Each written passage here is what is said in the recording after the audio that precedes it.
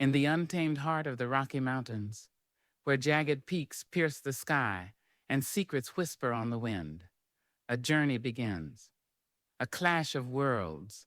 Refined elegance against raw wilderness ignites a tale of defiance, danger, and unspoken desires.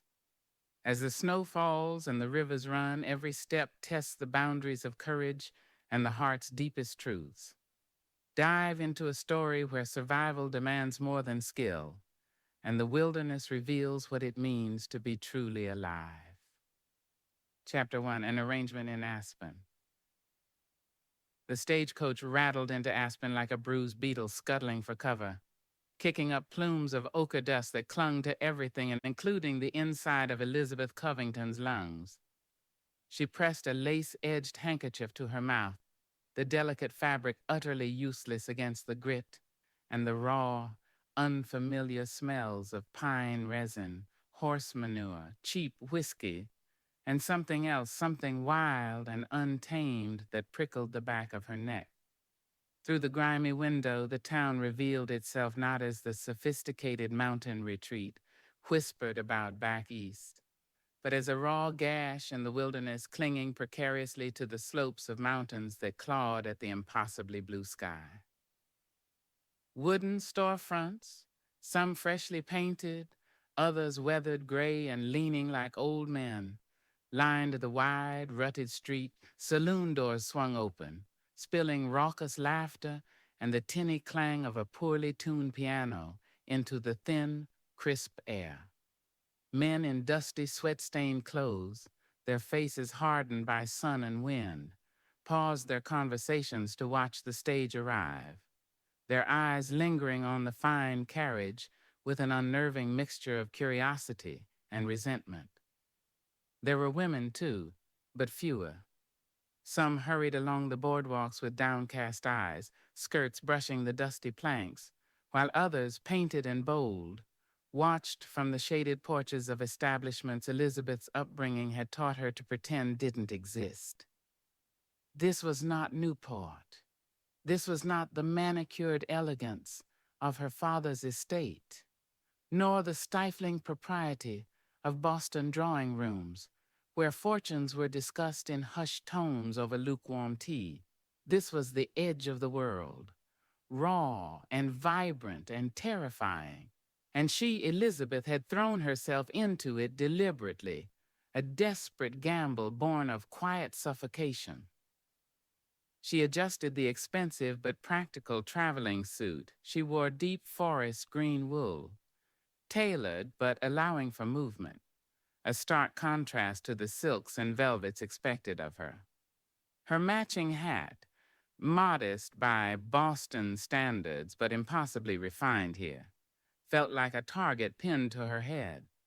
Taking a deep breath, tasting the dust again, she gathered her composure. The carefully constructed mask she wore as easily as her gloves. Inside, her heart hammered a frantic rhythm against her ribs, a frantic bird trapped in a gilded cage. What madness had possessed her? What was she truly seeking in this harsh, unforgiving land? Freedom, a voice whispered inside her, sharp and insistent, or perhaps oblivion. The coach door was wrenched open by a burly, bearded driver whose stained leather apron smelled faintly of axle grease and tobacco. "Aspen, ma'am," he grunted, offering a calloused hand. Elizabeth hesitated only a fraction of a second before accepting it, stepping down onto the rough-hewn boardwalk. The ground felt solid beneath her leather boots, but unsteady, as if the whole town might slide down the mountainside at any moment. The sheer scale of the surrounding peaks was overwhelming.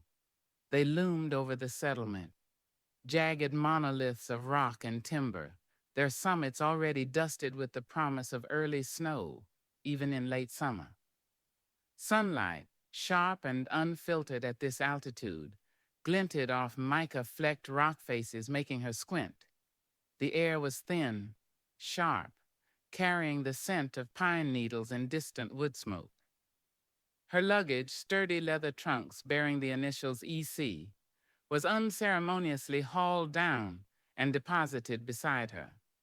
She tipped the driver, her gloved fingers handling the coins with practiced detachment, though the man's brief stare felt like an appraisal, judging her worth, her place, her vulnerability.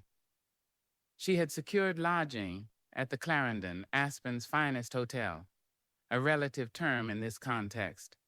It stood 3 stories high, a beacon of brick and painted wood amidst the rougher structures, boasting a wide veranda and windows that gleamed unlike most others. Yet even its grandeur felt borrowed, temporary, dwarfed by the ancient, unyielding mountains. Inside, the lobby was surprisingly well appointed, with plush velvet chairs, a ticking grandfather clock, and potted ferns that looked slightly bewildered by their surroundings. The clerk, a pale young man with slicked back hair and an air of harried importance, barely concealed his surprise at the sight of a lone, obviously wealthy young woman checking in. "Miss Covington?" he inquired, his eyes flicking from her face to her luggage and back again. "Welcome to the Clarendon. We trust your journey wasn't too arduous." "It was adequate, thank you," Elizabeth replied, her voice calm and measured, betraying none of the turmoil churning within. She signed the register with a steady hand, the elegant script a stark contrast to the rough-hewn ledger. "I shall require my trunk sent up immediately." And she paused, meeting his gaze directly. "I need to make inquiries. I require the services of a guide, the best available, someone who knows the high country intimately." The clerk blinked. "A guide, ma'am? For sightseeing?" "For hunting," Elizabeth stated plainly, ignoring the flicker of disbelief in his eyes. It was the reaction she'd anticipated, the same skepticism she'd faced when she first voiced this whim back east. A woman, an heiress, hunting elk in the Rocky Mountains? Unthinkable, preposterous, precisely why she had to do it. It was a rebellion, small and personal perhaps, but hers nonetheless. A way to carve out a space where her father's expectations and society's constraints could not reach, and perhaps a way to confront the gnawing emptiness that haunted her waking hours. The clerk cleared his throat, shuffling some papers. "Hunting, ma'am? The season is upon us, certainly, but it's demanding terrain, dangerous. We have guides, of course, reliable men who cater to gentlemen sportsmen. I require someone who understands the wilderness, not merely caters to sportsmen," Elizabeth interrupted firmly, cutting through his polite evasions. "Someone who doesn't shy away from difficult trails or inclement weather. Someone utterly dependable. Price is not the primary concern. Competence is—" The clerk fidgeted, clearly uncomfortable. He lowered his voice. "Ma'am, with respect, the high country is no place for—" He trailed off, unwilling to finish the sentence, unwilling to directly insult her gender or perceived fragility. "It is precisely the place I intend to go," Elizabeth said, her tone leaving no room for argument. "Can you recommend such a man, or must I seek elsewhere?" He sighed, defeated. "There are a few. Most are already engaged, or perhaps not suitable company for a lady." He leaned closer conspiratorially. "There is one man, Caleb Harmon. Knows these mountains better than any man alive, they say. Grew up trapping and hunting these parts, part Ute. Some whisper, though he don't speak of it. Lives rough, keeps to himself mostly. He's the best tracker, the best shot, but he's particular. Doesn't always take work, especially not from—" He gestured vaguely, encompassing her expensive attire, her refined air, her otherness. "Caleb Harmon," Elizabeth repeated the name, tasting it on her tongue. It sounded solid, rooted, like the mountains themselves. Where might I find him? The clerk looked even more perturbed. Find him? Ma'am, one doesn't usually find Caleb Harmon. He comes into town for supplies now and then. Sometimes frequents the Red Onion Saloon, though he's not much for drink or company, or perhaps the livery. He trades pelts sometimes. He wrung his hands. Truly, ma'am. Perhaps Mr. Abernathy, a fine gentleman, excellent references from Denver. Mr. Harmon sounds like the man I require, Elizabeth insisted, her resolve hardening. The description, meant to dissuade her, had only solidified her interest. Rough, particular, knowledgeable. Exactly what she needed, someone grounded in the reality of this place, not its pretensions. Thank you for the information. Please have my bags sent to my room. She turned, leaving the flustered clerk stammering behind the polished counter.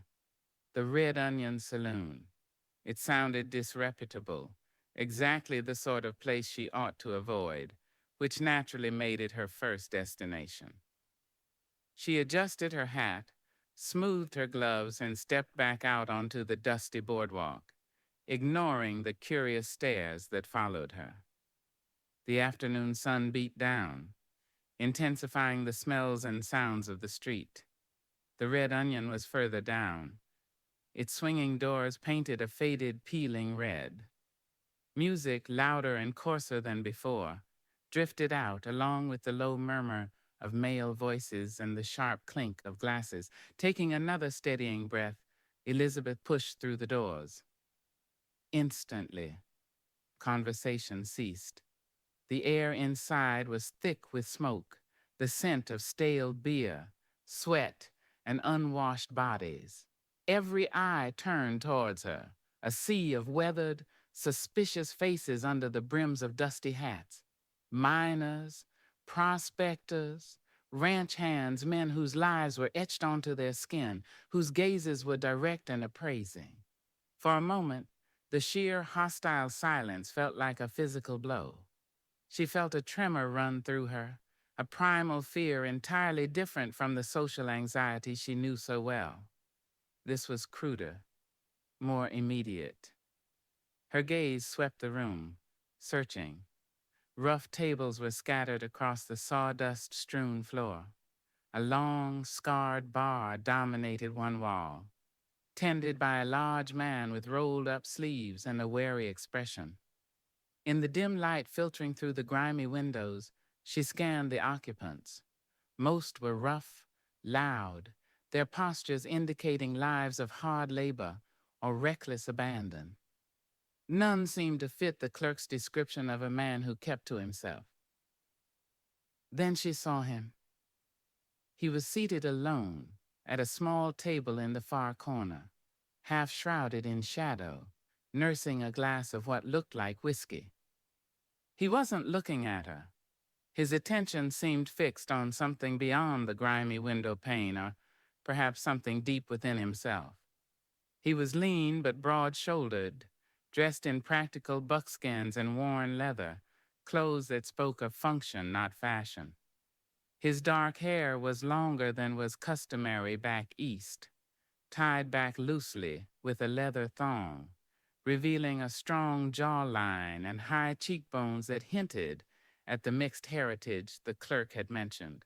His face was weathered, tanned by sun and wind, etched with lines that suggested experience rather than age, though she guessed he was perhaps a decade or so older than her, placing him somewhere in his late 30s. There was a stillness about him, a contained energy that set him apart from the boisterous men filling the rest of the saloon. He looked capable, grounded, and utterly indifferent to his surroundings. This had to be Caleb Harmon. Gathering every ounce of courage, ignoring the stares that felt like insects crawling on her skin, Elizabeth crossed the room. The sawdust muffled her footsteps, but the silence that followed her passage was deafening. She stopped beside his table. He didn't look up immediately. He seemed to sense her presence, a subtle tensing in his shoulders, but kept his gaze directed outwards. When he finally turned his head, his eyes met hers, and Elizabeth felt an unexpected jolt, like touching metal in a thunderstorm. His eyes were a startling gray, the color of storm clouds over the peaks, clear, direct, and unsettlingly perceptive. They held no deference, no curiosity, only a cool, assessing neutrality that was somehow more unnerving than outright hostility. "Mr. Harmon?" she asked, her voice steady, despite the tremor she felt deep inside. He raised a questioning eyebrow, his expression unreadable. He didn't stand, didn't offer any pleasantry. He simply waited. "My name is Elizabeth Covington," she continued, forcing herself to meet his gaze. "I was told you might be the man I'm looking for. I require a guide for a hunting expedition into the high country. I understand you possess unparalleled knowledge of the terrain." A faint flicker of something amusement, annoyance crossed his face before vanishing. He took a slow sip of his whiskey, his eyes never leaving hers. The silence stretched, thick and uncomfortable. Around them, the saloon's patrons watched, listening intently. "High country's no place for tourists, Miss Covington," he said finally, his voice low and rough, like stones grating together. It held a resonance that vibrated through the smoky air. "I am not a tourist," Elizabeth replied, bristling slightly at the assumption, "and I am prepared for the difficulties. I am a competent rider and reasonably proficient with a rifle." This last part was an exaggeration, born of necessity. Her experience was limited to target practice on her father's estate, but she wouldn't admit that weakness now. He leaned back slightly in his chair, studying her from beneath lowered lids. His gaze traveled from the brim of her hat down to the tips of her sturdy boots, missing nothing: the fine quality of her clothes, the softness of her hands despite the gloves, the underlying tension in her posture. It was an appraisal devoid of flirtation, purely practical, assessing her suitability for the wilderness as one might assess a pack animal. It was strangely insulting, yet compelling. "Reasonably proficient won't cut it when a grizzly charges or a blizzard hits," he stated flatly. "And those mountains, they don't care about your name or your money. They demand respect, earned respect." "I intend to earn it," Elizabeth countered, lifting her chin. "And I'm prepared to pay generously for your expertise and time, double the usual rate." He gave a short, humorless laugh that didn't reach his eyes. "My time ain't measured in dollars, Miss Covington. It's measured in seasons, in survival. Some things ain't for sale." A wave of frustration washed over her. Was this man deliberately trying to provoke her? Or was he simply stating the truth of his world, a world so removed from hers she could barely comprehend it? "Mr. Harmon," she said, trying a different tack, injecting a note of pleading she instantly regretted. "I have specific reasons for needing to undertake this journey. It is important to me, more important than you can know. I need the best guide, and I am told that is you." He studied her again, his gray eyes seeming to pierce through her carefully constructed facade, searching for the truth beneath her words. What did he see? The heiress playing at adventure, or the desperate woman running from something unseen? He swirled the amber liquid in his glass, the movement slow, deliberate. "What you hunting?" he asked abruptly. "Elk," she replied immediately. "A trophy bull, if possible." It was the expected answer, the acceptable one. He nodded slowly, his expression still unreadable. "Elk country's rough.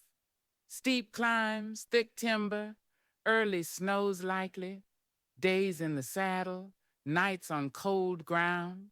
Might track a bull for a week and come back empty-handed or worse. I understand the risks, she insisted, though the image his words conjured sent a shiver down her spine despite her resolve. He finished his whiskey in one swallow, setting the glass down with a quiet thud that seemed to echo in the tense silence. He pushed his chair back and rose to his feet. He was taller than she'd first thought, lean and wiry, moving with an economy of motion, a quiet grace that spoke of inherent strength and confidence in his own body. He stood easily, comfortably, in the rough clothes, a part of the landscape she was determined to enter. Standing before him, Elizabeth felt acutely aware of her own stiffness, her tailored suit suddenly feeling like a costume. "Meet me at the livery stable," he said, his voice still low, but carrying an undeniable authority. "Dawn. Bring only what you can carry on one pack horse. Warm clothes, sturdy boots, your rifle ammunition, nothing frivolous. If you ain't there by first light, the deal's off." He didn't wait for her agreement. He simply turned and walked towards the door, moving through the silent, watching crowd as if they didn't exist. The batwing doors swung shut behind him, leaving Elizabeth standing alone in the center of the hostile room, the object of every curious, speculative gaze. Her heart was pounding, a mixture of triumph and sheer terror swirling within her. He had agreed. Against her expectations, against his own apparent inclinations, the arrangement was made. She had her guide, but the look in Caleb Harmon's eyes, the weight of his presence, the sheer uncompromising reality of him, suggested this journey would be far more demanding, far more dangerous than any hunt for elk.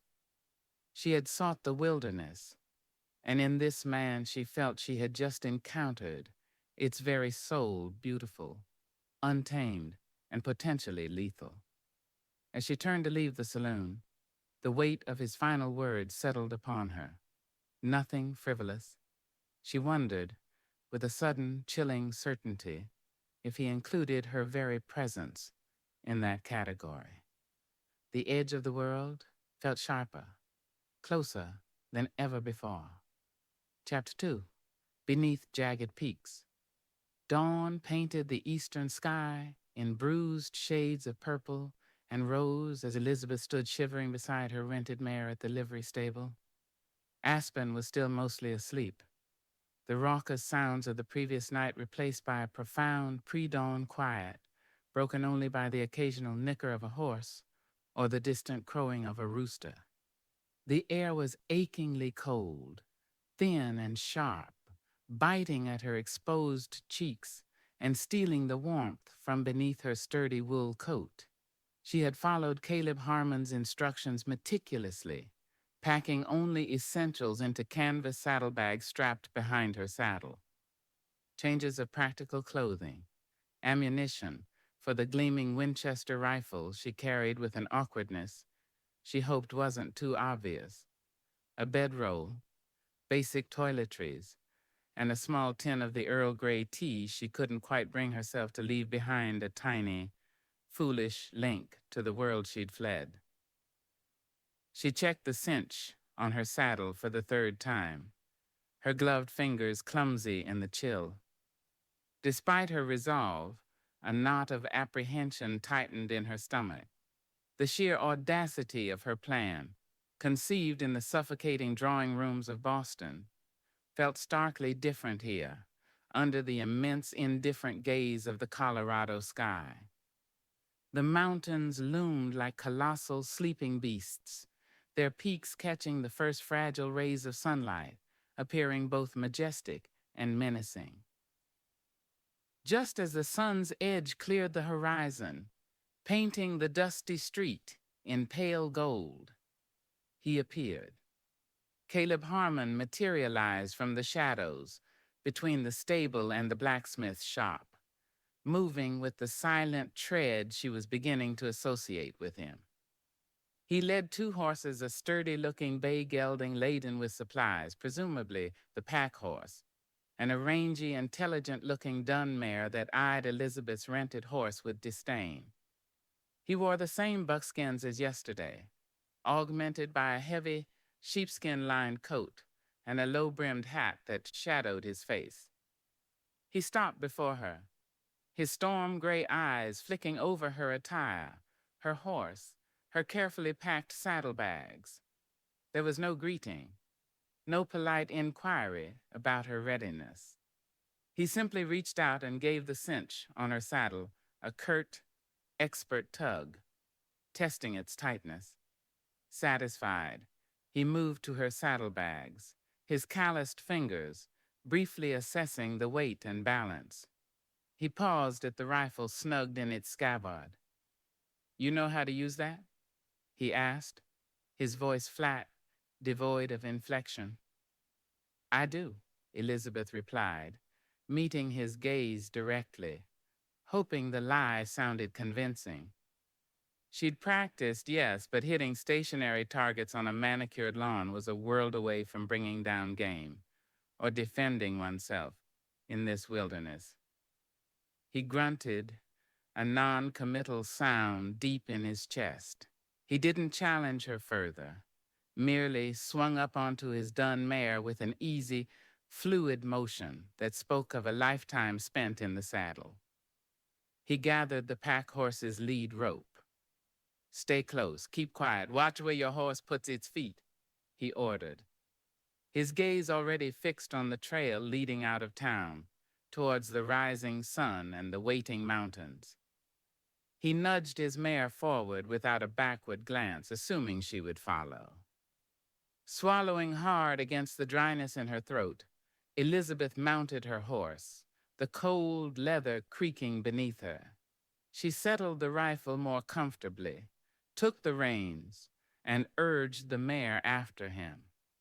They rode out of Aspen as the town slowly stirred to life, the smoke from breakfast fires beginning to curl from chimneys. No one seemed to pay them much mind. A man leading pack horses into the mountains was a common enough sight. Only she, the incongruous woman in her tailored coat, felt desperately out of place, a solitary figure trailing the silent, self-contained man who was her key to this forbidding world. The trail climbed almost immediately, leaving the ramshackle buildings behind and winding upwards through stands of aspen trees, their leaves just beginning to hint at the gold of autumn. The morning sun filtered through the branches, dappling the path in shifting patterns of light and shadow. The air grew colder, cleaner, scented with pine needles and damp earth. Caleb set a steady pace, not fast, but relentless, his horse moving with sure-footed confidence over the rocky, uneven ground. Elizabeth's rented mare, less accustomed to the terrain, stumbled occasionally, forcing Elizabeth to grip the reins tighter, her knuckles white. Silence stretched between them, thick and heavy as the mountain air. Caleb seemed utterly absorbed in his surroundings, his head constantly moving, scanning the trees, the ground, the sky. He rode with a relaxed alertness, his body moving in perfect rhythm with his horse. Elizabeth, meanwhile, felt every jolt, every shift of the saddle. Her muscles, unused to such prolonged riding on difficult terrain, quickly began to ache. She tried to mimic his posture, to find that same easy rhythm, but felt only stiff and awkward. She found herself watching him, studying the set of his shoulders, the way he handled his horse with subtle shifts of weight and barely perceptible movements of the reins. There was an undeniable competence about him, a deep-seated knowledge of this place that was both reassuring and intimidating. He belonged here in a way she never could. He was a part of the wilderness, while she was merely an intruder. Hours passed, The sun climbed higher, warming the air slightly, but the wind held a persistent chill, whispering through the pines like a mournful secret. They left the aspen groves behind, entering darker forests of spruce and fir, the trail growing steeper, narrower.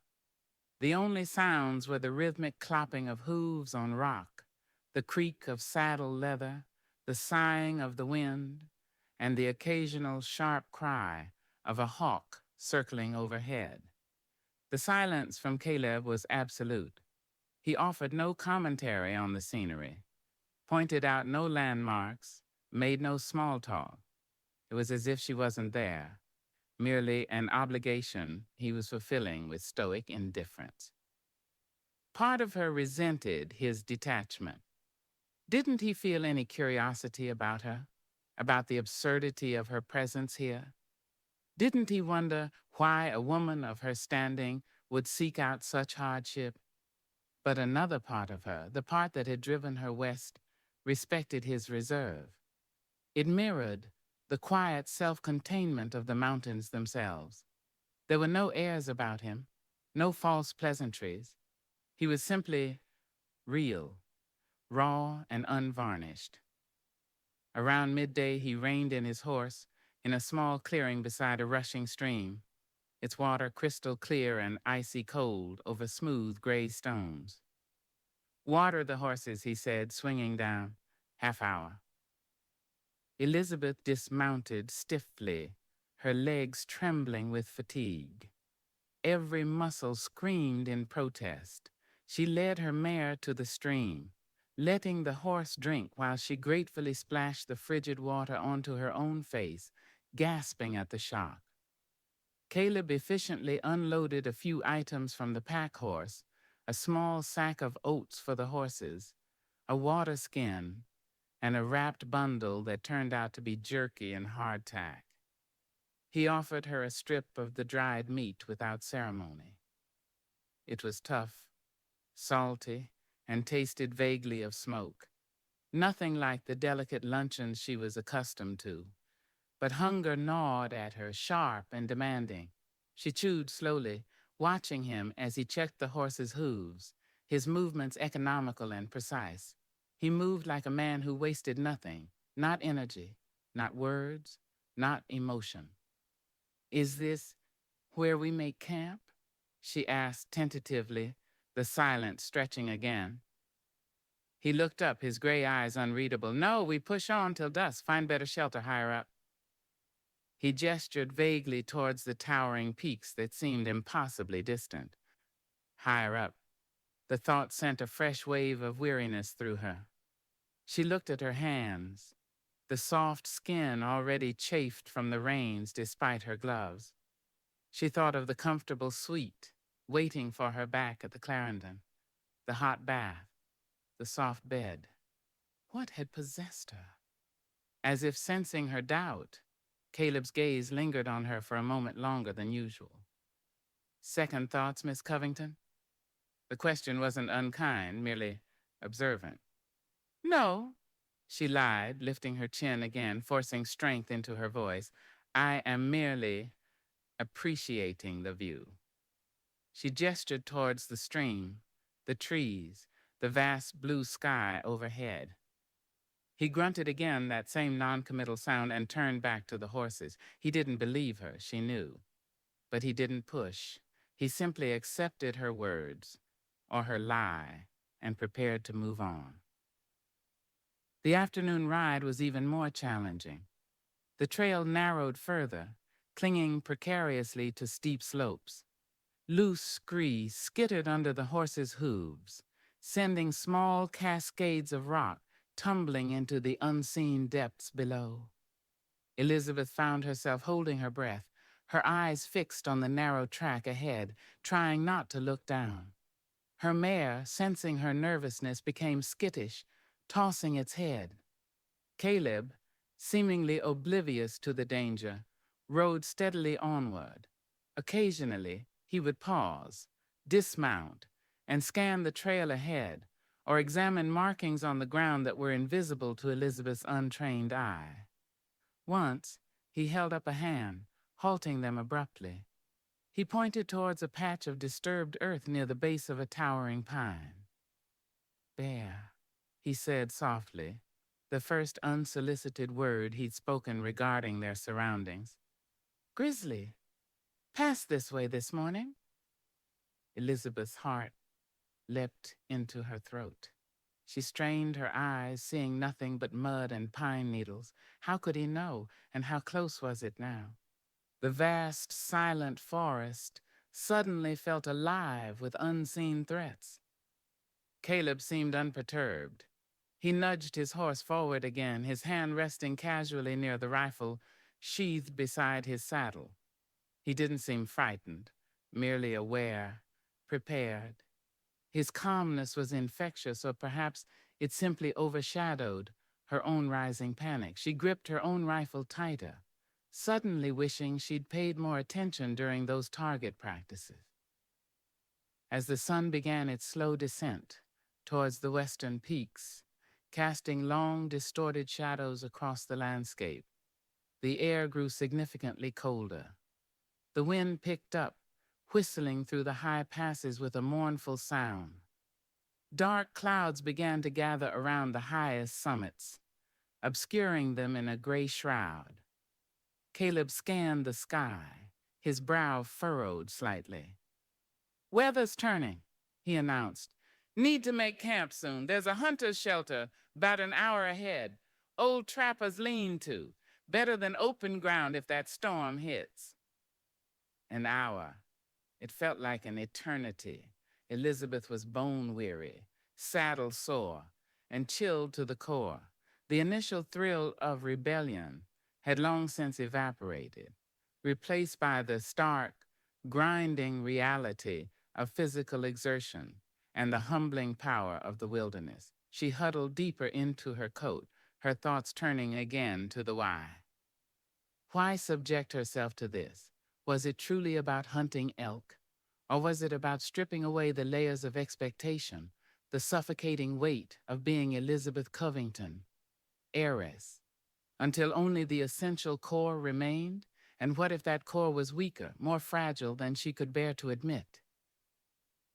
They reached the shelter just as the last light was fading from the sky.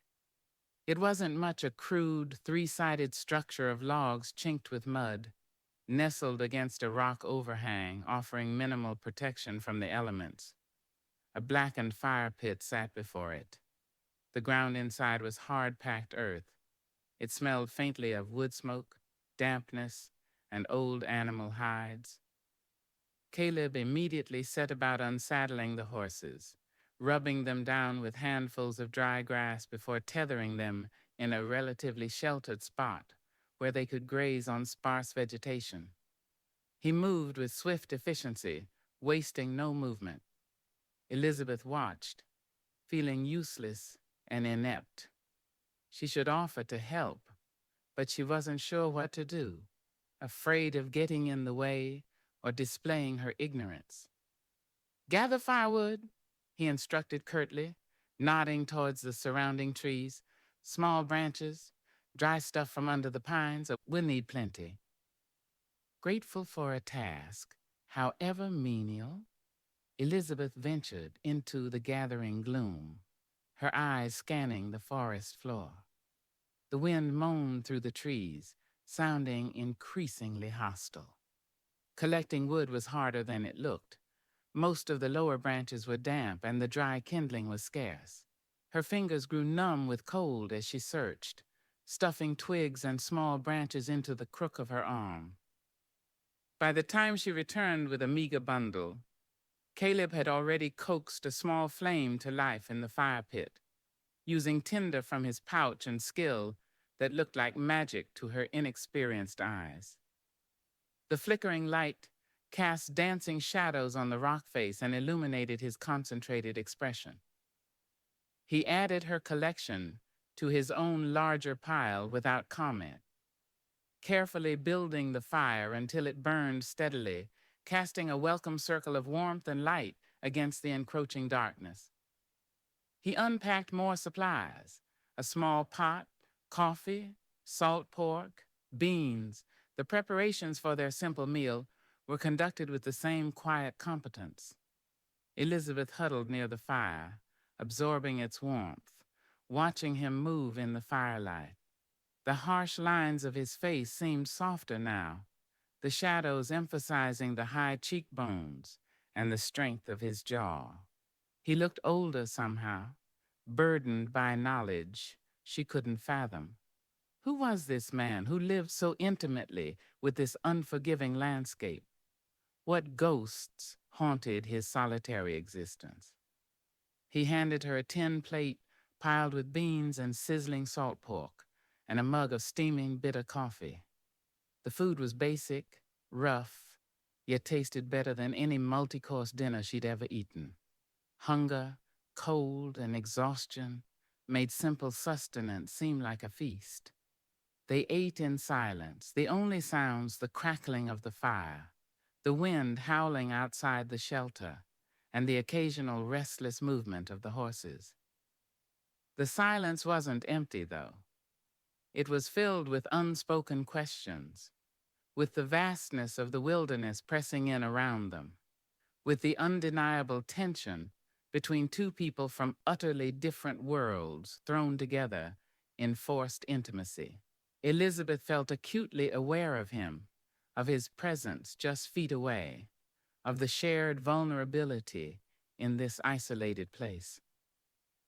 After the meal, Caleb cleaned the pot and plates with snow melt from a nearby patch that hadn't yet succumbed to the day's meager warmth. He then unrolled his bedroll near the back of the lean-to, close to the rock face. Elizabeth hesitated, then unrolled hers on the opposite side, near the open front, instinctively wanting some distance, yet also wanting to be closer to the fire's warmth and perceived safety. Caleb checked his rifle, then laid it beside him, easily within reach. He settled into his bedroll, pulling his hat low over his eyes. Within minutes, his breathing evened out, suggesting sleep, though Elizabeth suspected he remained acutely aware of his surroundings even in rest. Sleep, however, eluded her. The hard ground pressed against her aching bones. The wind shrieked like a banshee around the corners of the shelter, rattling the crude log walls. Every gust seemed to carry a threat, a reminder of their isolation, their vulnerability. She thought of the grisly tracks, of the darkening sky, of the immense, indifferent mountains surrounding them. Fear, cold, and a profound sense of loneliness washed over her.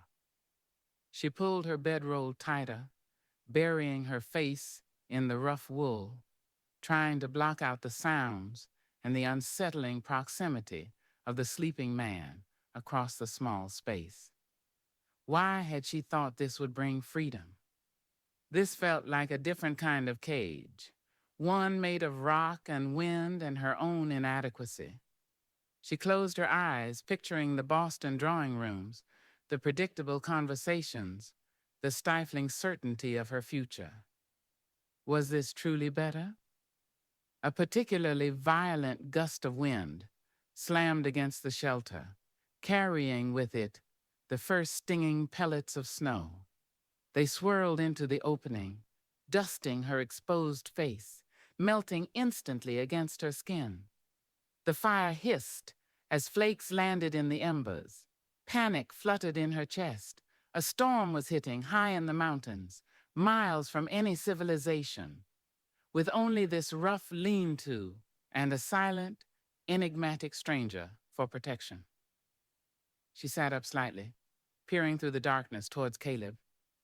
He hadn't moved. Was he truly asleep? Or was he listening, waiting, as attuned to the storm as he was to the forest? In the faint, dying glow of the fire, his shadowed form looked like a part of the landscape itself, weathered, enduring, formidable. And she, Elizabeth Covington, felt smaller, more fragile, and more utterly alone than she ever had in her life. The jagged peaks outside seemed to press closer, whispering of trials yet to come, and the true cost of seeking refuge in the wild heart of the world. The arrangement made in Aspen felt a lifetime ago. The real journey had just begun. Chapter 3. Echoes in the Canyon. Elizabeth woke to a world transformed and aching cold. The wind had died down some time before dawn, leaving behind a profound silence and a landscape dusted in pristine white. Several inches of snow blanketed the ground, clung to the pine boughs, and softened the harsh lines of the rocks around the lean-to. It was eerily beautiful, but the beauty was laced with a sharp, biting chill that seeped through her bedroll and wool coat, settling deep in her bones. Every muscle protested as she shifted, the previous day's exertion compounded by the cold, hard ground. Across the small space, Caleb Harmon's bedroll was empty. The fire had been carefully banked, now little more than a pile of glowing embers sending up a thin wisp of smoke into the still, frigid air. Panic fluttered briefly. Had he left her? But then she saw him standing just beyond the shelter's opening, a stark silhouette against the snow-brightened landscape. He stood utterly still, facing the vast expanse of mountains, his sheepskin collar turned up against the cold, his rifle held loosely in one hand. He seemed to be listening, or perhaps simply absorbing the altered world, a man perfectly attuned to the rhythms of the wilderness. Pushing aside the rough wool of her bedroll, Elizabeth sat up, shivering violently. Her breath plumed white in the air. The simple act of getting dressed felt like a monumental effort, her fingers stiff and clumsy as she fumbled with buttons and laces beneath her coat. She pulled on her hat, jamming it down over her ears, and forced herself to her feet, her legs stiff and unsteady. Caleb turned as she emerged from the lean-to, his gray eyes assessing her state. There was no hint of sympathy in his gaze, only practicality. "Melting snow for coffee," he said, gesturing towards the fire pit where a small pot now hung over the revived embers. "Need to get moving. Snow won't last long on the lower slopes, but it'll make the passes treacherous, and it hides tracks ours and theirs. Theirs? Elk? Or the grizzly whose tracks they'd seen yesterday?" The ambiguity sent a fresh shiver down her spine, unrelated to the cold. She nodded, trying to appear capable. "What can I do?" "Check your horse. Make sure she didn't injure herself in the night.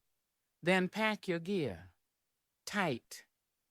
She trudged through the snow towards the tethered horses. Her mare whickered softly, nudging her hand hopefully. Elizabeth ran her gloved hands over the horse's legs and flanks, feeling for any swelling or tenderness, mimicking actions she'd seen grooms perform back home. The mare seemed fine, merely cold and hungry. Caleb's dun and the pack horse stood stoically nearby, seemingly unfazed by the overnight storm. Returning to the fire, she found Caleb efficiently packing saddlebags, his movements swift and economical despite the cold. He handed her a steaming tin mug of coffee, black, bitter, and blessedly hot. She cradled it in her hands, letting the warmth seep into her numb fingers. Breakfast was more jerky and hardtack, eaten quickly while standing near the fire. The silence between them felt different this morning, less hostile, perhaps, but charged with the awareness of their shared vulnerability in the face of the elements. The storm had stripped away another layer of pretense, leaving only the raw need for survival. Packing her bedroll and saddlebags proved a struggle, the canvas stiff with cold, the straps difficult to manage with numb fingers. Caleb, finished with his own tasks, watched her fumbling for a moment, his expression unreadable. Then, without a word, He stepped over and expertly tightened the final strap on her bedroll, securing it behind her saddle with a swift, efficient movement. "Thanks," she murmured, feeling a flush rise to her cheeks, a mixture of gratitude and embarrassment at her own incompetence. He merely grunted, turning away to saddle his own horse. The brief moment of connection, if it could even be called that, vanished as quickly as it had appeared. He was a man encased in self-sufficiency, offering help out of necessity, not kindness. Or so she told herself. Mounting was an agony of stiff muscles and cold leather. They set off just as the sun fully cleared the eastern ridges, its light glinting painfully off the fresh snow. The initial descent from their campsite was slow and careful, the horses picking their way cautiously through the snow-covered rocks. Caleb led, his eyes constantly scanning the ground, reading the subtle signs she couldn't decipher. As they lost altitude, the snow thinned, becoming patchy, then disappearing altogether as they entered the mouth of a deep, narrow canyon. The transition was abrupt. The wide, snow-brightened vistas gave way to towering walls of sheer rock, stained red and ochre that rose hundreds of feet on either side. The sky narrowed to a mere ribbon of blue far overhead. The air grew still, sheltered from the wind, but felt colder, damper, trapped between the immense stone walls. Sound changed dramatically. The horses' hooves, muffled by snow moments before, now echoed sharply off the rock faces. The creak of saddle leather, the jingle of a bridle bit, even the soft snort of a horse seemed amplified, thrown back at them from multiple directions. The silence, when it fell, was profound, heavy, pressing in on Elizabeth's ears. It felt like entering a lost world, ancient and secretive. "Stay alert." Caleb's voice, though low, startled her as it bounced off the nearby cliff. "Sound carries strange in here. Easy to get turned around. Easy for something to sneak up on you." Elizabeth nodded, her hand instinctively going to the Winchester at her side. The towering walls felt oppressive, claustrophobic after the open slopes. Shadows clung stubbornly in the deep recesses even as the sun climbed higher, creating pockets of perpetual twilight. Water seeped from cracks in the rock, tracing dark patterns down the stone, and the air smelled of damp earth, cold stone, and ancient stillness. They followed a narrow game trail that hugged the base of one wall, sometimes forcing them to ride single file. A shallow, fast-flowing creek, fed by snowmelt from the higher elevations, tumbled over rocks nearby, its gurgling sound a constant counterpoint to the echoing silence. Caleb moved with the same relentless pace, but his vigilance seemed heightened here. His gaze swept not only the trail ahead, but also the canyon rims far above, scanning for movement, for threats unseen. Elizabeth found herself captivated by the stark, brutal beauty of the place. It was awe-inspiring and terrifying in equal measure. The sheer scale of the rock walls dwarfed them, making her feel utterly insignificant. Yet there was life here. Hardy pines clung precariously to ledges high above, their roots finding purchase in impossible cracks.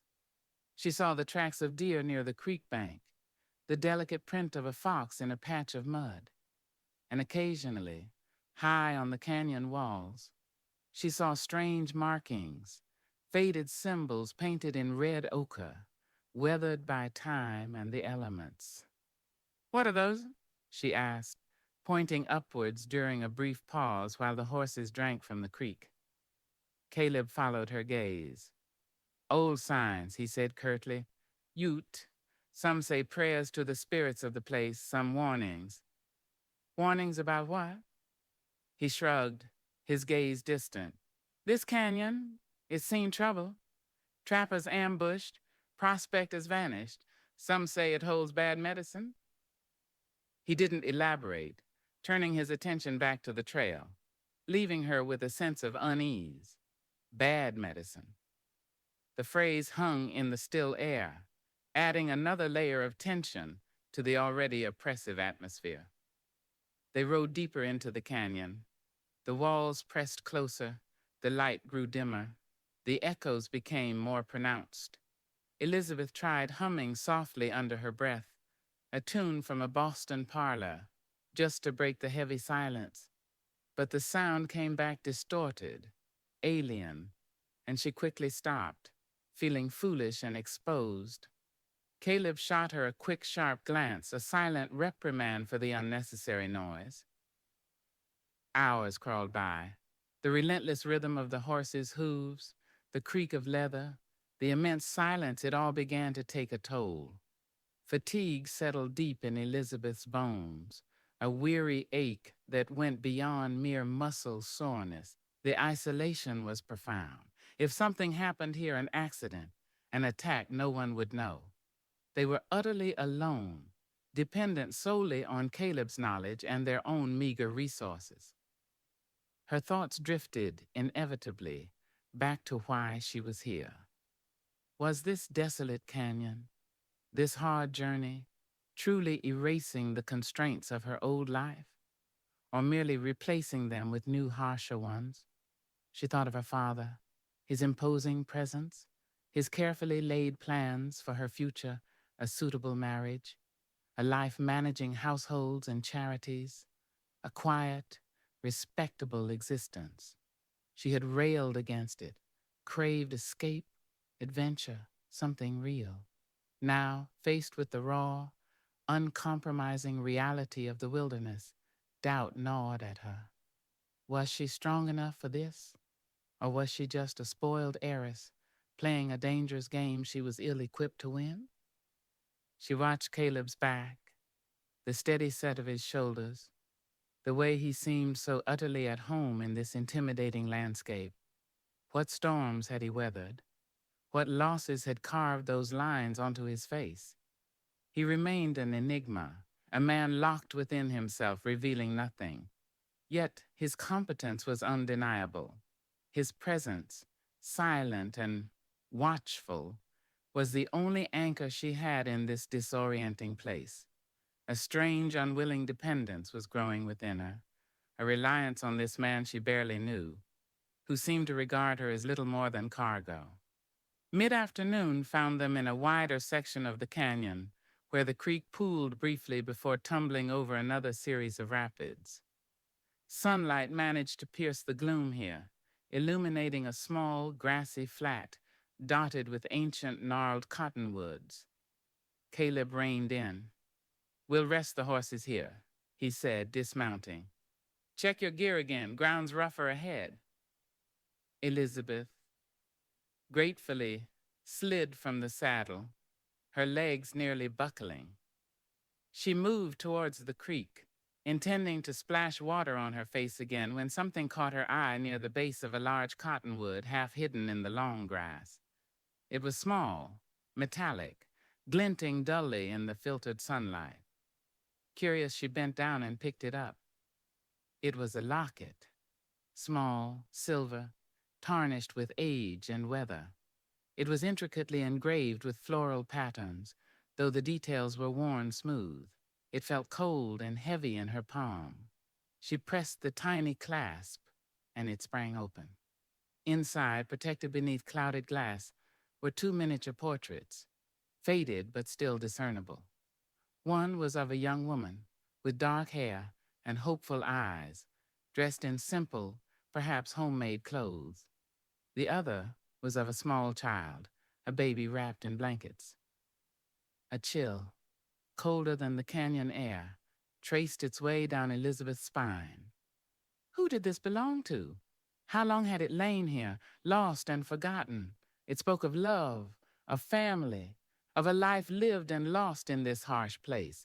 It was an intimate object, imbued with personal history, starkly out of place amidst the wild indifference of the canyon. It felt like holding a ghost. She looked up, intending to show Caleb, but stopped.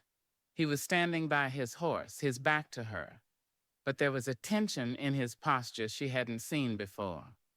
He wasn't checking his gear. He was staring fixedly at something high up on the opposite canyon wall, his head tilted as if listening intently. "Mr. Harmon?" She began, the locket suddenly feeling heavy, illicit in her hand. He didn't turn, just raised a hand slightly, silencing her. The profound silence of the canyon descended again, broken only by the murmur of the creek. Elizabeth strained her ears, listening.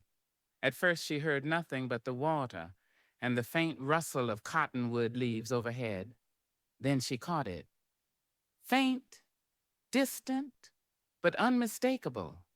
An echo, different from the sounds they had been making. It wasn't the cry of a hawk, nor the tumble of loose rock. It sounded almost like metal striking stone, a rhythmic clinking, sharp and unnatural in this wild place. It came again, clearer this time, echoing down the canyon walls from somewhere further up, somewhere hidden from view. Elizabeth's breath caught in her throat. They weren't alone. Caleb slowly turned, his face grim, his gray eyes narrowed, fixed on the unseen source of the sound. The casual ease was gone, replaced by a coiled alertness that radiated danger. His hand moved instinctively towards the rifle on his saddle. "Trouble," he murmured, his voice barely audible, yet it resonated with chilling certainty in the sudden, heavy silence of the canyon. The lost locket felt like an omen in her hand, a whisper of past tragedies mingling with the threat of present danger, echoing down the ancient, unforgiving walls. Chapter 4. Wood Smoke and Whispers. The rhythmic clinking, alien and sharp against the canyon's natural sounds, stopped as abruptly as it had begun. The silence that rushed back in felt heavier, more profound, charged with the residue of that unnatural intrusion.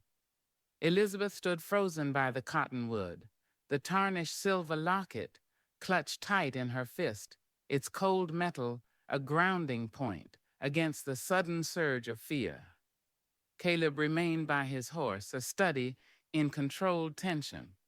His hand still rested near his rifle, his head cocked slightly, listening not just with his ears but with his entire body, attuned to the faintest tremor in the canyon's deep stillness. He didn't look at her. His gaze remained fixed up canyon, in the direction from which the sound had echoed. Seconds stretched into a minute, marked only by the frantic beating of Elizabeth's heart and the ceaseless murmur of the creek. The sun, finding a wider gap in the canyon walls here, felt deceptively warm on her face, a stark contrast to the icy dread pooling in her stomach. Finally, Caleb moved, not towards the sound, but decisively away from it. He swung back into his saddle with that same fluid economy of motion, his face set in grim lines. He gestured sharply for her to mount, his expression leaving no room for questions or delay. "We don't linger," he said, his voice low and urgent, barely disturbing the quiet. That wasn't prospector's work. Too steady, too deliberate. Elizabeth scrambled back onto her mare, her stiff muscles protesting, shoving the locket deep into her coat pocket without thinking. Her hands fumbled with the reins. "What was it then? Who? Don't matter who." He cut her off curtly, already nudging his horse forward, not back the way they came, but angling towards a less obvious break in the canyon wall, a narrow side ravine choked with scrub oak and shadowed boulders. "Matters that they're here and we don't want 'em knowing we are." He cast a quick, critical eye over their surroundings, ensuring they left no obvious sign of their brief stop. "Move quiet now, like smoke."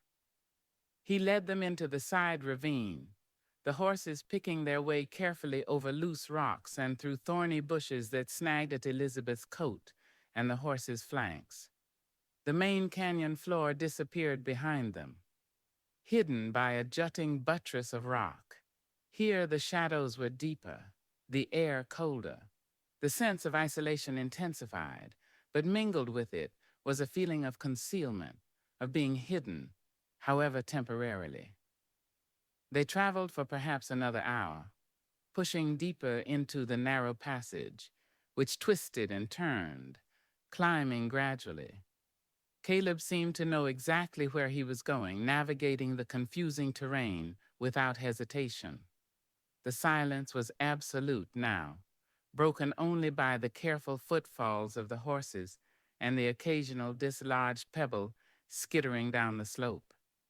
Elizabeth strained her ears, listening for any echo of the clinking sound, any sign they were being followed, but heard nothing but the wind sighing faintly through the sparse pines clinging to the ravine walls. Her fear warred with a growing grudging admiration for the man ahead of her.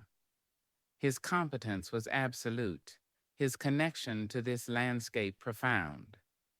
He read the terrain like a map, anticipated dangers she couldn't even perceive, and moved through it with a quiet certainty that was both unnerving and deeply reassuring.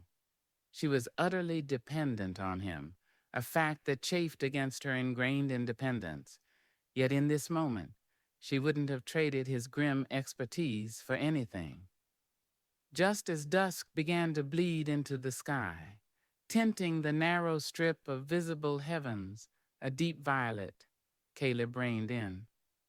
He had led them to a small, hidden shelf of rock partway up the ravine wall, screened from below by a thick stand of stunted juniper and sheltered overhead by a shallow overhang. It was barely large enough for the 3 horses and a small campsite, the ground rocky and uneven. It offered little comfort, but excellent concealment. "This'll do," he announced, swinging down. "Can't risk a full fire, keep it small, smokeless as possible. And no talk unless necessary." The implications hung heavy in the cold air. They were hiding. The threat, whatever it was real enough to warrant such precautions. Elizabeth dismounted, her body screaming with fatigue, her nerves stretched taut. The earlier camaraderie of shared hardship by the previous night's fire felt a world away. Tonight, the silence was born of fear, not contemplation. Working together, though mostly under his silent direction, they unsaddled the weary horses, rubbing them down and tethering them close, where the sparse bunchgrass offered meager grazing. Elizabeth gathered dry, dead juniper wood, smaller pieces this time, as Caleb meticulously arranged stones to create a small, deep fire pit designed to minimize light and smoke. He used his skill again, coaxing a tiny flame from painstakingly prepared tinder. It caught slowly, reluctantly, casting a feeble, flickering glow that barely pushed back the encroaching darkness. The thin curl of smoke it produced was quickly dispersed by the faint breeze whispering down the ravine. The smell of that wood smoke, usually a comforting scent in the wilderness, felt different tonight. Fragile, tentative, a beacon they desperately hoped remained unseen. It mingled with the sharp, resinous scent of juniper and the cold, damp smell of the rock overhang. Supper was another hasty, near-silent affair. Cold jerky, the last of the hardtack. Caleb produced a small pouch of ground coffee, brewing it strong and black in the little pot balanced precariously over the tiny fire. He passed her a mug, their fingers brushing briefly in the exchange. Elizabeth felt a surprising jolt at the casual contact, a sudden awareness of his physical presence in the intimate confines of their hidden camp. His hand was rough, calloused, strong. She quickly drew back, cradling the hot mug, focusing on the warmth seeping into her hands. He settled back against the rock wall near the fire, nursing his own coffee, his rifle resting across his lap. His face, illuminated by the low flickering flames, was a mask of shadows and harsh lines. His gray eyes constantly scanned the darkness beyond their small circle of light, listening. Elizabeth sat opposite him, pulling her coat tighter, the silence stretching between them. She wanted to ask him 100 questions. Who did he think was in the canyon? What did the sound mean? Was it miners illegally working someone else's claim? Outlaws lying low? Renegade UTEs driven by desperation or anger? The possibilities, fed by stories she'd heard back east and the grim look on Caleb's face, were terrifying. But his earlier curtness, his clear desire for silence, kept her quiet. She sensed that asking questions now would be not only futile but potentially dangerous, breaking the vital concentration he maintained. Instead, she found her thoughts returning to the locket, tucked away in her pocket. She could feel its faint outline through the layers of wool. The image of the young woman and the child swam before her eyes. Who were they? What hopes and dreams had been lost in this unforgiving place? The discovery felt strangely personal, a tangible link to the hidden sorrows this land held, sorrows that seemed to echo in the deep lines around Caleb Harmon's eyes and mouth. She wondered if he carried similar losses, hidden beneath his stoic exterior. The thought created a strange, unexpected pang of empathy for this closed-off man.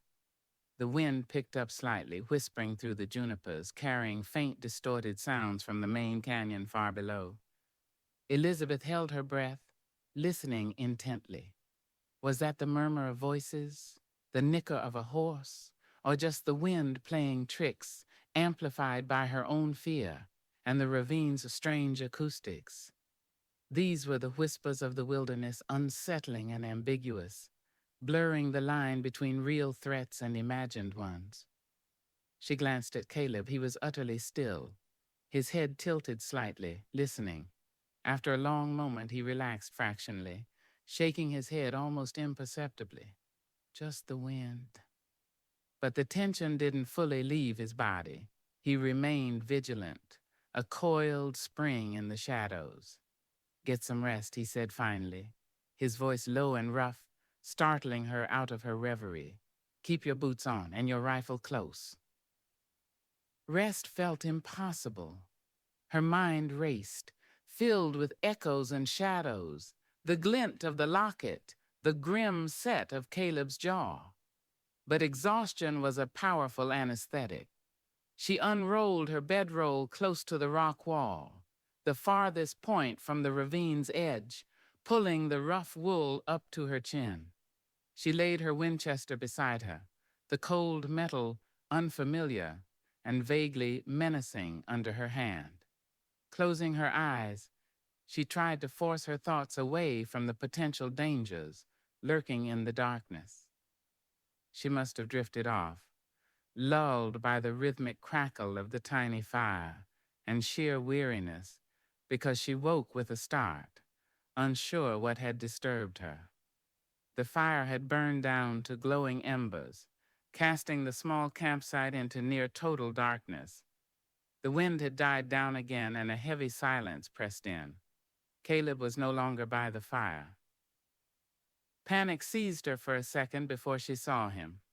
He stood at the edge of the rock shelf, peering down into the blackness of the ravine, motionless as the stone around him. He held his rifle ready. He hadn't been asleep at all. He'd been watching, guarding their hidden refuge throughout the night. Then she heard it, faint, but closer than before. The sound of hooves on rock, moving slowly, cautiously, somewhere down in the ravine below them, not their own horses, which were tethered and quiet nearby. Someone else was moving through the darkness, disturbingly close to their concealed position. Elizabeth's blood ran cold.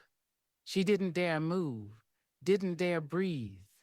She watched Caleb's silhouette, rigid and alert against the star-dusted sliver of sky visible above the ravine walls. The hoofbeats grew slightly louder, then seemed to pause directly below their ledge, hidden from view by the curve of the rock and the junipers. Were they searching? Had they somehow detected the faint trace of wood smoke? Time stretched, suspended. Elizabeth could hear the blood pounding in her own ears. Then, carried on the still night air, came the murmur of voices, low, rough voices, too indistinct to make out words but undeniably human. There were at least two speakers. They weren't Ute. The cadence sounded like rough frontier English. The voices stopped. The hoofbeats resumed, moving slowly away, fading back down the ravine towards the main canyon. Silence returned, deeper, heavier than before. Elizabeth finally let out a shaky breath she hadn't realized she was holding. Caleb remained frozen for another long moment, listening intently before slowly lowering his rifle. He turned, his face invisible in the darkness, but she could feel the intensity of his gaze. He moved silently back towards the dying embers of the fire, adding a few small twigs to coax a faint glow back to life. He didn't speak, didn't offer any explanation or reassurance. He simply resumed his vigil, settling back against the rock, his rifle once again across his lap. The encounter, brief and unseen, had shattered any illusion of safety. They were not merely avoiding trouble, they were actively being hunted, or at least their presence was suspected. The wood smoke, faint as it was, or perhaps a careless noise, had alerted someone. And those someone were close, moving through the darkness with unknown intent. Elizabeth pulled her bedroll tighter, her hand gripping the cold stock of her Winchester. The whispers in the canyon had become voices in the night, and the scent of wood smoke now carried the unmistakable taint of fear. Sleep was now truly impossible. Dawn felt a lifetime away, and the jagged peaks surrounding them seemed less like majestic guardians and more like silent, unforgiving witnesses to whatever desperate measures the coming day might demand. Chapter 5. Wrath of the Mountain. The pre-dawn chill was a physical entity, a presence that settled deep in Elizabeth's marrow, leaching away the residual warmth from the dying embers and her own fitful sleep. The memory of the hoofbeats and low voices passing below their hidden ledge lingered like a foul taste in her mouth, a stark reminder of their precarious situation. Sleep had been shallow, fractured by nightmares of echoing canyons and unseen watchers, leaving her feeling more exhausted than when she'd lain down. Across the cramped space, Caleb Harmon was already alert, though he hadn't moved from his position against the rock face. He wasn't asleep. Elizabeth knew that instinctively. He was listening, sensing the subtle shifts in the pre-dawn air, gauging the mood of the wilderness. The tiny fire was nothing more than a faint red glow now, offering negligible light or warmth. Darkness still clung thickly in the ravine, though the strip of sky visible overhead was beginning to soften from black to a bruised, deep indigo. Slowly, carefully, trying not to make a sound that might carry in the still air, Elizabeth eased herself out of her bedroll. Every muscle screamed in protest. The previous day's riding, the hard ground, the pervasive cold, and the constant tension had taken their toll. She felt brittle, frayed at the edges, a far cry from the determined woman who had marched into the Red Onion Saloon just days ago. That woman seemed naive now, reckless, ignorant of the true cost of stepping outside the prescribed boundaries of her life. Caleb turned his head slightly as she moved, his eyes invisible in the gloom, but she felt his awareness lock on to her. He made no comment, offered no greeting. The urgency of their situation precluded pleasantries. He rose silently, stretching with the lithe grace of a predator, his movements economical, even after a night spent largely awake and vigilant. "Pack," he whispered, the sound barely audible above the faint sigh of the breeze that had begun to stir down the ravine. Quickly, quietly, we leave before full light. There was no need to ask why. The proximity of last night's visitors made lingering unthinkable. Working in the near darkness, hampered by cold, stiffened fingers and the need for silence, they broke camp, rolling the bedrolls, packing the meager supplies, saddling the horses. Each task felt fraught with peril, each buckle clang, each rustle of canvas potentially carrying betrayal on the still air. Elizabeth fumbled with a strap on her saddlebag, her numb fingers refusing to cooperate. Frustration pricked at her, sharp and hot despite the cold. Caleb appeared beside her, taking the strap from her hand without a word. His rough, calloused fingers worked the buckle with swift, practiced ease. For a fleeting second, his arm brushed against hers, a brief point of contact that sent an unexpected warmth through her, quickly followed by a pang of shame at her own dependence. He secured the bag and stepped back, his face impassive in the growing gray light. He moved to the horses, checking their tethers, murmuring something low and soothing to his dun mare as he tightened her cinch. The animals seemed restless, sensing the tension in the air, their ears twitching, their breath pluming white. As the first pale, hesitant rays of sunlight touched the highest rim of the canyon far above, painting the rock face a spectral gray, Caleb swung into his saddle. He scanned the ravine below, then the slopes above, his eyes missing nothing. He nodded curtly to Elizabeth. "Stay tight behind me, no matter what. Keep moving." He nudged his horse forward, not back down towards the main canyon and the lingering threat, but further up the narrow side ravine, pushing deeper into the unknown territory. The ascent grew steeper almost immediately, the trail little more than a faint track, winding between immense boulders and through thickets of thorny, skeletal bushes. The horses strained, their hooves slipping occasionally on loose scree, their breath coming in ragged bursts in the thin air. Elizabeth clung to the saddle horn, leaning forward to help her mare, her own breath growing short. The physical effort was immense, demanding every ounce of her concentration and dwindling strength.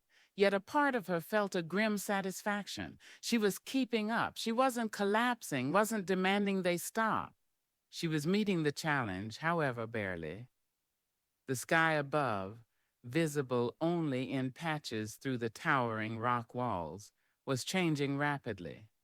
The clear, cold indigo of dawn was being swallowed by rolling banks of cloud, thick and gray and heavy-bellied. They moved with unnatural speed, churning and boiling around the high peaks. The faint breeze from earlier had strengthened, gusting down the ravine with increasing force, carrying the metallic scent of impending rain, or worse. Caleb glanced upwards frequently, his expression growing increasingly grim. He pushed the pace harder, urging the horses onwards with quiet clicks and nudges. The air grew heavier, charged with static electricity that made the fine hairs on Elizabeth's neck prickle. A low rumble echoed from the distance, not the sharp clink of metal on stone this time, but something deeper, more elemental, the first growl of thunder. "Storm coming," Caleb stated unnecessarily, his voice tight. Caught on the high slopes is bad. Caught in this ravine when it breaks, worse. Worse. Elizabeth didn't need to ask what that meant. She looked at the steep, confining walls surrounding them, the narrow strip of churning sky above. A flash flood tearing through this constricted space would be inescapable, deadly, or perhaps a rock slide loosened by torrential rain on the already unstable slopes, the wrath of the mountain, unleashed. The wind howled now, shrieking around the rock formations, tearing at their clothes, trying to rip the hats from their head while dust and grit swirled, stinging Elizabeth's eyes. The horses tossed their heads nervously, their ears flattened, their steps becoming more hesitant. The temperature seemed to plummet, the air acquiring a raw, biting edge.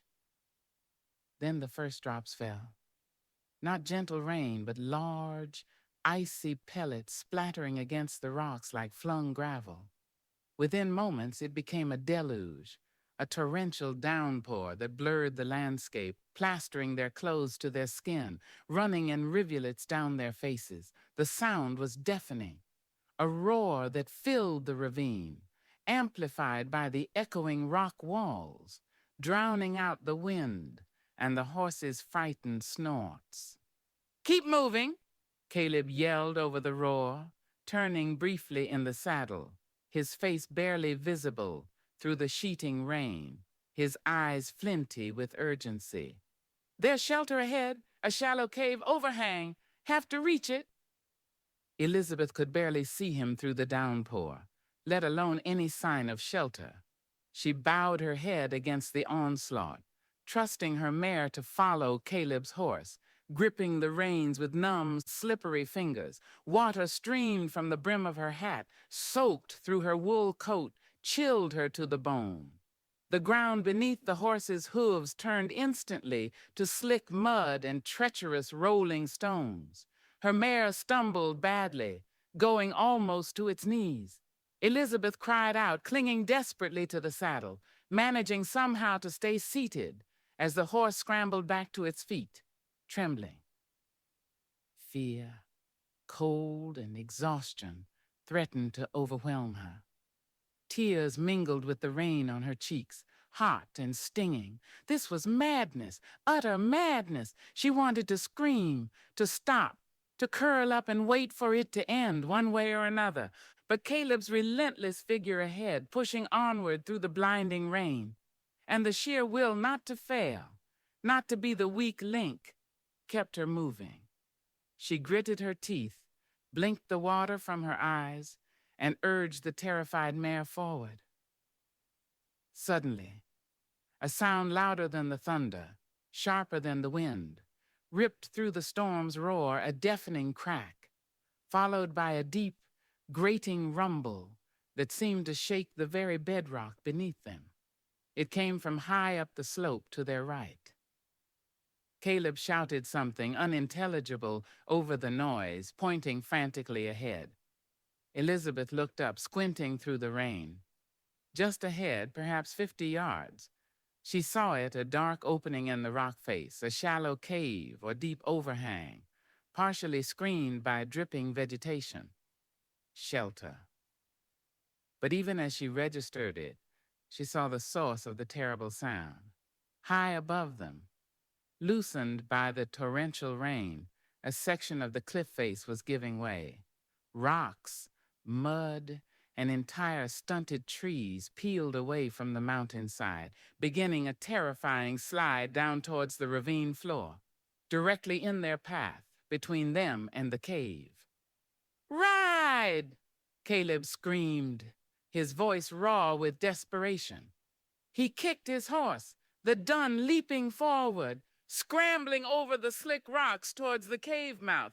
The pack horse tethered behind balked for a terrifying second before lunging after them. Time seemed to slow.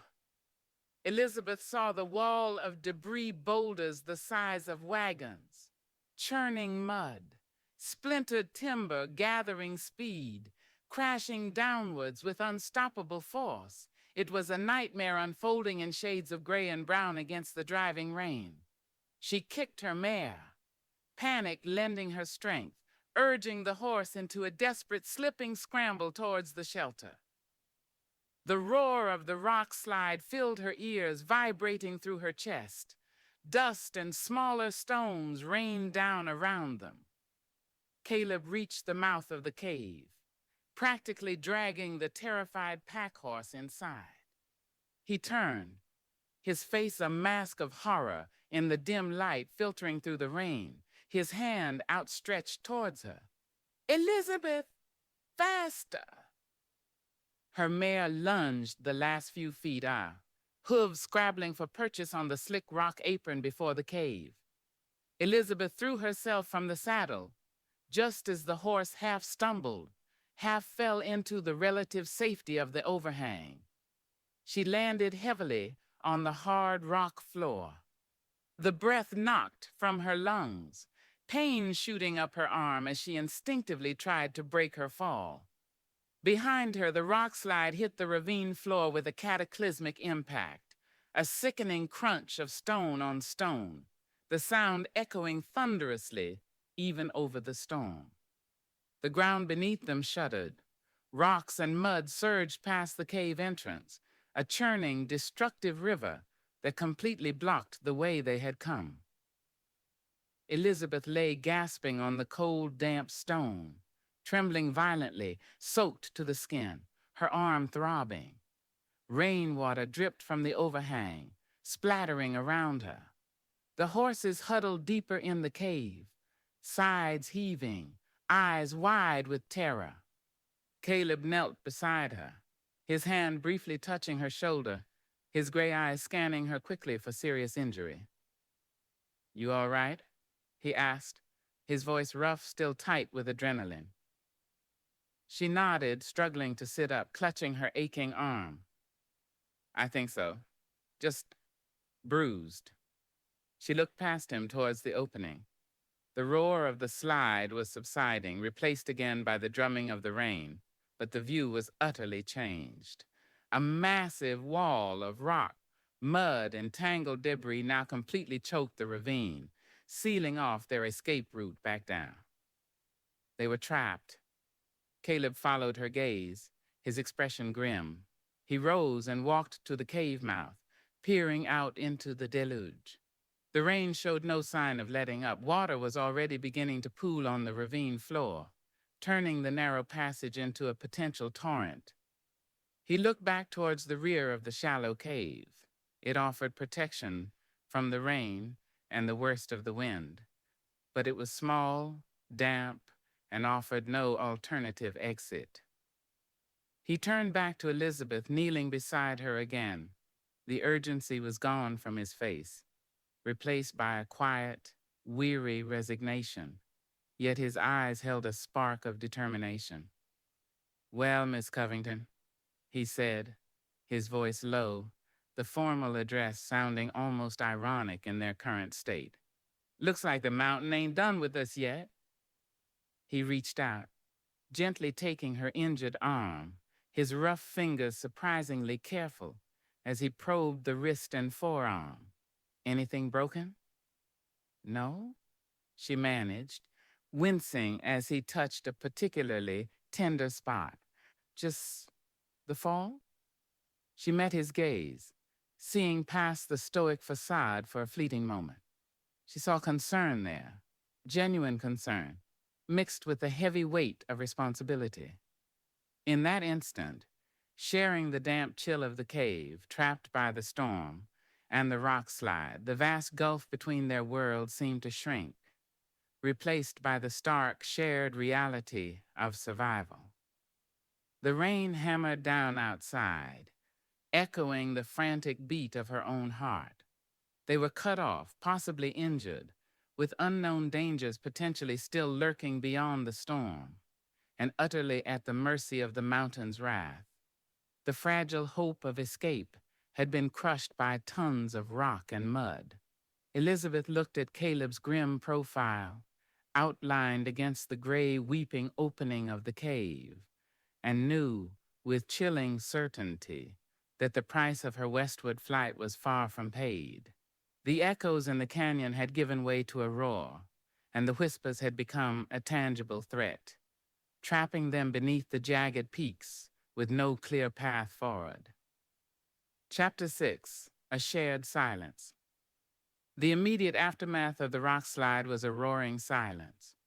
The cataclysmic grinding and crashing of stone faded, leaving only the relentless drumming of rain on the rocks outside and the frantic, shuddering gasps for breath inside the shallow cave. Elizabeth lay pressed against the cold, damp stone floor, the impact of her fall radiating pain up her arm and jarring through her entire body. Dust from the slide mingled with the rainwater sluicing past the cave entrance, creating a muddy film on the rocks. The air was thick with the smell of wet earth, pulverized stone, and the sharp, terrified scent of the horses huddled deeper within the overhang. She pushed herself up slowly, wincing, cradling her throbbing arm. Her sodden wool coat felt impossibly heavy, clinging to her like a shroud. Through the curtain of rain visible beyond the cave mouth, she could see nothing but a churning gray wall where the ravine floor had been moments before. The sheer, terrifying finality of the rock fall settled upon her, a physical barrier mirroring the emotional point of no return she felt she had crossed. They were trapped. Well and truly trapped. Caleb Harmon stood near the entrance, his back to her, motionless figure silhouetted against the tumultuous gray light. He wasn't looking at the debris. His attention seemed fixed on the churning sky, the direction of the wind, gauging the storm's temper as intimately as he might read animal tracks. His rifle rested easily in the crook of his arm, no longer held with the immediate tension of the slide, but still ready. Even in profile, the grim set of his jaw was unmistakable. The mountain's wrath had struck, and he, the man who knew its mood so well, seemed unsurprised, merely accepting the harsh reality. He turned finally, his storm-gray eyes sweeping over the small space, the trembling horses, the meager pile of supplies partially sheltered by an outcrop, and finally, her. He moved towards her, his boots making soft sounds on the damp stone. He knelt beside her again, his presence solid, grounding, despite the chaos surrounding them. "Let me see the arm," he said, his voice low and practical, cutting through the noise of the rain. Elizabeth hesitated, then extended her left arm. The sleeve of her coat was torn near the elbow, revealing scraped skin beneath, already beginning to bruise. He carefully pushed the wet wool back, his calloused fingers surprisingly gentle as they examined the swelling around her wrist and forearm.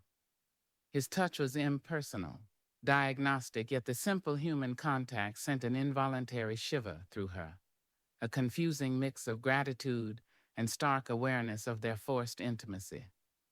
"Hurts here?" he asked, pressing lightly near the wrist bone. She nodded, biting back a gasp. "Yes, but I don't think it's broken. I can move my fingers." She demonstrated, flexing them stiffly.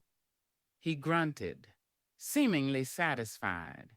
He rose and went to the pack horse, rummaging briefly in one of the canvas bags. He returned with a strip of clean linen torn, she realized, from a spare shirt and a small tin of salve that smelled sharply of pine resin and something medicinal. Without asking permission, he began applying the salve to her scrapes, his movements efficient and sure. Then he carefully wrapped the linen around her forearm and wrist, creating a functional, if not elegant, supporting bandage. "Keep it snug," he instructed. "Might swell some more. Won't be much use for heavy work."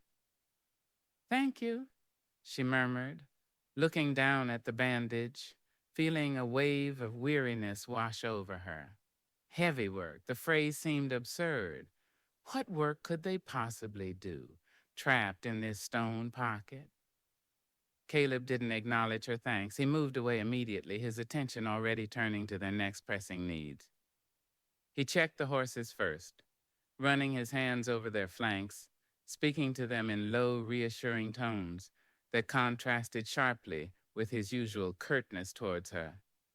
The animals, though still nervous, seemed to settle slightly under his touch, leaning into his familiar presence. He checked their hooves for injuries sustained during the frantic scramble into the cave, his examination thorough and practiced. Satisfied they were unharmed, he loosened their cinches slightly and tethered them securely to a knob of rock towards the back of the cave, ensuring they had room to shift but couldn't bolt if startled further. Next, he turned his attention to their supplies. He dragged the saddlebags and the pack horse's load into the driest part of the cave, taking careful inventory. Elizabeth watched him, huddled near the wall, trying to gather her scattered thoughts. The adrenaline that had propelled her through the rock slide was fading, leaving behind a bone-deep exhaustion and a gnawing anxiety. The cave was small, perhaps 15 feet deep and 20 feet wide at its mouth, tapering towards the back. Water dripped steadily from several points in the overhang, forming small puddles on the uneven floor. The air was cold, damp, carrying the earthy smell of wet stone and moss. The only light came from the opening, filtered through the relentless curtain of rain, casting everything inside in a dim gray twilight.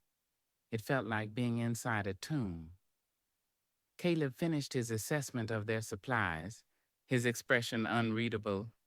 He didn't voice his findings, but the way he carefully rewrapped the remaining jerky and portioned out a small handful of oats for each horse suggested their situation was far from comfortable. They had food, yes, but how long would it need to last? How long would the storm rage? And even when it stopped, how would they get past the wall of debris blocking the ravine? He moved back towards the center of the cave, surveying the floor.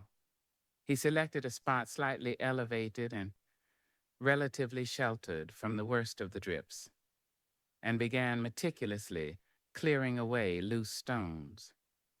He then gathered the driest pieces of juniper wood they still possessed, arranging them with painstaking care into a small, tight pyramid. Within a shallow depression, he scraped in the earth. Using his flint and steel, shielding the nascent spark from stray drafts with his body, he patiently coaxed a tiny flame to life. It was a fragile thing, sputtering and weak, casting barely more light than a candle, but its faint warmth was instantly welcome in the oppressive chill. He fed it minuscule twigs, tending it with unwavering concentration, ensuring it produced almost no discernible smoke. The small fire became the focal point of their confined world. Elizabeth edged closer, drawn by the flickering light and meager heat.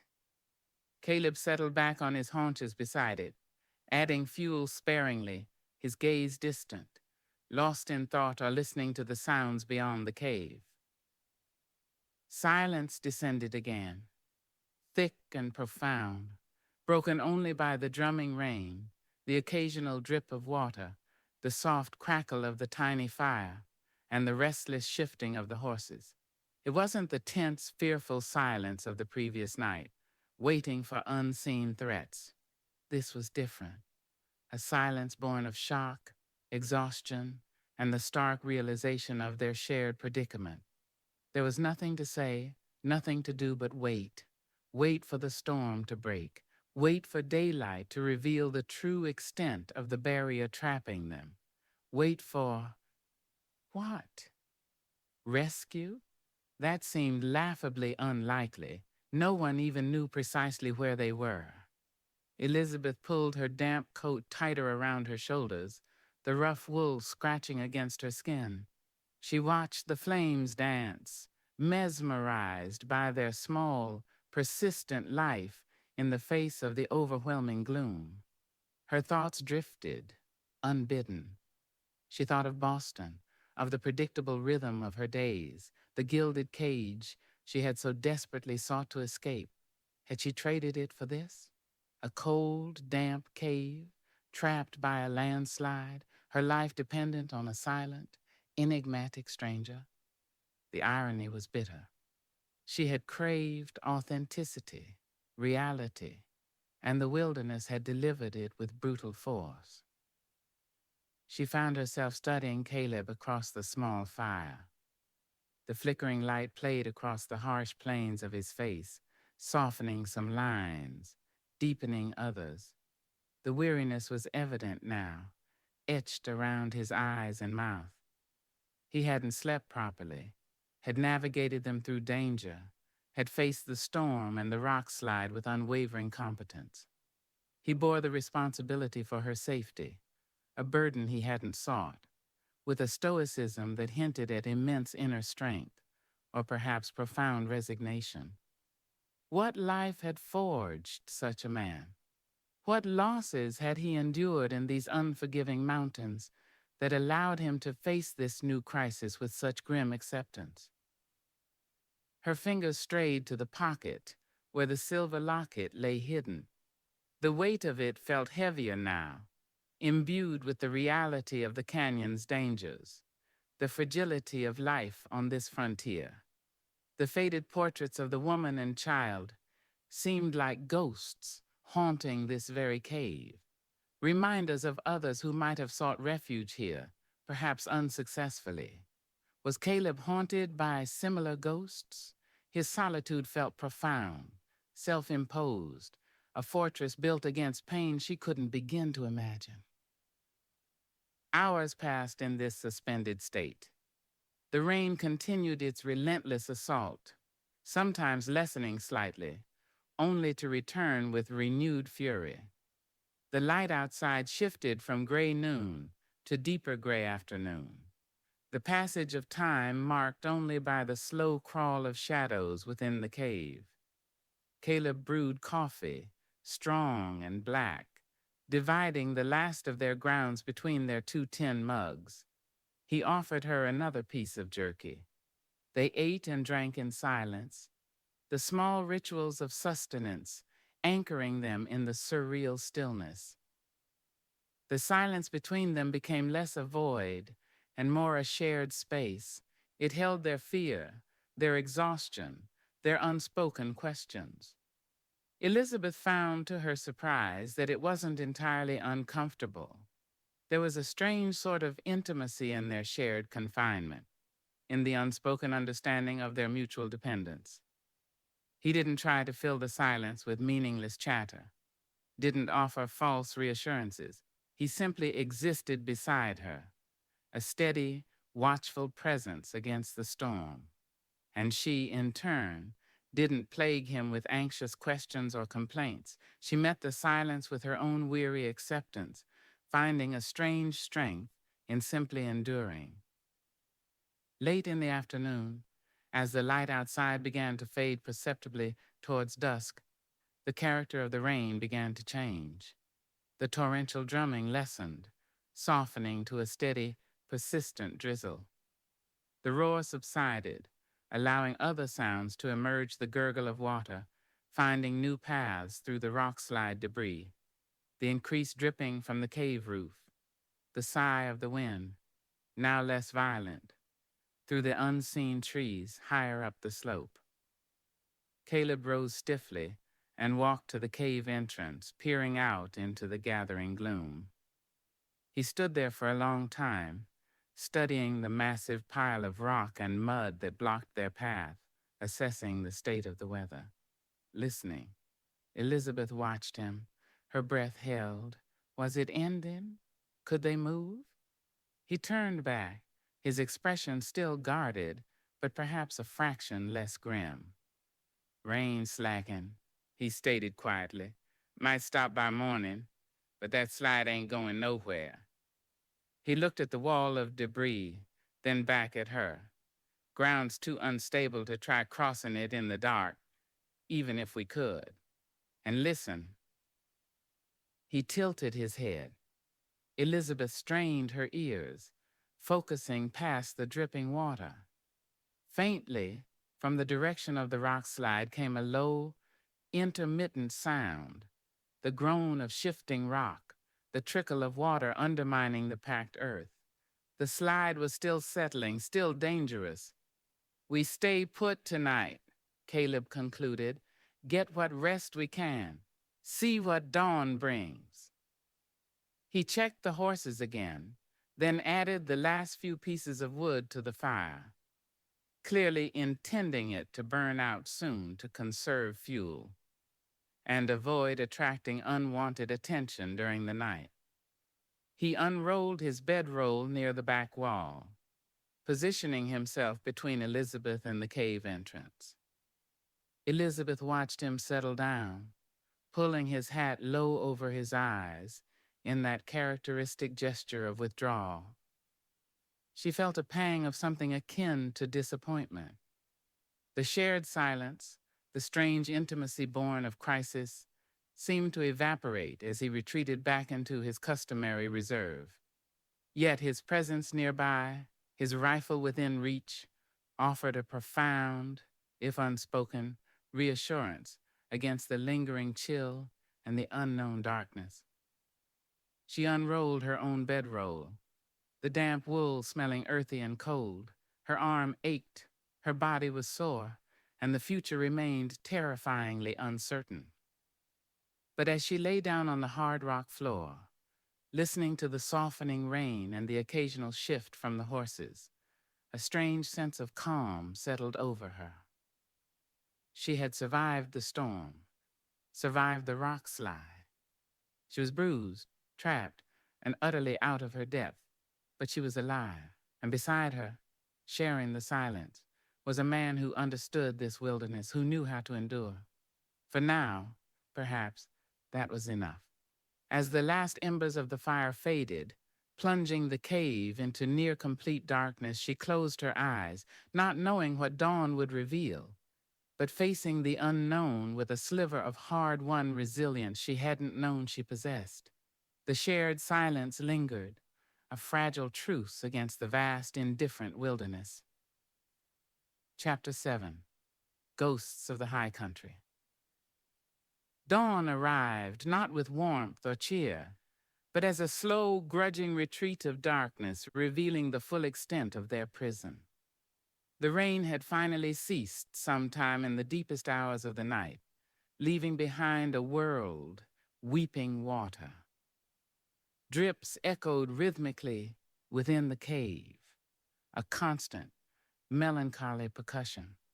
Outside, the air was sharp, cleansed by the storm, but carrying the raw, damp scent of disturbed earth and fractured rock.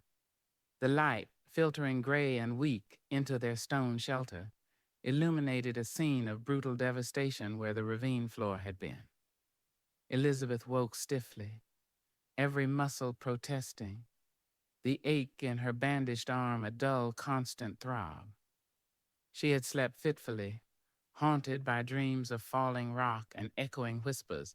Opening her eyes, she saw Caleb already awake, standing near the cave mouth, silhouetted against the pale morning light. He hadn't rekindled the fire, conserving their precious fuel. The chill in the air was profound, seeping into her bones despite the layers of wool. The horses shifted restlessly behind her, their soft snorts and the rustle of their movements the only sounds beside the incessant dripping. Pushing aside the damp, heavy bedroll, Elizabeth forced herself to sit up, then slowly get to her feet. Her practical traveling suit, though sturdy, was still damp, torn, and stained with mud from the previous day's ordeal. Her reflection, caught dimly in a puddle on the cave floor, showed a stranger pale, smudged with dirt, hair escaping its pins in damp tendrils, eyes wide with a mixture of fear and weary determination. The polished heiress from Boston was well and truly gone, stripped away by the mountain's fury. Caleb turned as she approached the entrance, his expression as unreadable as ever in the dim light. His own clothes were equally battered, his face smudged with grime, lines of exhaustion etched around his gray eyes. Yet he stood with that same unwavering solidity, a bulwark against the chaos. "Morning," she murmured, her voice husky. It felt absurd to observe such pleasantries given their circumstances. He nodded curtly, his gaze already returning to the obstacle before them. Rain stopped. For now. He gestured with his chin towards the massive rock slide. Slide settled some, still unstable. Elizabeth stepped closer, peering out. In the stark morning light, the scale of the destruction was even more apparent. Boulders the size of cabins lay jumbled amongst tons of mud, rock, and shattered trees, forming an impassable barrier that completely choked the narrow ravine. Water trickled through it in countless small streams, carving new paths, hinting at the treacherous instability beneath the surface. The air hung heavy with the smell of wet rock and pine sap from splintered trunks. Looking back down the way they had come was impossible. The mountain had slammed a door shut behind them. "Can we climb over it?" she asked, the question sounding feeble even to her own ears. Caleb shook his head slowly, his eyes scanning the treacherous pile. "Too loose. One wrong step could trigger another slide, trap us worse, or bury us." He paused, his gaze lifting, scanning the steep, weeping walls of the ravine above them. "Only way out is up." "Up!" Elizabeth followed his gaze. The ravine walls rose near vertically in places, slick with rainwater, offering few obvious handholds or footholds. It looked terrifyingly difficult, perhaps impossible, especially with injured horses and limited supplies. A wave of despair washed over her, cold and debilitating. "Up where?" she whispered. "Is there a way out higher up?" "Maybe," he conceded, his tone offering little reassurance. "Ravines like this sometimes lead to high passes, or game trails that cross the ridges. Might find another way down on the far side, might find nothing but more rock and sky." He turned back to face her fully, his gray eyes meeting hers directly. There was no attempt to soften the reality of their situation. "It's a gamble, Miss Covington. A hard climb, dangerous. Staying here. We run out of food, water maybe, if the creek dries up from the slide damming it, and we don't know who else might still be looking for this ravine." The memory of the voices in the night, the clinking sound from the canyon, returned with chilling clarity. Staying put wasn't truly an option either. They were caught between the mountain's indifference and the potential malice of unknown men. "We climb," she said, surprised at the firmness in her own voice. The decision, stark as it was, seemed to solidify something within her. Fear remained, a cold knot in her stomach, but it was overlaid now with a grim resolve. She wouldn't succumb to despair in this cave. She had come west seeking something real, and this, in all its brutal hardship, was undeniably real. Caleb nodded once, accepting her decision without comment.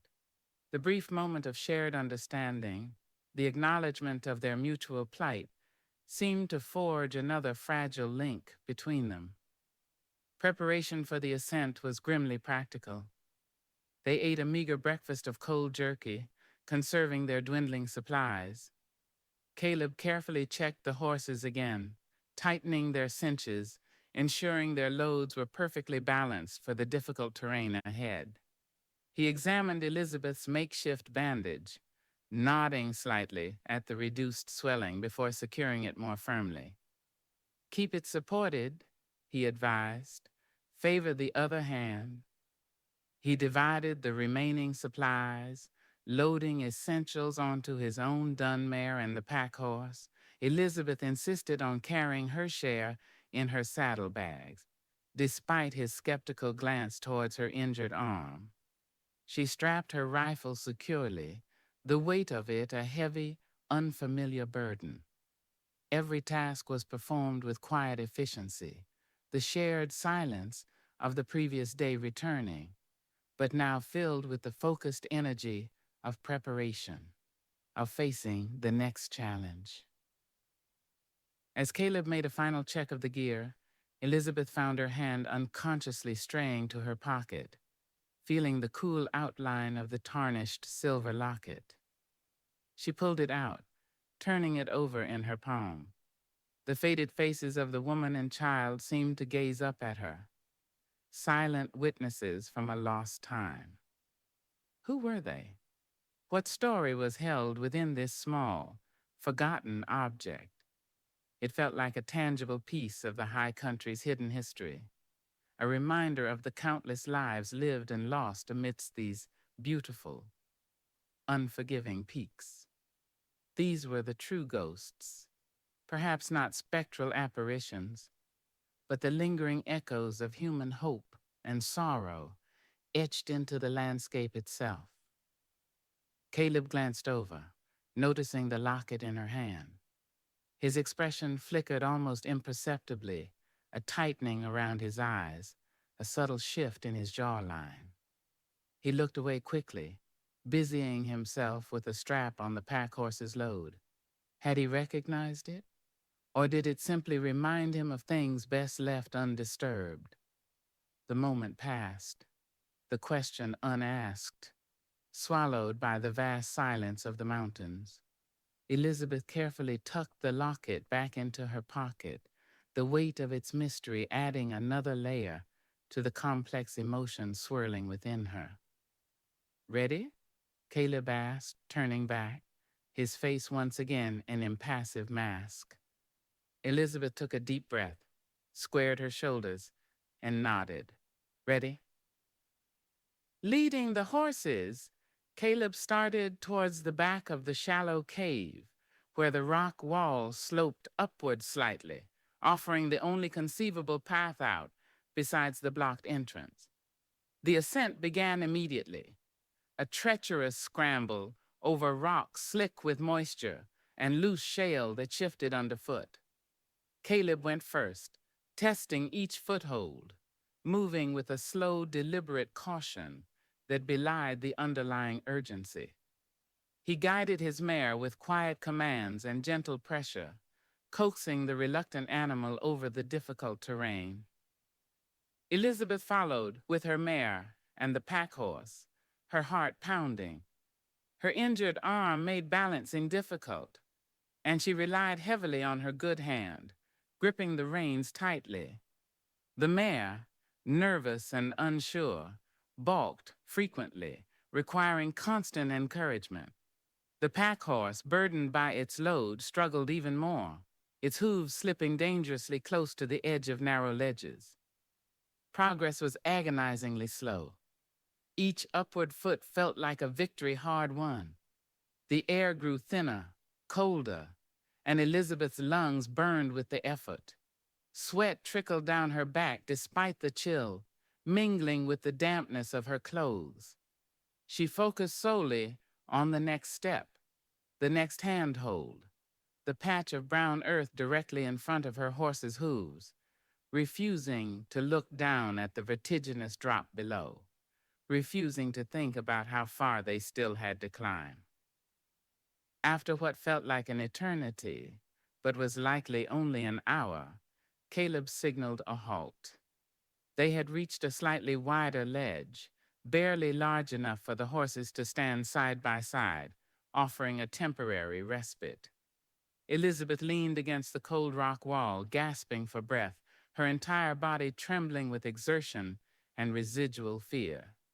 Her mare stood with its head down, sides heaving. Caleb offered her the water skin without a word. She drank gratefully, the cool water soothing her raw throat. He gave some to the horses as well, letting them rest briefly. He stood scanning the route ahead, his brow furrowed. The climb looked no easier from here.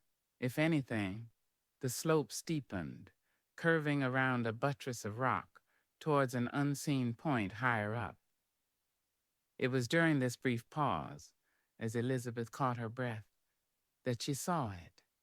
Tucked beneath an overhang just above their ledge, almost completely obscured by overgrown brush and wind-stunted pines, was the dark opening of what looked like a mine shaft. Rough timbers, grayed and rotting with age, framed the entrance. A pile of discarded rock, long since overgrown with moss and lichen, lay nearby. It was old, abandoned, forgotten. Another ghost. "Mr. Harmon?" she said quietly, pointing. Caleb followed her gesture, his eyes narrowing. He climbed the few extra feet to get a closer look, parting the bushes cautiously. He peered into the darkness for a moment, then knelt, examining the ground near the entrance. He picked something up, turning it over in his hand. He stood and walked back down to the ledge, holding it out for her to see. It was a rusted pickaxe head, pitted and worn, the wooden handle long since rotted away. But lodged within a crevice of the rusted metal was something else, a small, twisted piece of faded blue cloth, snagged tight. It looked like it might have been torn from a woman's dress or apron. "Old prospector's diggings," Caleb said, his voice low. "Plenty of these scattered through the high country, men chasing dreams, finding mostly rock." He touched the scrap of blue cloth with a rough fingertip. "Or trouble?" The image of the woman in the locket flashed through Elizabeth's mind. Could this have been her husband's claim? Was this where their dreams died?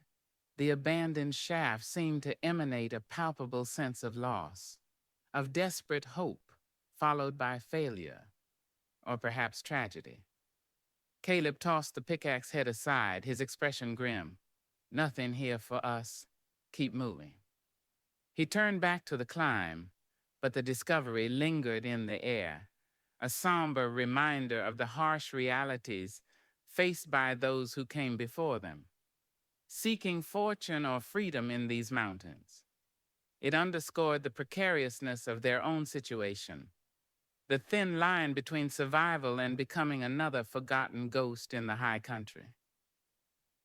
The next stage of the climb was even more brutal. The ledge narrowed again, forcing them to edge along precarious drops. At one point, the pack horse lost its footing, its hind legs scrabbling wildly over the edge. Only Caleb's quick reaction, hauling hard on the lead rope while bracing himself against the rock wall, prevented the animal and its precious supplies from tumbling into the abyss. The incident left them all shaken, the horses trembling, Elizabeth's heart hammering against her ribs. She watched Caleb soothe the terrified animal, his low voice calm, his hand firm on its neck. In that moment, his connection to these animals, his quiet competence in the face of near disaster struck her profoundly. He wasn't just a guide, he was a survivor, honed by this unforgiving land. And she, despite her background, despite her wealth, was utterly reliant on his skills, his judgment, his strength. It was a humbling, unsettling realization. Finally, after what felt like countless hours of torturous ascent, the slope began to level out slightly. They emerged from the confines of the narrow ravine onto a windswept, rocky plateau dotted with patches of hardy alpine tundra and groves of stunted, twisted pines shaped by relentless winds. The sky opened up above them, vast and luminously blue after the storm, but the air was thin and bitingly cold. They had climbed high, leaving the sheltered depths behind, emerging into the exposed, desolate beauty of the true high country. Caleb reined in, surveying the panorama. Jagged peaks, dusted with fresh snow from the storm, surrounded them on all sides, a formidable, breathtaking wilderness stretching as far as the eye could see.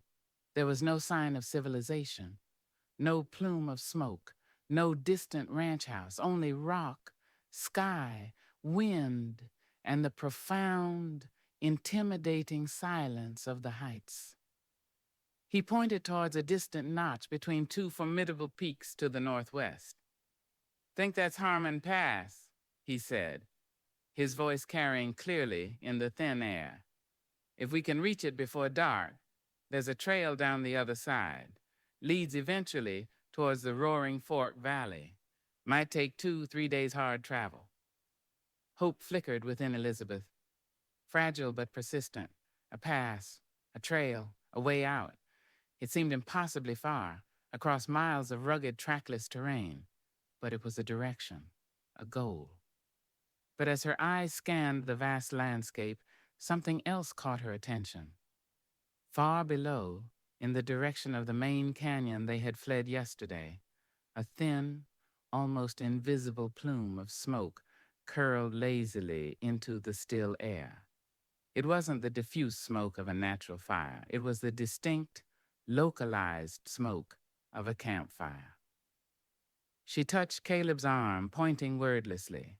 He followed her gaze, his eyes narrowing, his body instantly tensing. He watched the smoke for a long moment, his expression unreadable, but radiating a familiar, coiled alertness. "Company," he said softly, the word hanging heavy in the cold, clear air. The people who had made the clinking sound, the voices in the night, they were still down there. And the smoke proved they weren't just passing through. They had made camp. They were lingering. The ghosts of the high country weren't just echoes from the past. Some were very much alive, their intentions unknown, their presence a tangible threat somewhere below them in the vast, indifferent wilderness. The pass offered a glimmer of hope, but the distant smoke was a stark reminder that their escape was far from guaranteed. The mountain might be done with its overt fury, but the human dangers remained, hidden somewhere in the folds of the immense, silent landscape. Chapter 8. The Hunter's Touch. The sight of that distant, thin plume of smoke changed everything. It hung in the crisp, high-altitude air like a question mark, a tangible sign of the threat they had narrowly evaded, a reminder that the dangers of this wilderness were not solely elemental. The vast, empty beauty of the plateau suddenly felt less desolate and more exposed. Vulnerability prickling Elizabeth's skin despite the cold. They had climbed out of the ravine trap, but into what? A wider, more visible stage where unseen eyes might be watching? Caleb Harmon stood beside his horse, his gaze fixed on the smoke for a long, unnerving minute. The casual observer might have seen only stillness, but Elizabeth, learning to read the subtle shifts in his posture, saw the coiled readiness, the hunter's instinct instantly engaged. His hand rested lightly on the stock of his rifle. His head tilted slightly, as if trying to catch a scent or sound carried on the thin wind. They stayed. Elizabeth stated the obvious, her voice barely a whisper, hushed by the immense silence and the renewed sense of threat. "Aye," Caleb replied, his voice low and gravelly, settled in. "Means they weren't just passing through, either waiting for something or looking for something. Or someone," Elizabeth thought with a chill. Could they have somehow known about her? The wealthy Easterner venturing into the mountains? It seemed improbable, paranoid even, yet the unease lingered. Or perhaps their business was entirely unrelated, something illicit hidden in the canyons that made them wary of any unexpected visitors. He finally tore his gaze away from the smoke, his focus shifting to the immediate terrain, the path ahead. The grim determination returned to his face, overlaid with an even deeper caution. Can't linger here. Too exposed. Need to make that pass before nightfall. He swung into the saddle, his movements economical, radiating purpose. And we need meat. Supplies are low, journey ahead is long. Can't rely on jerky alone. Meat. The word jolted Elizabeth. Hunting.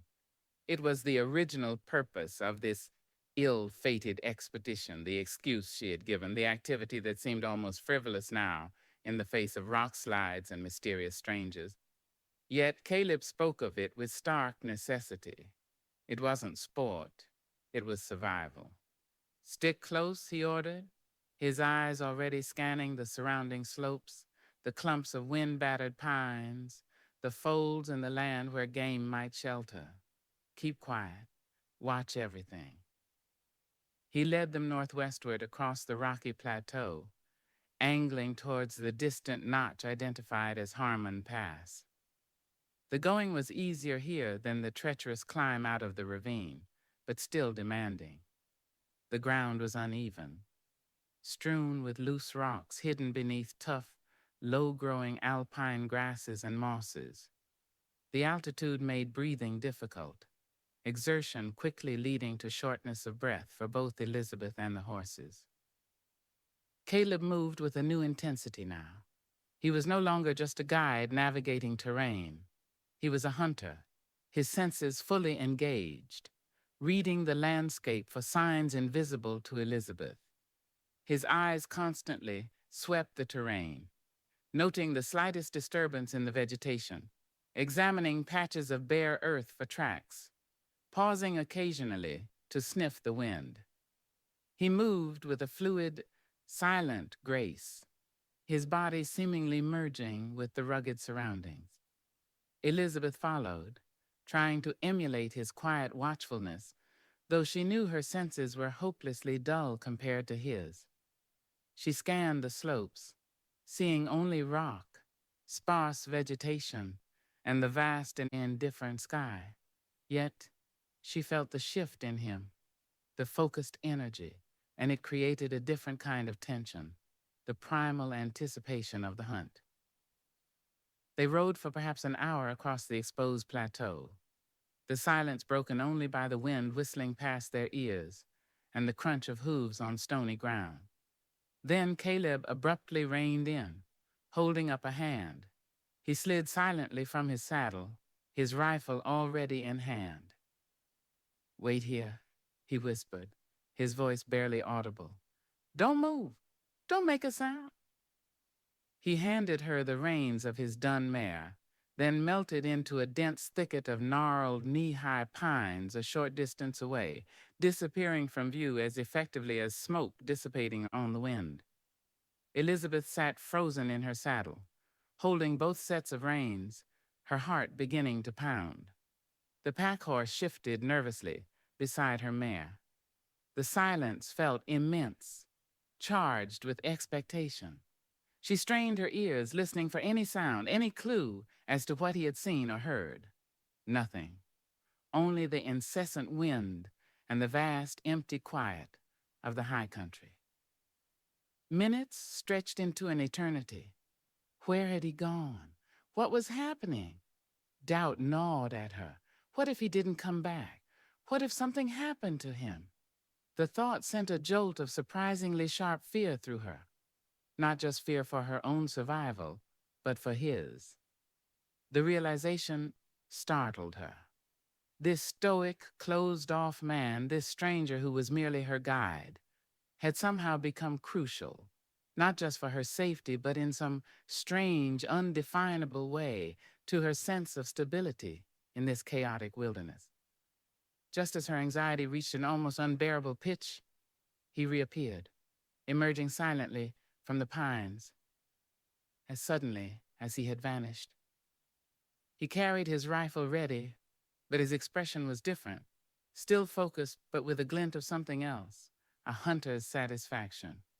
Elk, he breathed, coming close, his voice low and urgent. Small band, grazing in the swale just over that rise, and downwind. Good chance if we're careful. He took his reins back, his eyes locking with hers. Stay with the horses, keep 'em calm. If I shoot, there'll be noise, might spook 'em, hold tight. He paused, his gaze intense. This is necessary, Miss Covington, understand? She nodded, swallowing hard. The practical reality of the hunt, the imminent taking of a life, hit her with full force. This wasn't target practice on a manicured lawn. This was sustenance, survival. I understand. He gave a curt nod, then turned and began moving towards the low rise, crouching low, using the scattered pines and boulders for cover. He moved with incredible stealth, his buckskin clothing blending seamlessly with the muted colors of the landscape. He was utterly transformed, no longer just a guide, but a predator, moving with lethal grace and purpose. Elizabeth watched him go, her hands tightening on the reins, her breath held captive in her chest. She tried to calm the horses, murmuring soft words, stroking her mare's neck, though her own heart was racing. The wind seemed to hold its breath. The world narrowed to that low rise and the unseen drama unfolding just beyond it. Time stretched again, taut and suspenseful. She scanned the ridge, catching occasional glimpses of Caleb's figure as he moved closer to his quarry, utilizing every fold in the land, every patch of cover. He moved like he was born of this terrain, an extension of the wilderness itself. Then he stopped, sinking down behind a cluster of weathered rocks near the crest of the rise. He slowly raised his rifle, settling it against his shoulder, taking aim. Elizabeth found herself holding her breath, her knuckles white on the reins. The silence was absolute, profound. The crack of the rifle shot when it came was shockingly loud in the vast emptiness. It echoed off the surrounding peaks, rolling across the plateau like a clap of thunder. The horses startled violently, tossing their heads, pulling against the reins. Elizabeth held on desperately, speaking firmly, trying to project a calmness she didn't feel, until they settled again, trembling but under control. A moment later, Caleb stood up, lowering his rifle. He stood silhouetted against the skyline for a moment, looking down into the swale, then turned and waved briefly towards her a signal of success. Relief washed over Elizabeth, quickly followed by a complex mix of emotions, gratitude for the prospect of fresh food, but also a profound sense of the harsh reality of life and death in this place. Caleb disappeared over the rise. Elizabeth waited, the horses gradually calming, the echoes of the shot fading into the immense silence. After perhaps 15 minutes, he reappeared at the crest, leading his mare. He beckoned for her to follow. She urged her horse forward, the pack horse trailing behind, picking their way carefully towards the rise. As she reached the top, she looked down into the shallow depression below.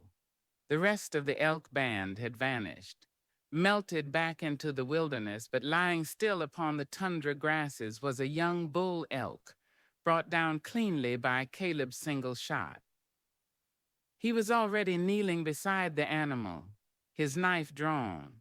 There was no triumph in his posture, only a quiet, almost reverent practicality. He began the work of field dressing the carcass with swift, expert movements born of long practice.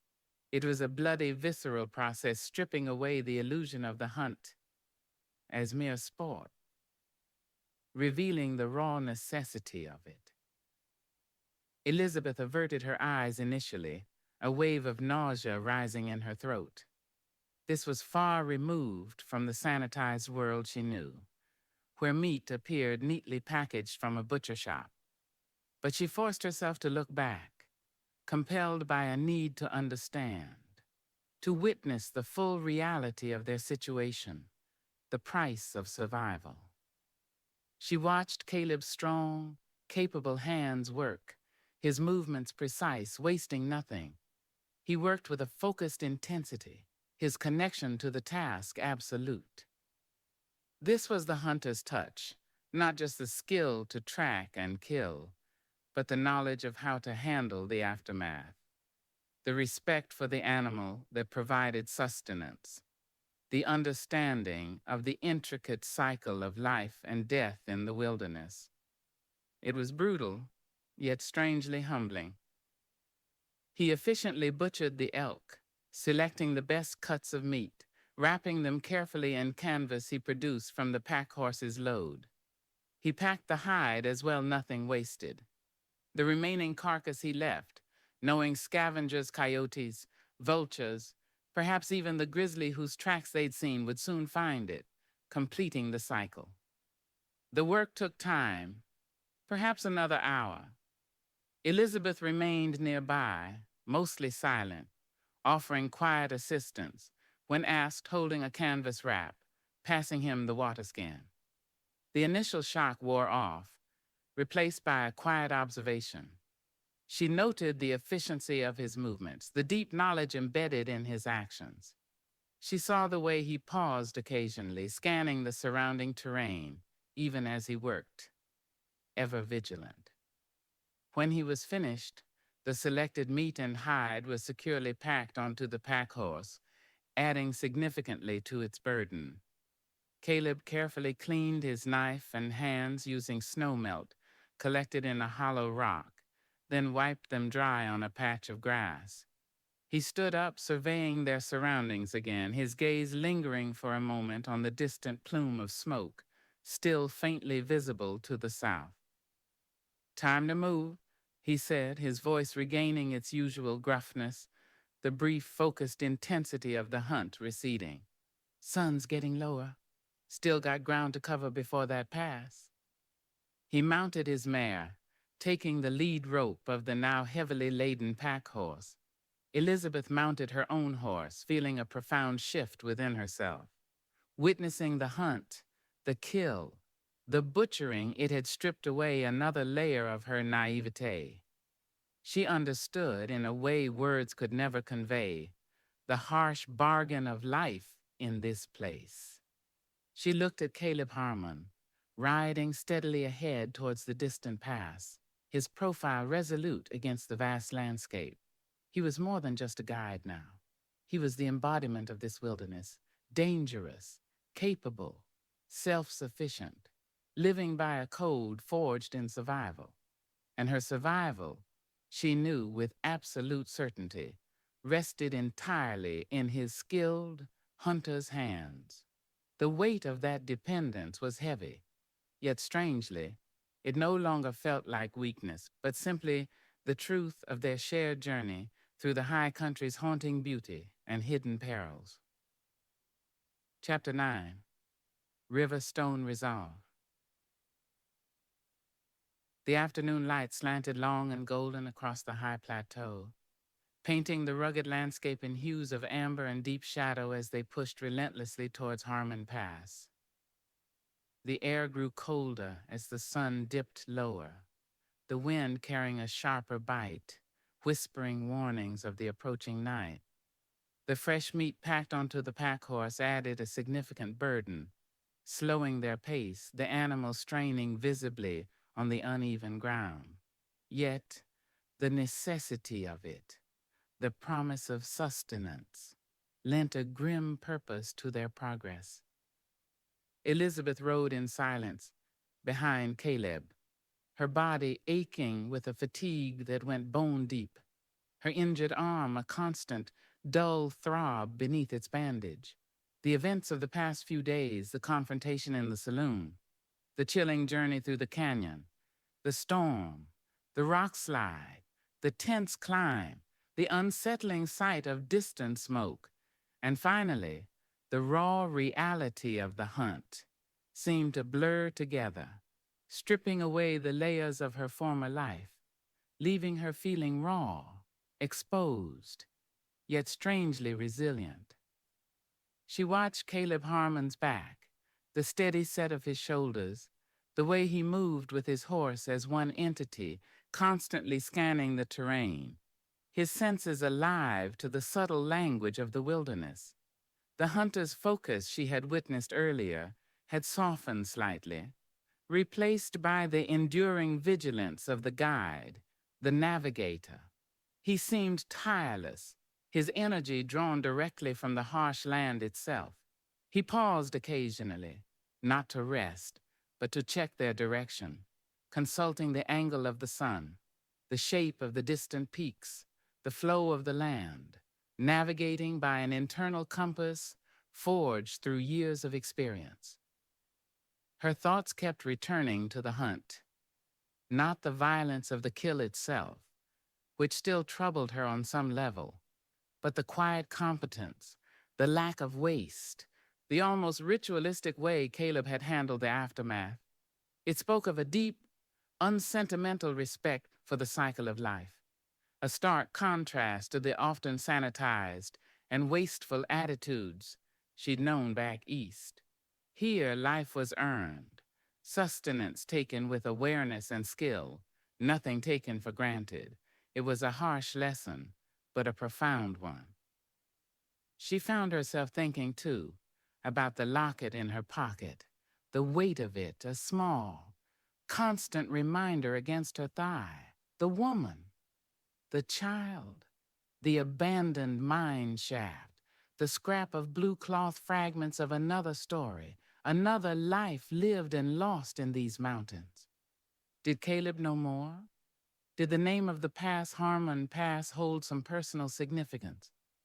His silence was a wall, forbidding questions, yet behind it she sensed depths of experience, perhaps sorrow, that mirrored the rugged, shadowed landscape surrounding them. The terrain grew rougher as they neared the base of the mountains flanking the pass. They descended from the relatively open plateau into a landscape fractured by deep ravines, strewn with enormous boulders deposited by ancient glaciers and choked with dense stands of subalpine fir and spruce. The going became slower, more treacherous, requiring careful navigation around obstacles, the horses picking their way cautiously. Darkness gathered quickly in these shadowed folds of the land, long before the sun had fully set behind the western peaks. The temperature plummeted. Elizabeth shivered, pulling her worn coat tighter, grateful for its warmth, however inadequate it felt against the penetrating chill.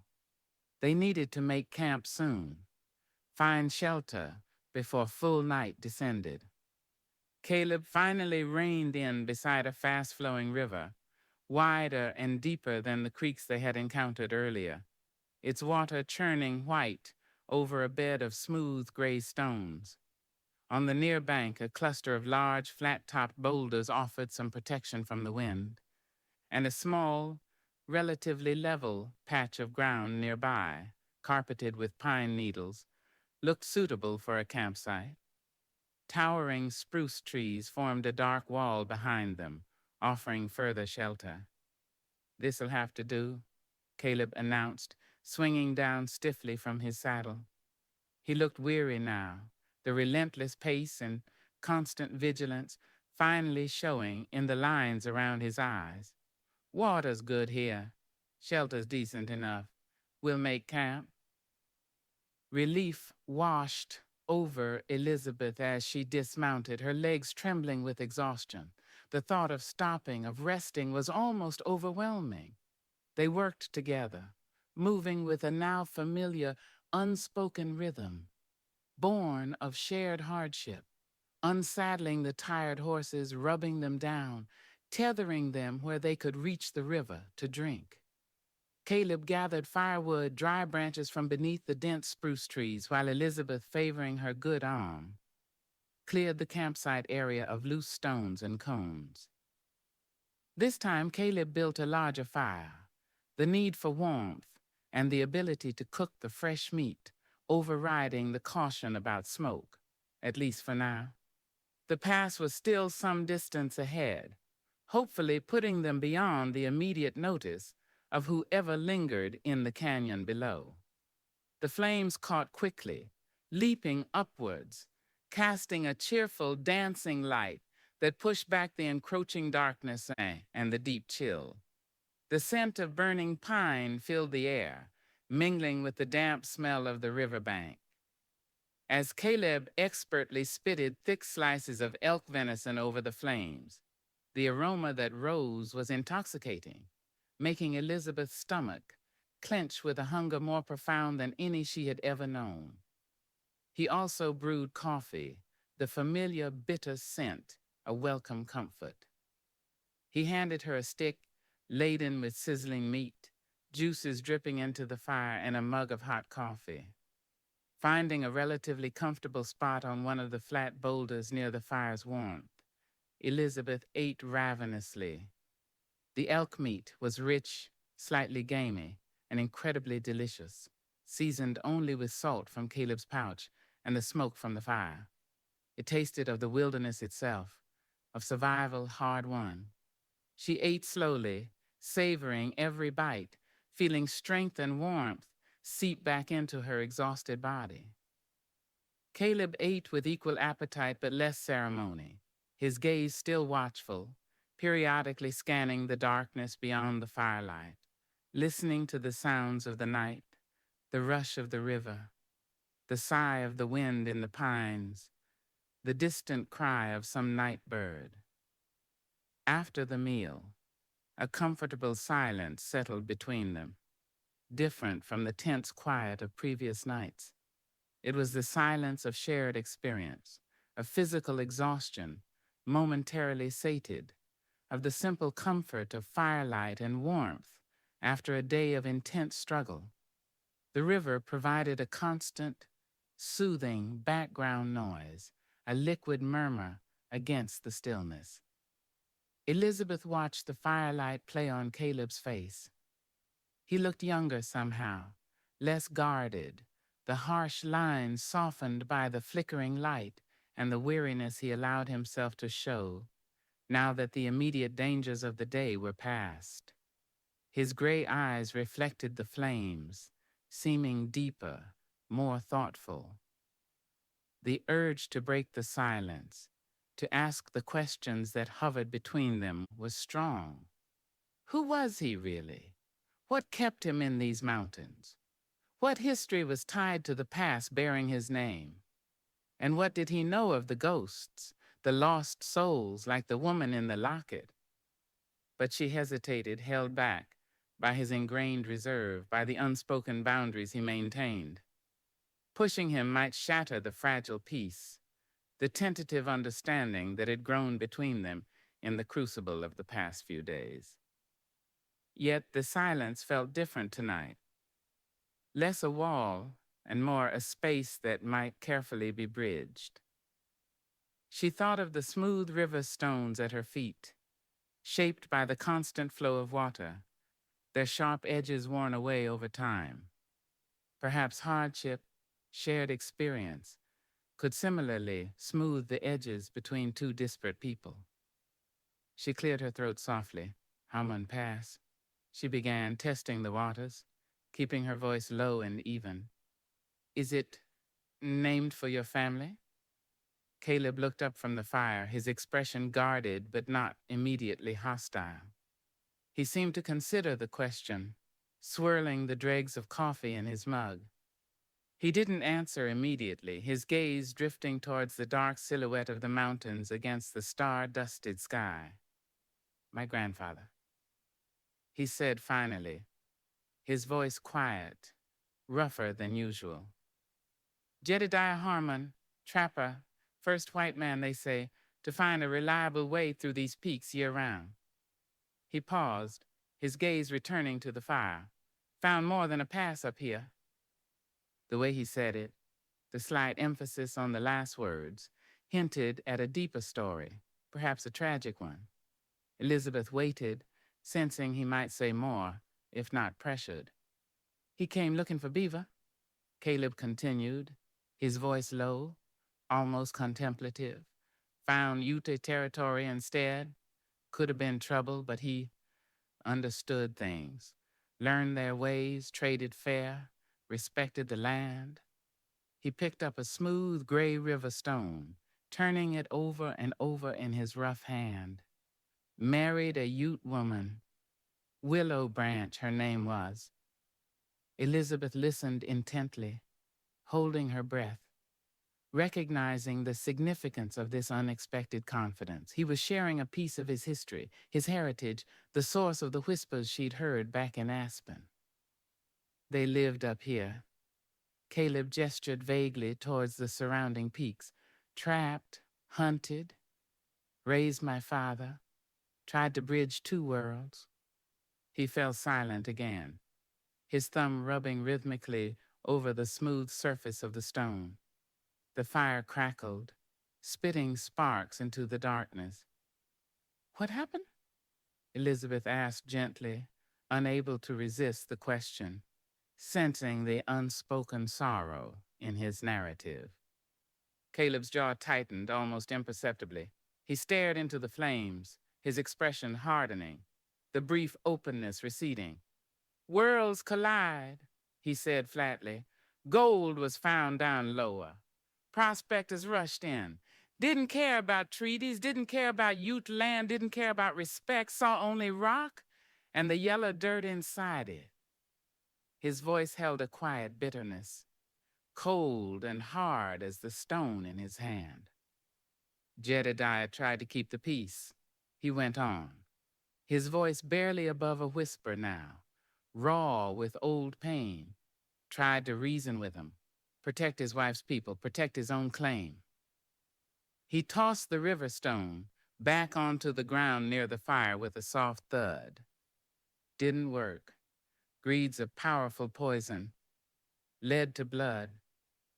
He didn't elaborate on the nature of the blood spilled, didn't detail the tragedy, but Elizabeth could feel the weight of it in the sudden, heavy silence that fell between them. The ghosts of the high country felt chillingly close now, not just spectral figures, but tangible victims of history, of colliding cultures, of the relentless hunger for wealth that had driven so many into this unforgiving land. His own family history was woven into that tragic tapestry. Harmon Pass wasn't just a geographical location, it was a legacy stained with conflict and loss. Understanding dawned, sharp and poignant. His reserve, his solitude, his deep connection to this land and his wariness of outsiders, it wasn't just personality, it was history, ingrained and painful. He carried the weight of that collision within him. He abruptly stood up, turning away from the fire, breaking the fragile intimacy of the moment. "Get some rest, Miss Covington," he said, his voice once again curt, guarded. "Need an early start? Pass is still a hard climb away." He moved towards the edge of the firelight, checking the horses one last time, then unrolling his bedroll near the sheltering boulders, positioning himself, as always, slightly apart, watchful. The wall was back up, the brief glimpse into his past sealed off. Elizabeth remained by the fire, the warmth suddenly feeling less comforting. His story lingered in the air, adding depth and complexity to the man she thought she was beginning to understand. He was a confluence of worlds, belonging fully to neither, burdened by the legacy of both. She looked down at the smooth river stone near the fire, its surface cool now. It seemed to symbolize his resolve shaped by harsh currents, worn smooth on the surface but fundamentally hard, enduring. She finally rose and prepared her own bedroll, the rich scent of cooked elk and pine smoke clinging to her clothes. As she settled down, pulling the rough wool close, she no longer felt quite like an outsider looking in. Caleb's shared history, fragmented as it was, had drawn her deeper into the narrative of this place. His ghosts felt, in some small way, like her ghost now too. The dangers they faced weren't just physical threats from the elements or unknown men. They were echoes of past conflicts, legacies of violence and misunderstanding that reverberated through these mountains. Closing her eyes, listening to the rush of the river over stones shaped by time and turmoil, Elizabeth felt her own resolve harden. She had come west seeking escape, seeking something undefined. Now, survival was paramount, but intertwined with it was a growing need to understand this land, its history, and the complex, solitary man who guided her through it. Reaching Harmon Pass was no longer just about escape. It felt like a necessary step on a journey towards a deeper, perhaps more difficult truth. The river stones, silent witnesses, held the memory of past struggles and perhaps the key to future endurance. Chapter 10. Dust on the Horizon. They broke camp before the sun had fully breached the eastern peaks, the air sharp and brittle, with a cold that promised frost on the higher slopes.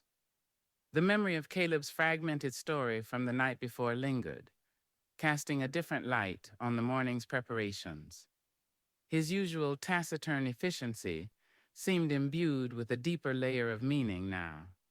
His connection to this land, the Harmon land, in a sense, feeling both proprietary and burdened. Elizabeth found herself observing him with a new awareness, noticing the subtle ways his gaze lingered on certain peaks, the almost imperceptible tightening of his jaw as they packed the last of the elk meat. Sustenance wrested from the very terrain that held his family's complex history. The silence between them this morning felt less like a barrier and more like a shared understanding, an acknowledgement of the weight they both carried hers, the weight of an uncertain future and the escape from a stifling past.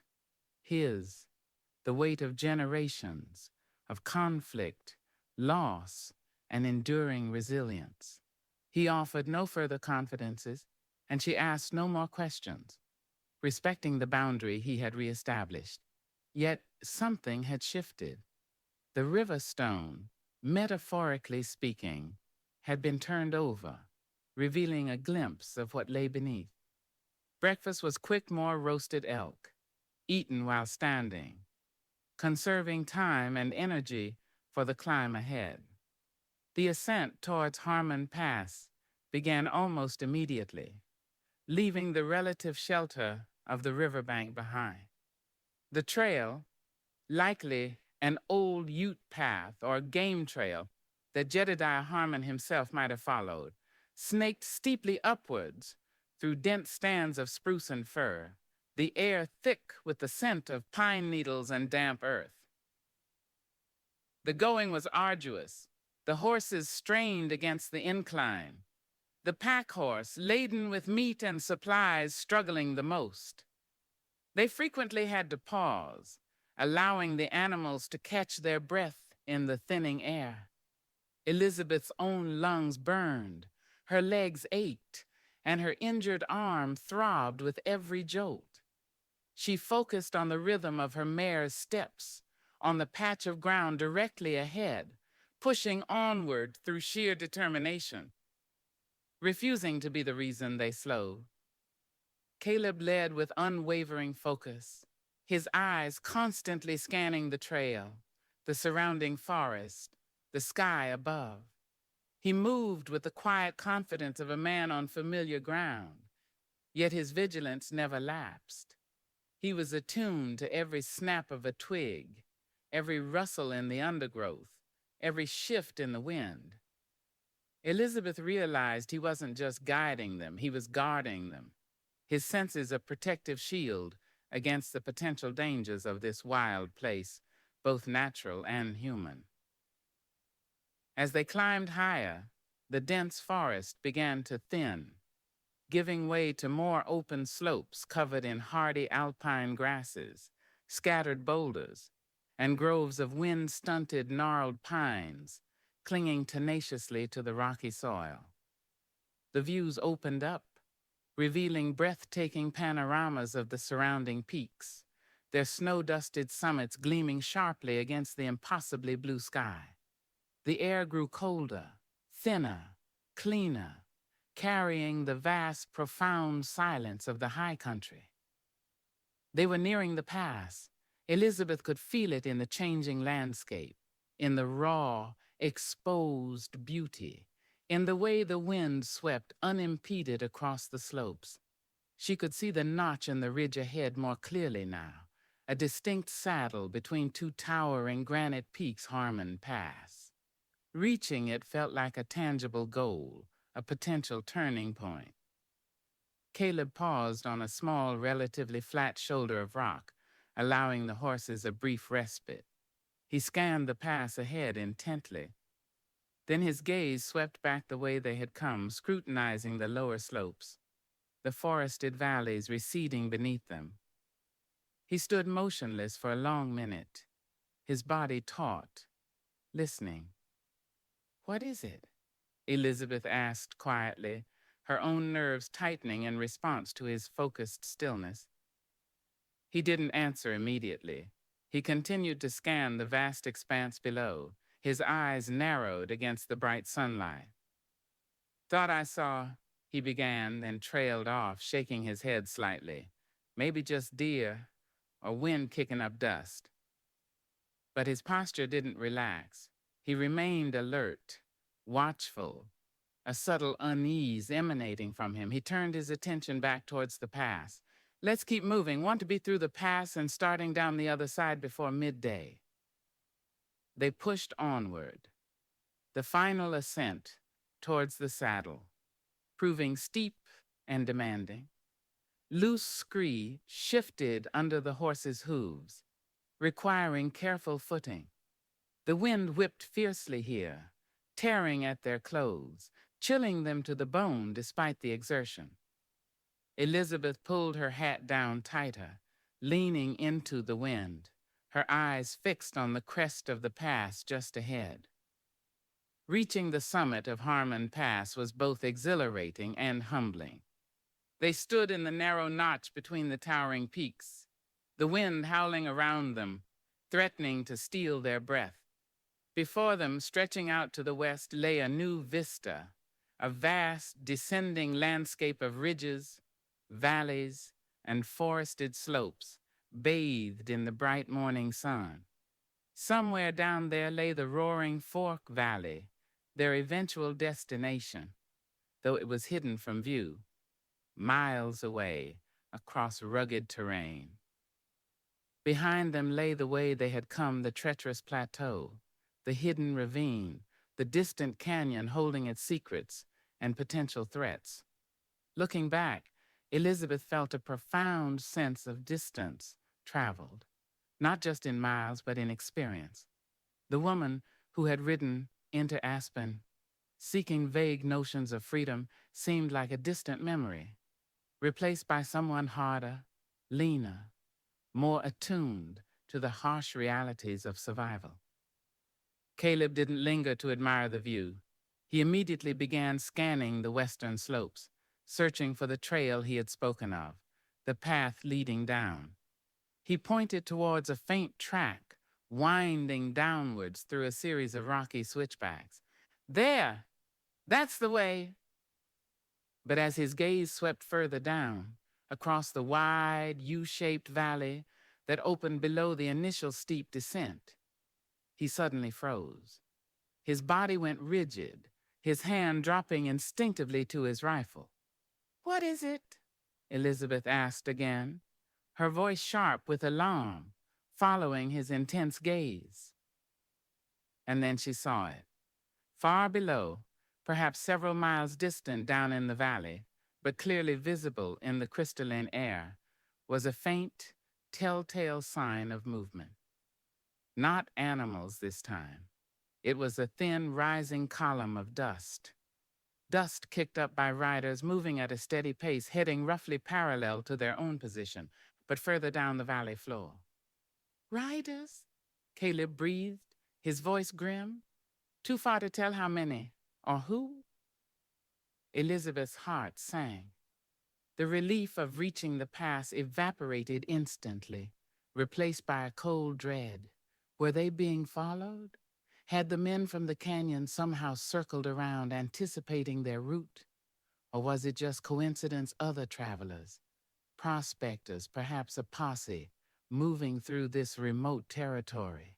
In this vast, empty land, any encounter with strangers felt potentially dangerous, doubly so given their recent experiences.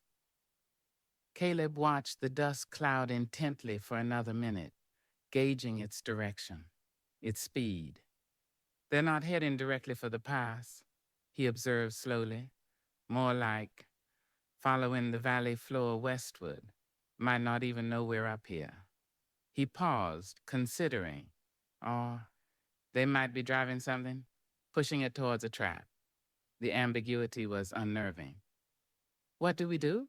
Elizabeth asked, looking to him, her trust in his judgment absolute in this moment.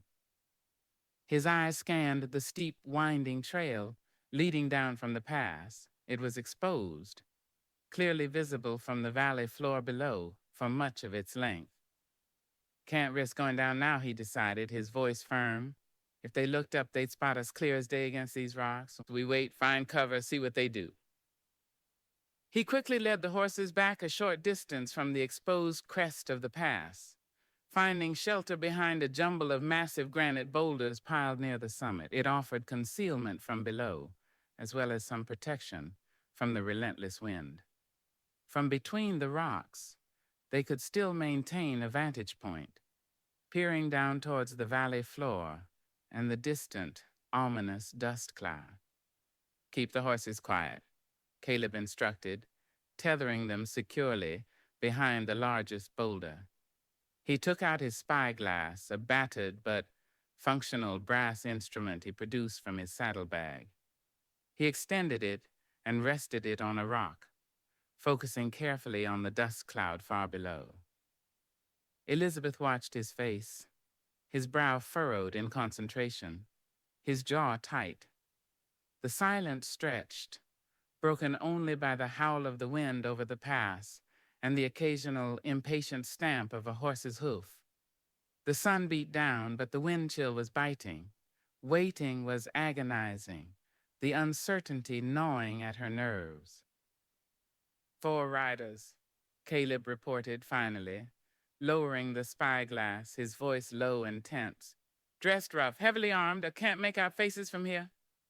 He paused, raising the spyglass again, scanning the area around the riders. They're pushing something all right, looks like another horse. Riderless. They're flanking it, keeping it moving. A riderless horse? Why would 4 armed men be driving a lone horse through this remote valley? The question hung heavy in the cold air, pregnant with sinister possibilities. Stolen horse? Or something worse? A horse whose rider had met with misfortune or foul play. Could be lawmen, Elizabeth suggested hopefully, though the description, dressed rough, heavily armed, didn't sound particularly reassuring. Caleb shook his head, his eyes still scanning the valley. Maybe, or maybe claim jumpers or regulators working outside the law, or just plain trouble. He lowered the spyglass again, his expression grim. Whoever they are, they look hard-bitten, not the kind you invite over for coffee. He fell silent again, watching the slow progress of the riders and their strange quarry far below. They continued westward along the valley floor, showing no sign of turning towards the pass, no indication they were aware of being observed. But their presence cast a long shadow, contaminating the vast wilderness with the taint of human conflict, reminding Elizabeth and Caleb that the mountain's indifference was perhaps preferable to the focused, potentially malevolent attention of other men. Time crawled. The sun reached its zenith, then began its slow descent towards the western peaks.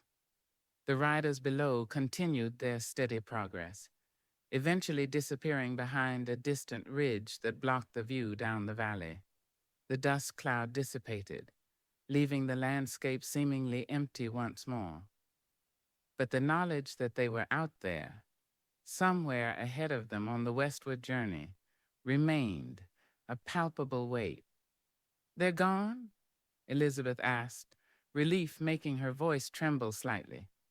"Out of sight," Caleb corrected. "Not gone. They're heading the same direction we need to go." He remained watchful, scanning the now empty valley for several more minutes before seeming to reach a decision.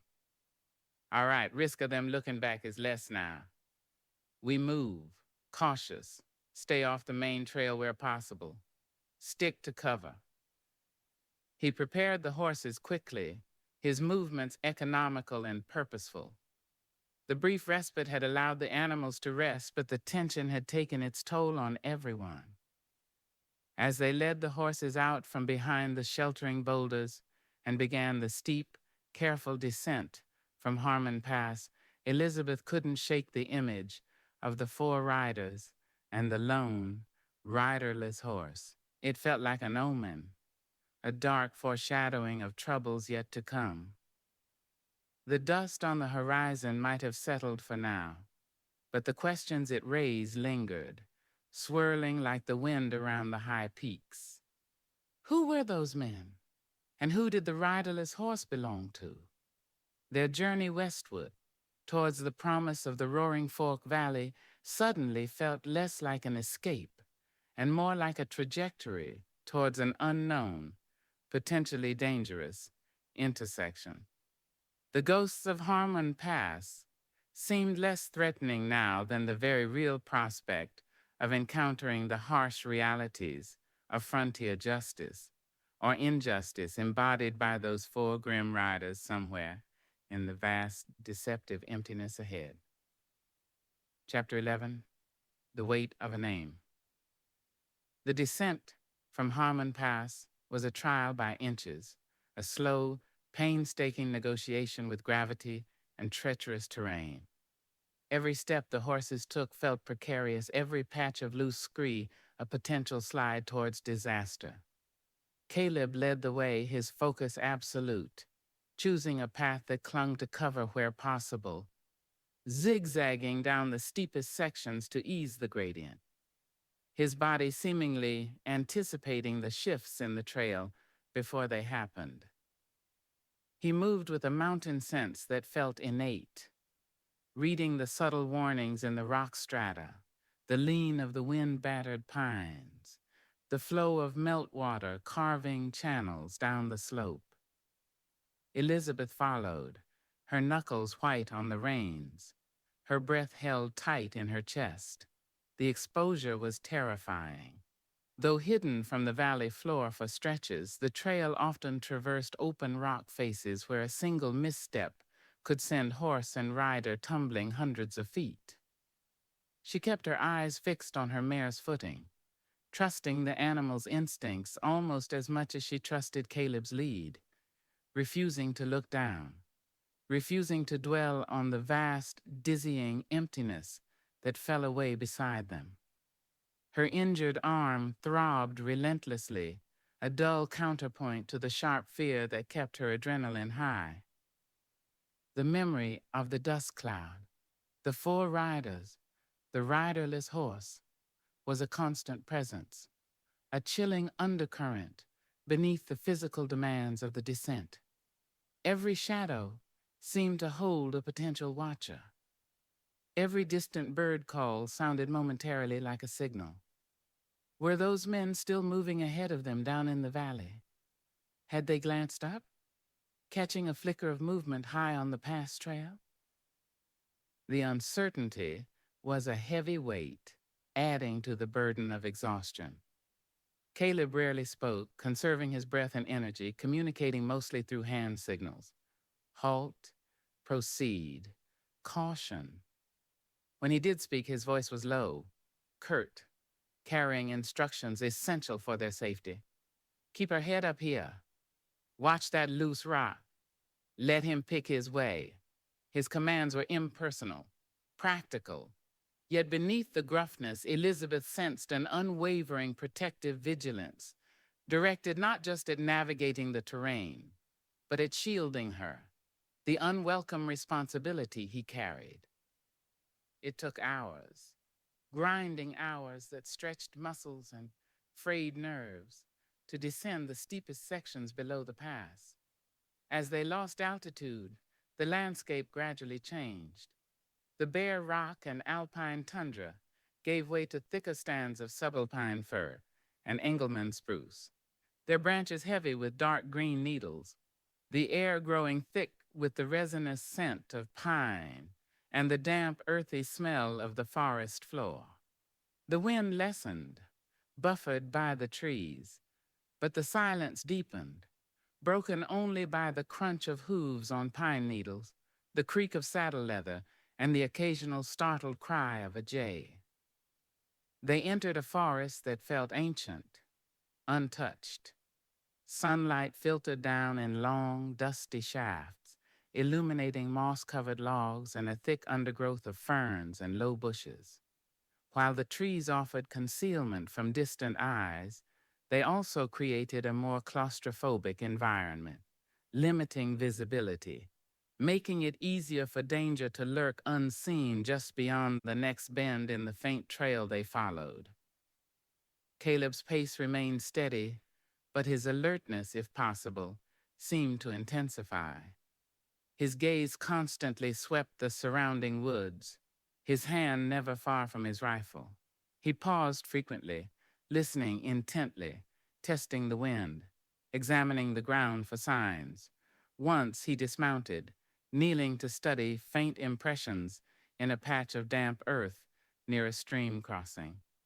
Elizabeth watched him, her own gaze sweeping the silent woods, her heart pounding softly.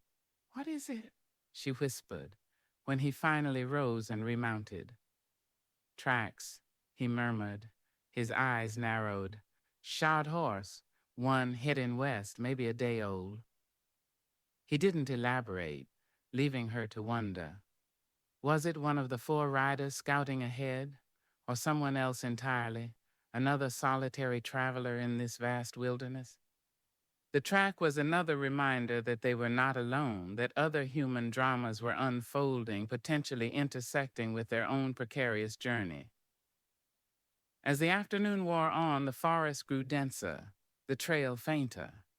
They crossed several swift, clear streams, the horses splashing cautiously through the icy water. At one particularly wide crossing, where the current pulled strongly against the horse's legs, Elizabeth's mare stumbled on a slick, submerged rock. The horse floundered for a terrifying second, threatening to go down in the rushing water.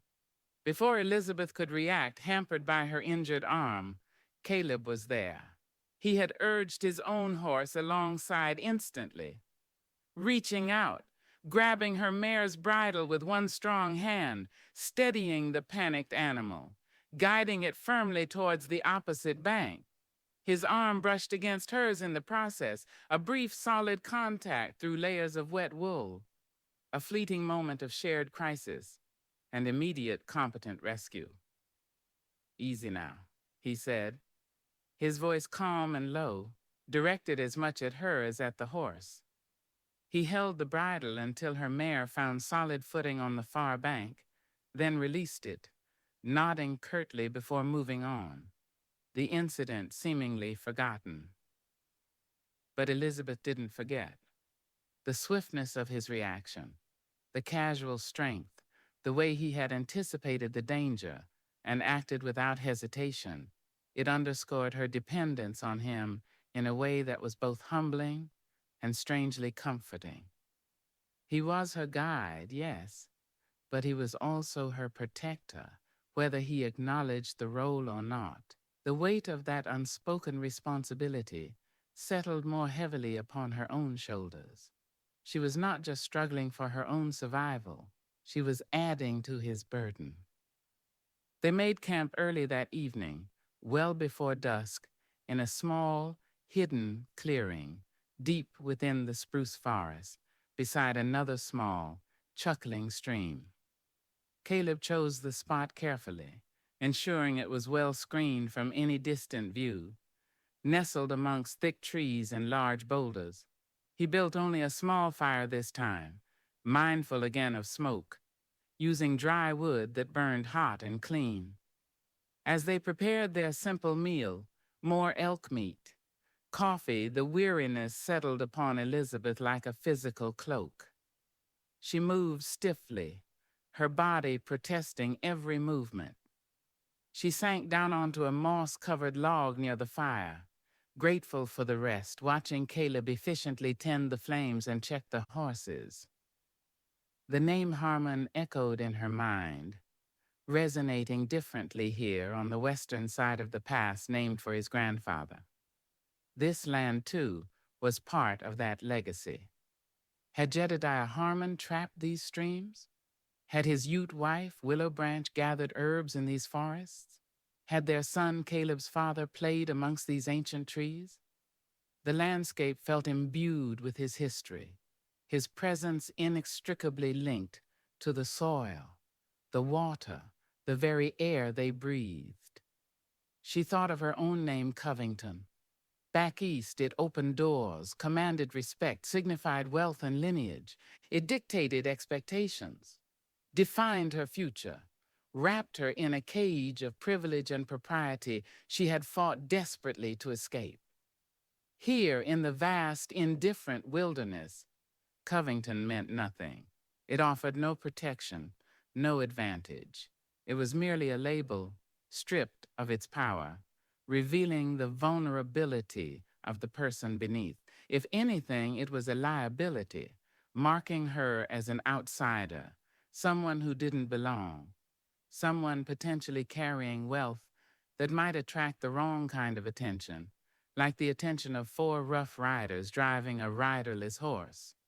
The weight of her name felt heavy indeed, but it was the weight of irrelevance, of uselessness in the face of true survival.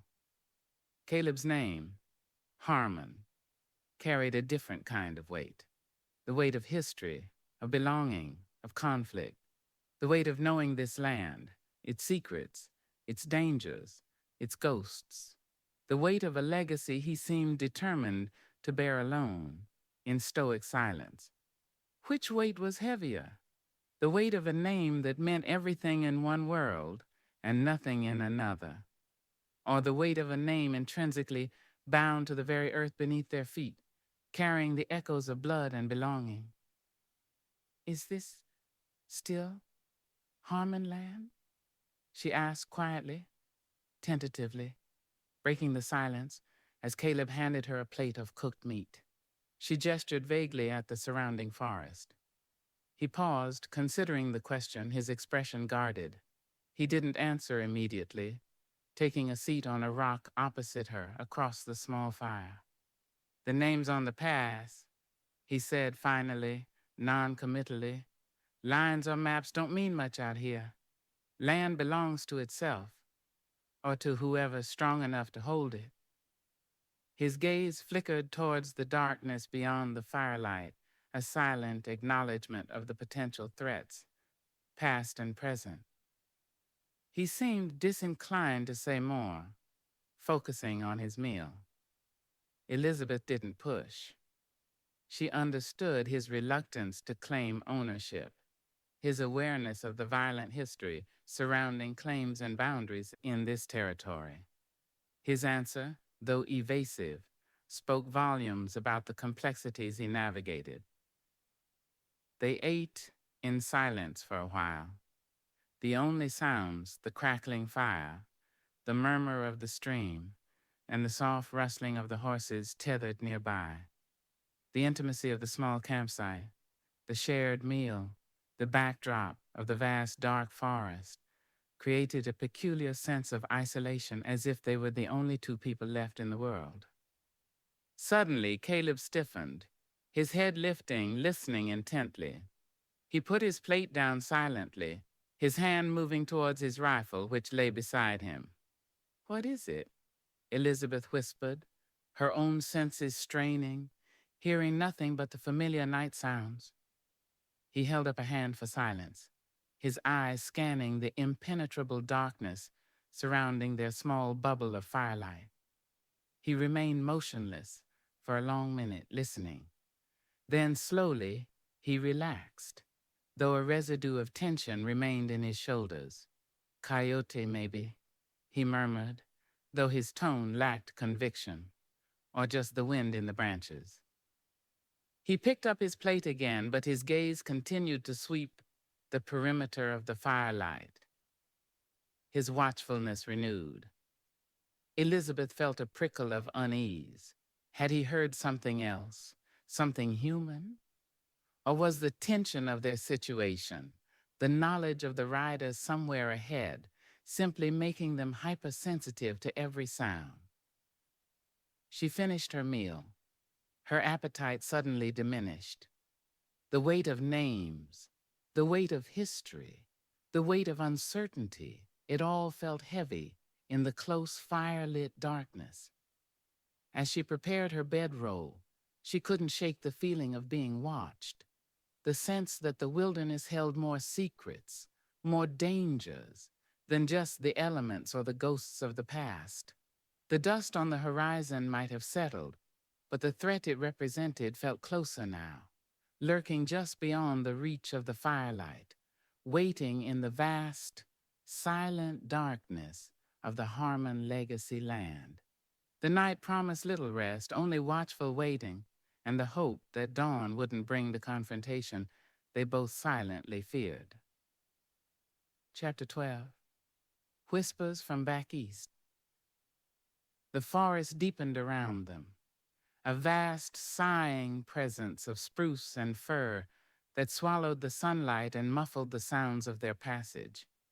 They rode steadily westward, following the faint trace of the trail Caleb discerned, pushing deeper into the valley system that lay on the far side of Harmon Pass. The air remained cold, the ground damp beneath a carpet of fallen needles, the scent of pine and earth thick in their nostrils.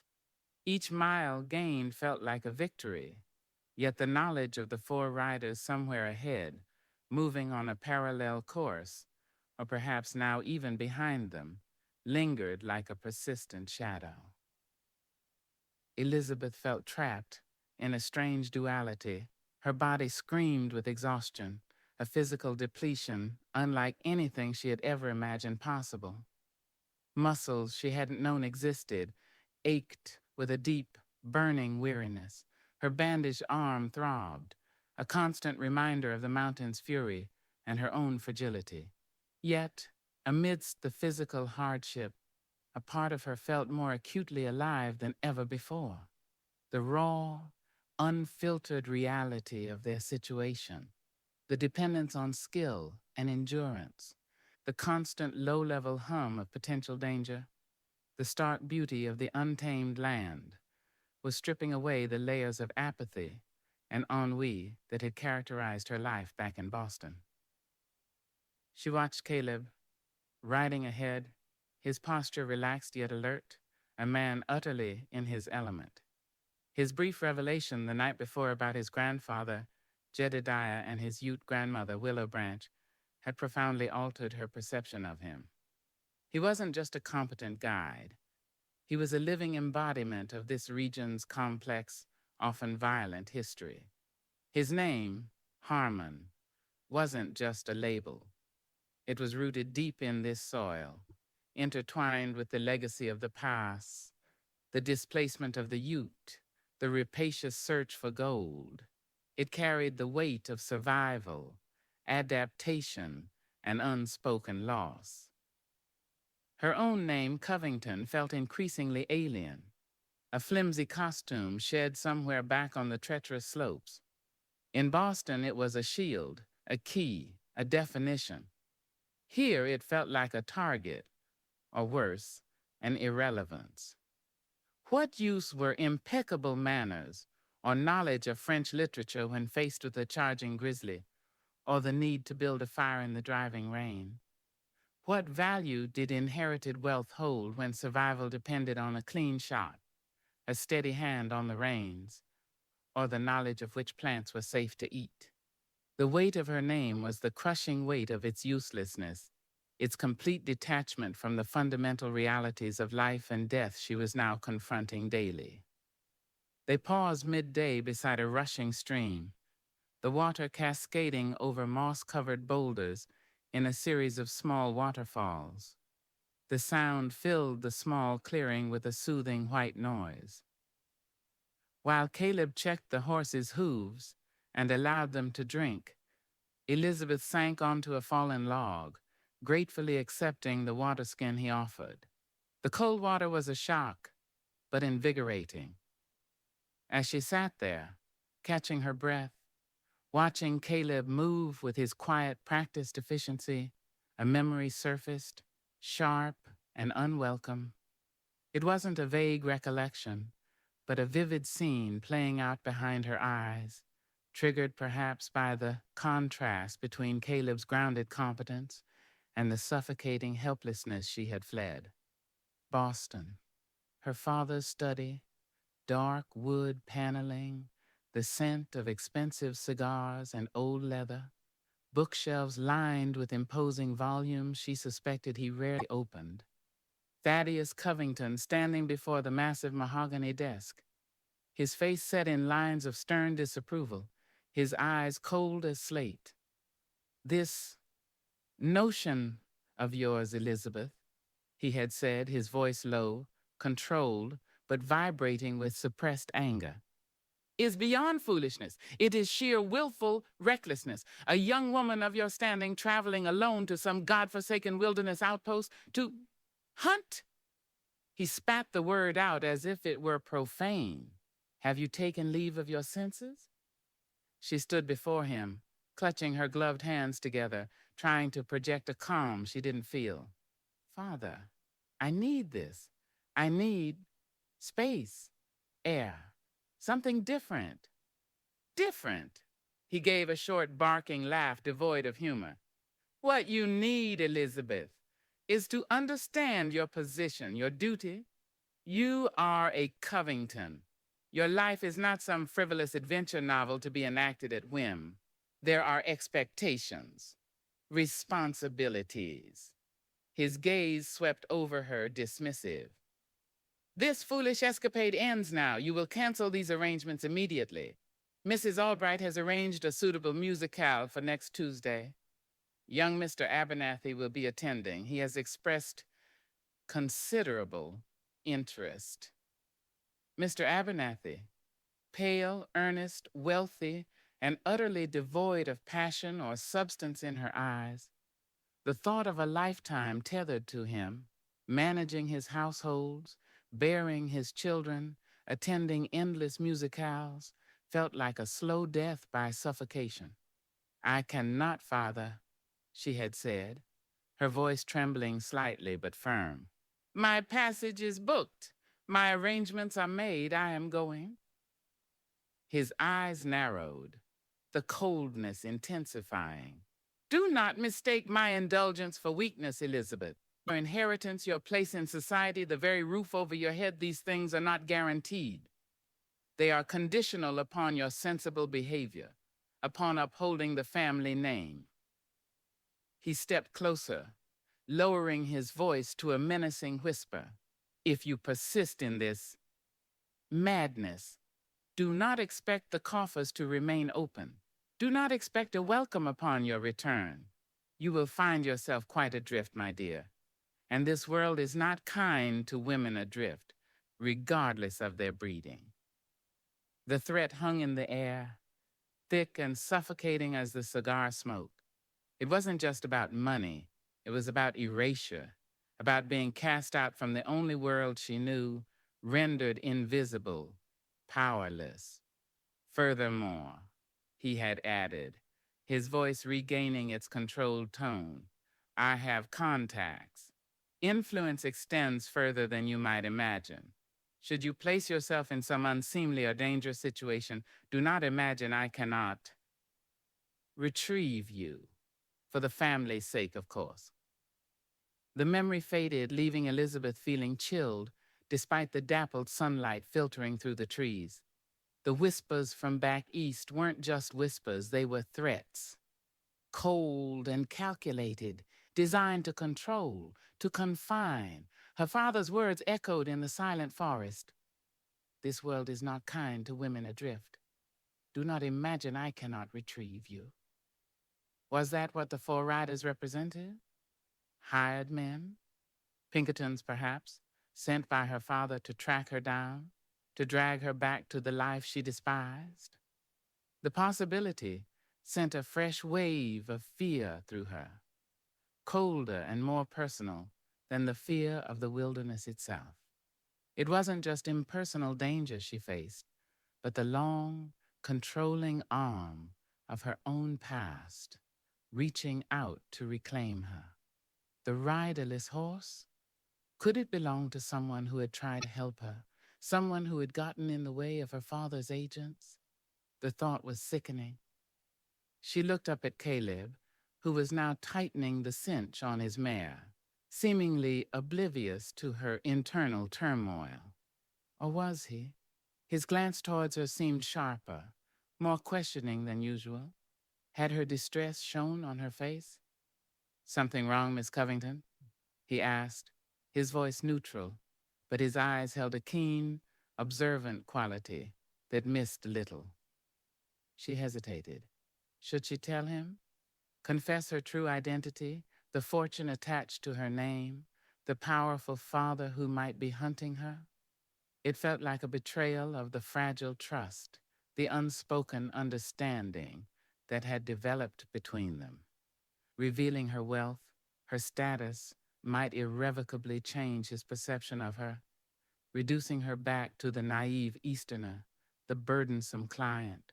Worse, it might put him in greater danger if her father's men were indeed ruthless.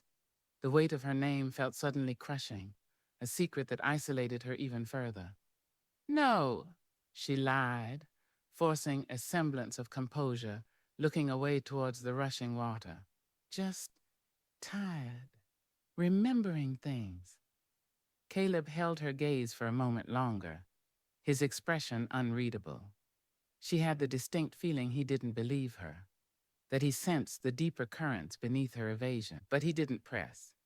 He merely nodded curtly and turned back to his horse. "We push on. Another hour or two.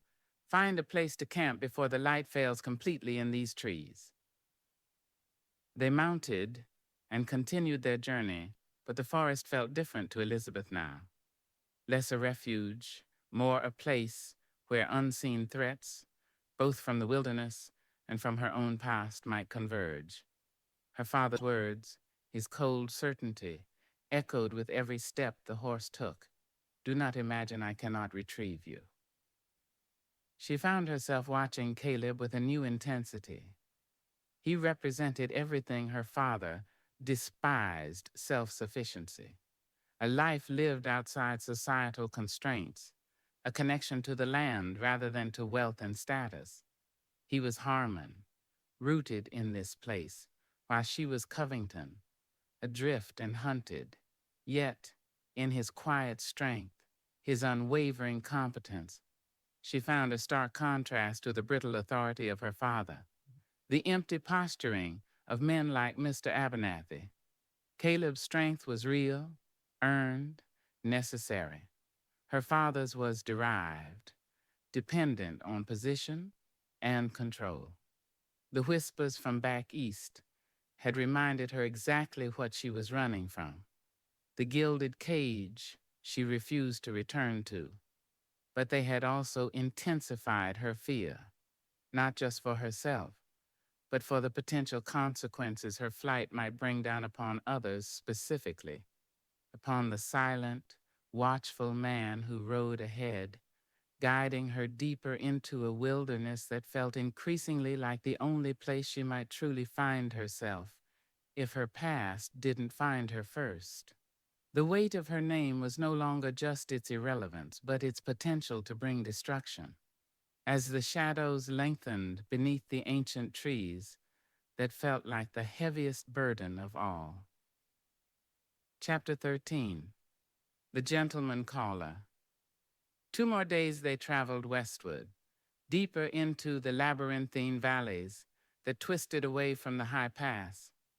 The forest remained their constant companion, a vast, indifferent cathedral of spruce, fir, and pine. The trail Caleb followed was often little more than a suggestion, a path used perhaps only by deer or the occasional solitary trapper, like his grandfather might have been. Progress was slow, dictated by the terrain, the endurance of the horses, and Caleb's unwavering caution. They saw no further sign of the 4 riders, nor any fresh tracks besides those of wild game. Yet the feeling of being pursued, or at least of moving towards an unknown confrontation, lingered palpably in the crisp air. The routine of their days settled into a rhythm born of necessity. Rise before dawn, a quick, sparse meal, hours of steady, watchful travel, making camp in a hidden spot before dusk, another simple meal by a small fire, then uneasy sleep broken by the sounds of the forest and the ever-present awareness of their isolation. The silence between Elizabeth and Caleb remained largely intact, but it had evolved. It was less a barrier of reserve and more a shared space of understanding, filled with the unspoken acknowledgments of fatigue, fear, and mutual reliance. Elizabeth found herself adapting in ways she wouldn't have thought possible. She learned to read the subtle shifts in her mare's gait, anticipating stumbles on treacherous ground. She learned to move more quietly, to conserve energy, to ignore the constant ache in her muscles and the throb in her arm, which was slowly healing but still tender. She learned to assist Caleb with camp chores without needing instruction, anticipating the need for firewood, fetching water from streams, preparing their simple provisions. These small acts of competence felt like minor victories, assertions of her own growing resilience against the backdrop of her profound dependence on his expertise. She also learned to read Caleb better, not his thoughts. His mind remained a closed territory, but the minute signals of his body language, the slight tensing of his shoulders that indicated heightened alertness, the way his eyes narrowed when scrutinizing a distant ridge, the almost imperceptible shift in his weight before issuing a quiet command to his horse. She saw the deep weariness that sometimes settled in his eyes at the end of a long day, quickly masked by his habitual stoicism. She saw the flicker of old pain when his gaze lingered on the formidable peaks that held his family name and history. These small observations forged a connection stronger than words, a bond woven from shared hardship and unspoken empathy. The romance, if it could be called that, existed only in these fleeting glances, these moments of shared silence by the fire, the instinctive way he moved to steady her horse or check her bandage. There was no flirtation, no gentle touch beyond necessity. Yet the awareness between them hummed like a taut wire. He was Harmon, bound to this land, burdened by its past. She was Covington, adrift, hunted by her own. Their worlds were impossibly different. Yet here, stripped bare by the wilderness, they were simply a man and a woman, relying on each other for survival. Their differences momentarily eclipsed by the raw, fundamental need for connection and protection. It was late afternoon on the 3rd day after crossing the pass. The light had begun to fade, long shadows striping the forest floor, the air growing sharp with the promise of another cold night. They were following a narrow game trail along the slope of a heavily wooded ridge, looking for a suitable place to make camp, preferably near water.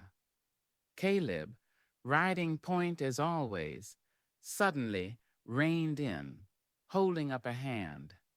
Elizabeth halted immediately, her heart giving a familiar lurch of apprehension. She listened intently, straining her ears, but heard only the sigh of the wind in the high branches and the distant chuckle of unseen water somewhere down the slope. Caleb remained motionless, his head cocked, his gaze fixed on a point further along the trail, hidden from her view by a dense thicket of young firs. After a long moment, he dismounted silently, gesturing for her to do the same and stay put. He drew his rifle from its scabbard, checked the action with a quiet click, and then melted into the trees, moving with the utter silence that never ceased to amaze her. Elizabeth waited, her hand resting on her mare's neck, trying to soothe the animal and her own racing pulse. The forest felt unnaturally still, watchful. What had he seen? What had he heard? Was it an animal, or was it the human threat they constantly anticipated? Minutes crawled by, each one stretching her nerves tighter. Then she heard voices, not Caleb's low tones. Different voices, male voices carrying faintly through the trees from the direction Caleb had gone. One voice sounded calm, educated, almost pleasant. The other was rougher, less distinct. Elizabeth's breath caught in her throat. They weren't alone. Just as fear threatened to overwhelm her, Caleb reappeared, emerging silently from the undergrowth beside her. His face was set in hard lines, his eyes narrowed, assessing. "Company," he murmured, his voice barely audible. "Two men. Made camp down by the creek. One of 'em, he don't look like he belongs here." "Who are they?" Elizabeth whispered, fear making her voice thin. "Did they see you?" "Don't think so. Stay back in the trees. One's tending the fire. The other, he's dressed like he just stepped out of a Denver hotel. Clean shaven, fancy coat, asking questions." A gentleman caller. The phrase leaped into Elizabeth's mind. Chillingly apartment dressed like he belonged back east, or at least in a civilized city. Asking questions. Her blood ran cold. Was this him? The man sent by her father? "We circle around," Caleb decided quickly, his voice low and urgent. "Find our own camp further up the ridge. Avoid him if we can." But even as he spoke, fate intervened. A sharp whinny echoed through the trees, one of their horses, likely the pack horse, catching the scent of the stranger's animals down by the creek. Instantly, a voice called out from below, louder this time, carrying clearly through the forest. "Hello, the camp! Anyone up there? We saw your smoke yesterday." It was the pleasant, educated voice. Smoke? Had their small fire from the previous night been spotted after all? Or was it a guess, a provocation? Caleb cursed softly under his breath. There was no hiding now, their presence was known. He glanced at Elizabeth, his expression grim. "No choice now. Stay calm. Let me do the talking. Keep your rifle handy, but don't show it unless I do." He stepped out onto the trail, holding his own rifle loosely, angled towards the ground but ready. "Hello?" he called back, his voice steady, projecting calm authority. "Just passing through." There was a rustling in the undergrowth below, and then two figures emerged onto the trail further down, looking up towards them. One was a burly, bearded man dressed in rough canvas and worn leather, a pistol holstered conspicuously on his hip. He looked like a hired hand, or perhaps muscle. The other figure confirmed Caleb's description instantly. Tall, slender, dressed in dark, well-cut traveling clothes, a frock coat, trousers, polished boots, incongruous in the muddy forest and remarkably clean-shaven, with neatly combed dark hair. He carried no obvious weapon, but his eyes, sharp and intelligent, scanned them intently as they approached. He smiled, a polite, almost charming expression that didn't quite reach his eyes. "Forgive the intrusion," the well-dressed man said, his voice smooth and cultured, utterly out of place in the rugged wilderness. He stopped a respectful distance away, his gaze flicking from Caleb to Elizabeth, lingering on her for a fraction of a second longer than necessary. "We seem to be neighbors tonight. My associate and I made camp by the creek. Jasper Thorne at your service." He gave a slight, courteous bow that looked absurd against the backdrop of towering spruce trees. Caleb merely nodded, his face impassive, his rifle still held loosely. "Harmon," he replied curtly, offering no further information.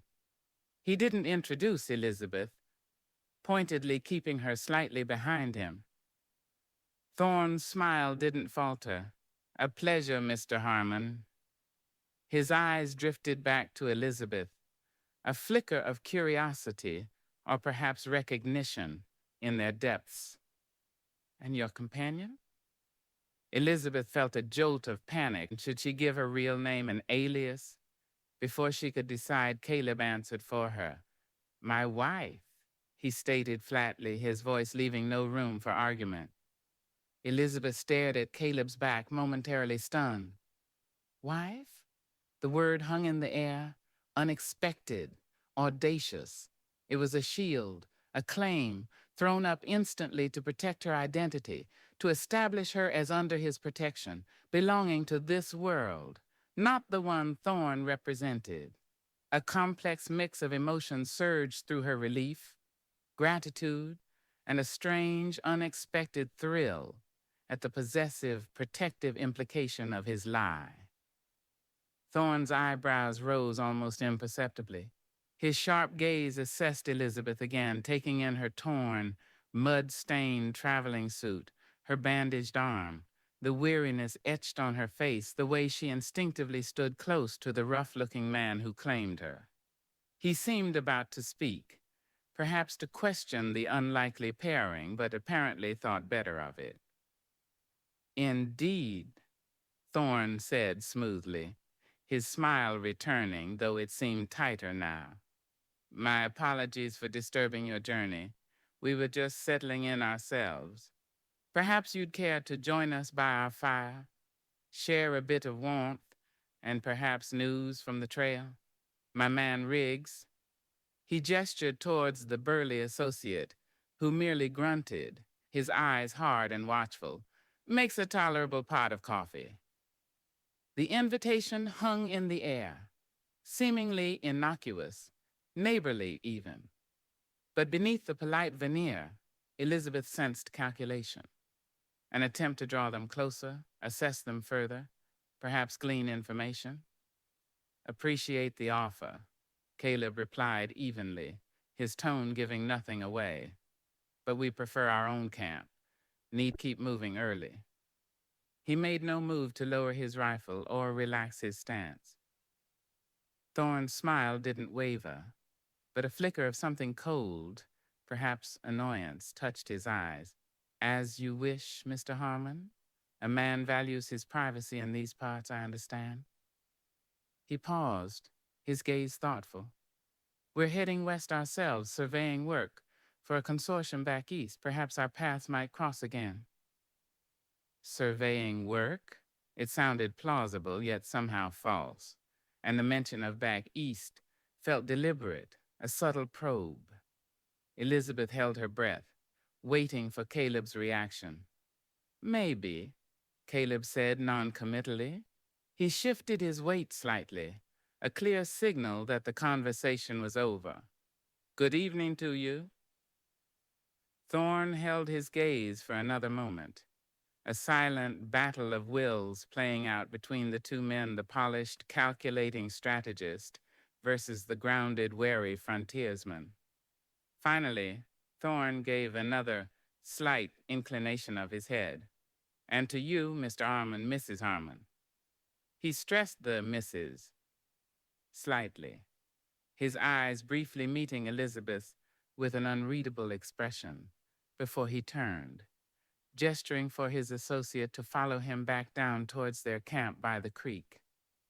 Riggs cast one last suspicious glance over his shoulder before lumbering after his employer. They disappeared back into the trees, the sound of their passage fading quickly.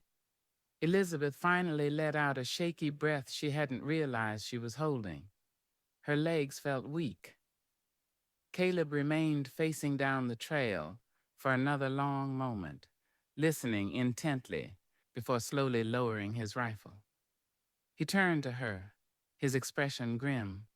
"Get the horses," he said quietly. "We're not camping here, not anywhere near 'em." "His wife?" Elizabeth couldn't help asking, the words still echoing strangely in her ears as they quickly gathered the reins. Caleb glanced at her, a muscle tightening in his jaw. "Seemed prudent," he muttered, avoiding her eyes. "Man like that. Ask too many questions. Best he thinks you belong here, that you're spoken for." Spoken for.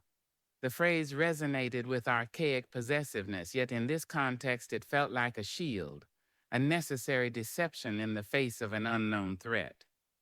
"Do you think he believed you?" she asked, leading her mare after him, as he quickly scouted for an alternative campsite further up the ridge, away from the creek and the unwelcome neighbors. "Don't know," Caleb admitted, scanning the darkening woods. "Don't trust him either way. Surveying work." He snorted softly, a sound of pure skepticism. "More like surveying trouble. Keep sharp tonight, Elizabeth." He used her first name. It slipped out naturally, perhaps unconsciously, in the aftermath of the tense encounter. It was the first time. The intimacy of it, coupled with the shared danger and the audacious lie he had told to protect her, struck Elizabeth with surprising force.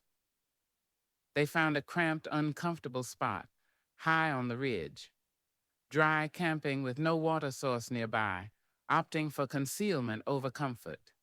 They didn't risk a fire. Chewing on cold, leftover elk, jerky in the rapidly fading light, huddled together for warmth against the deepening chill. The silence between them felt charged with unspoken questions and the reverberations of the encounter. Jasper Thorne. The name meant nothing to her, yet his cultured voice, his expensive clothes, his probing eyes, they screamed of the world she had fled, the world her father controlled. Was he the instrument of her father's retrieval? Or was he connected to the other mystery, the four riders, the riderless horse? Or was he simply another dangerous player in the complex, often violent, game of the frontier? Whoever he was, the gentleman caller had arrived, breaching their isolation, bringing the threat of the outside world crashing into their precarious sanctuary. His polite smile felt more menacing than any snarling grizzly, his cultured voice more dangerous than the roar of a rock slide. As darkness enveloped the forest, Elizabeth huddled deeper into her coat. The weight of her name, the weight of Caleb's lie, and the weight of the unknown pressing down on her with suffocating force. The whispers from back east had found them, and the confrontation she feared felt suddenly, terrifyingly imminent. Chapter 14. Reckoning at the Pass.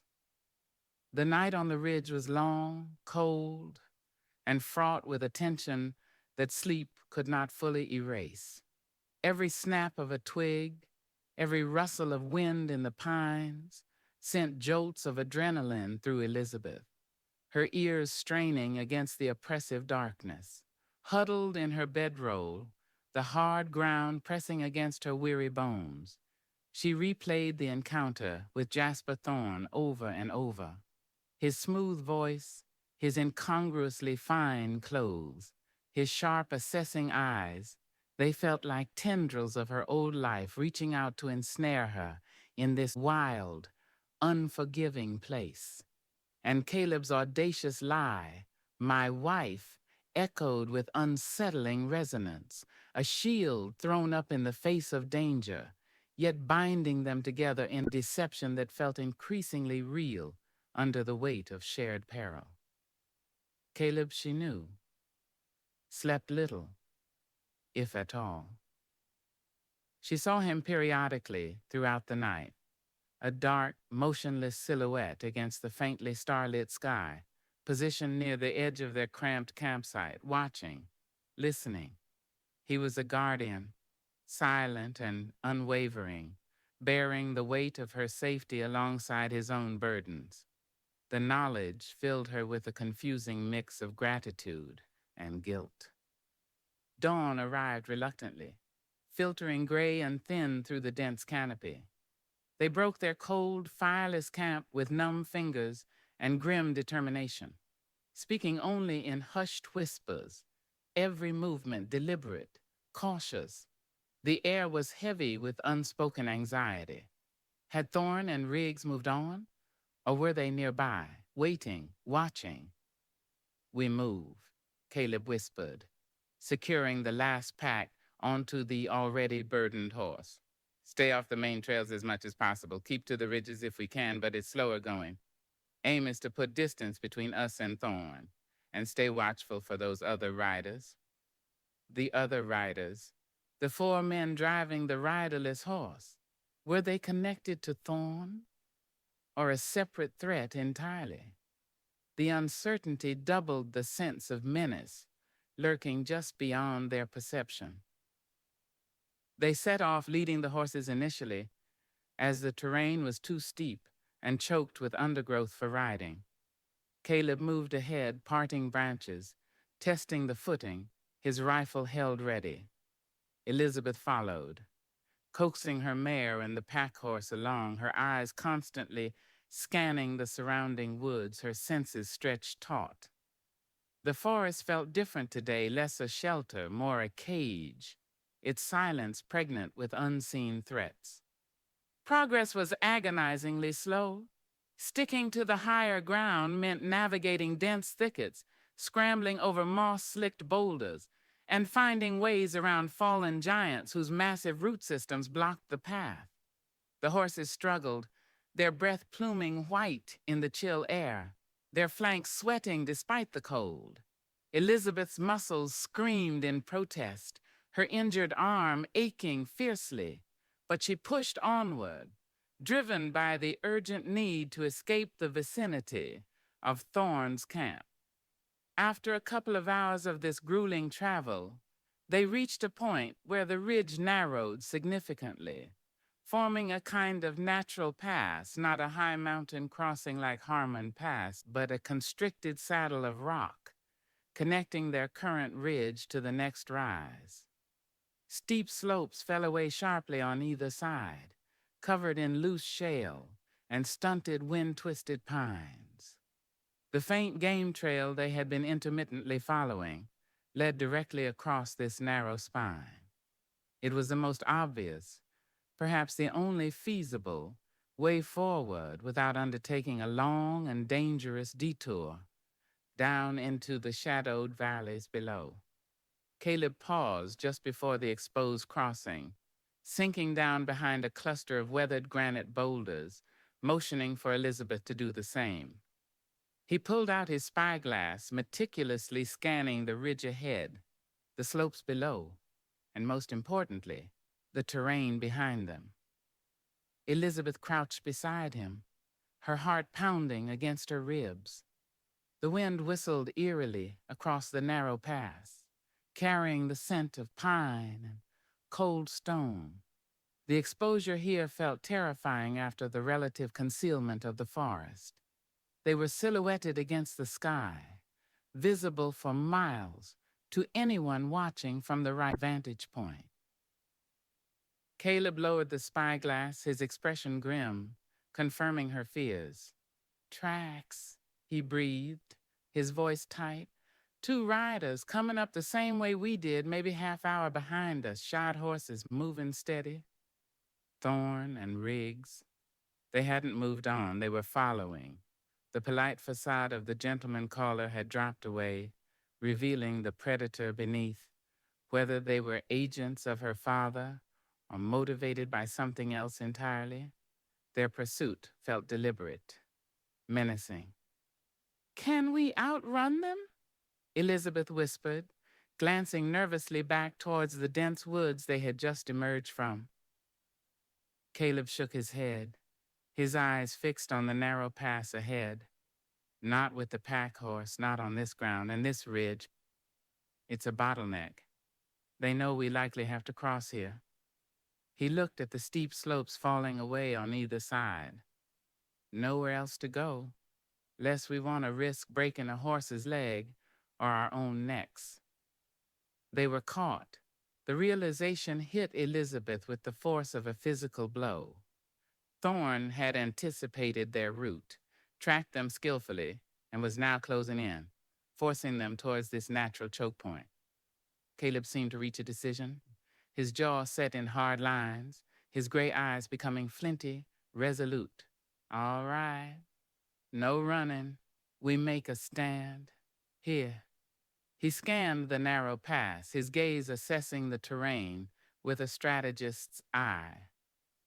"This jumble of rocks," he indicated the boulders sheltering them, "gives us cover. They'll have to come across that narrow stretch." He pointed to the constricted spine of the ridge, one, maybe two at a time. "Exposed. Make a stand." The words echoed the finality of their situation. There was no more evasion, no more hiding. Confrontation was inevitable. "Elizabeth." Caleb turned to her, his voice low but intense, demanding her full attention. "I need you sharp now, sharper than you've ever been." He took her rifle, quickly checking its load, its action, before handing it back.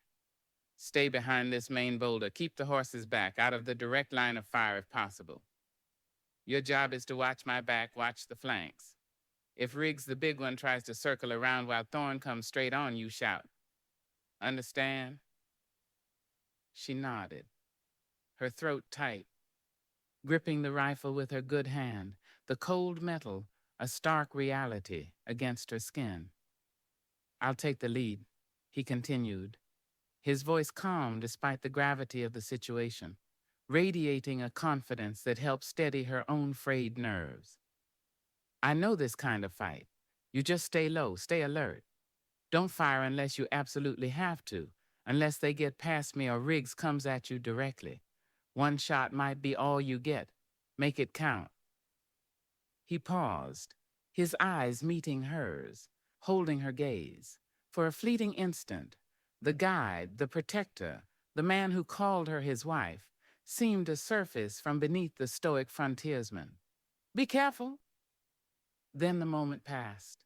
He moved swiftly, positioning himself behind the largest cluster of rocks near the edge of the pass, his own rifle resting steadily on a flat stone, sighted down the narrow trail his pursuers would have to take. He settled in, becoming utterly still, blending into the rock and shadow, a hunter waiting for his quarry. Elizabeth led the nervous horses further back behind the main jumble of boulders, tethering them securely, hoping the rocks would offer some protection. She then took her position as instructed, crouching low behind a granite slab that offered a view of the trail. Caleb watched, as well as the treacherous slopes to either side. Her injured arm throbbed. Her palms were sweating despite the cold, but a strange calm settled over her fear. This was it, the reckoning. There was no room for panic, only for focus. She chambered a round in her rifle, the metallic snick loud in the tense silence, and rested the barrel on the rock, just as Caleb had done. The waiting was the hardest part. The wind moaned across the pass, playing tricks on her ears, making her imagine hoofbeats, voices. The sun beat down, reflecting brightly off the granite, making her squint. Minutes stretched into an eternity. Her muscles cramped from crouching, but she didn't dare move. Her gaze flickered between the trail ahead, the slopes to the side, and Caleb's still, watchful form. He was absolute concentration, a man preparing to defend his ground, his claimed territory, his wife. The word still jarred, yet it felt undeniably right in this desperate moment. Then they came. Two figures emerged from the forest, edge on to the beginning of the narrow pass. Jasper Thorne, still impeccably dressed despite the rough travel, walked calmly, leading his horse. Beside him, slightly behind, lumbered Riggs, his hand resting warily on the butt of his holstered pistol, his eyes scanning the rocks ahead with open suspicion. They moved cautiously onto the exposed spine of the ridge. "Harmon!" Thorne's cultured voice called out sharp and clear above the wind. "We know you're up there. There's no need for unpleasantness. We merely wish to talk." Caleb didn't answer.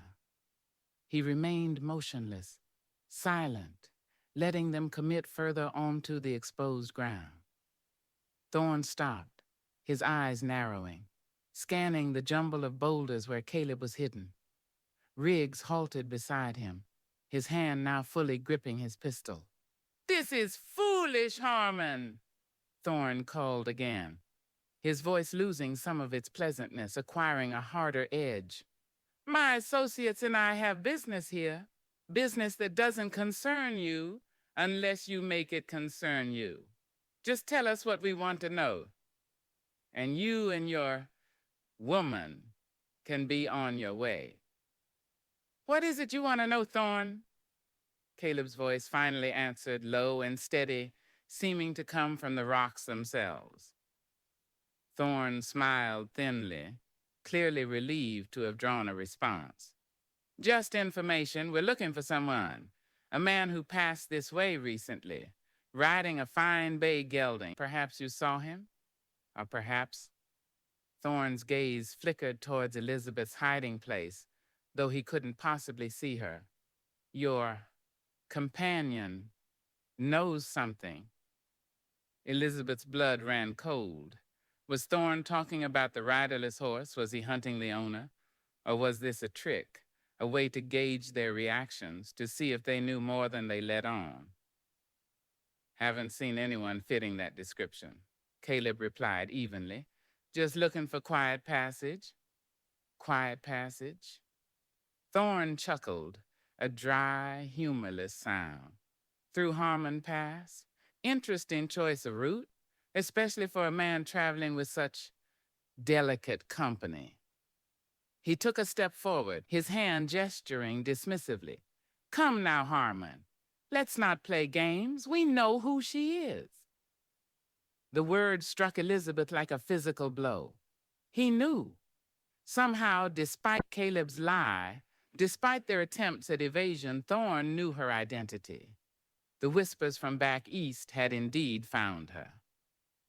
"We know she's Elizabeth Covington," Thorne continued, his voice hardening, dropping all pretense of civility. "Heiress to the Covington fortune, run off from her daddy back in Boston, caused quite a stir. There's a substantial reward for her safe return.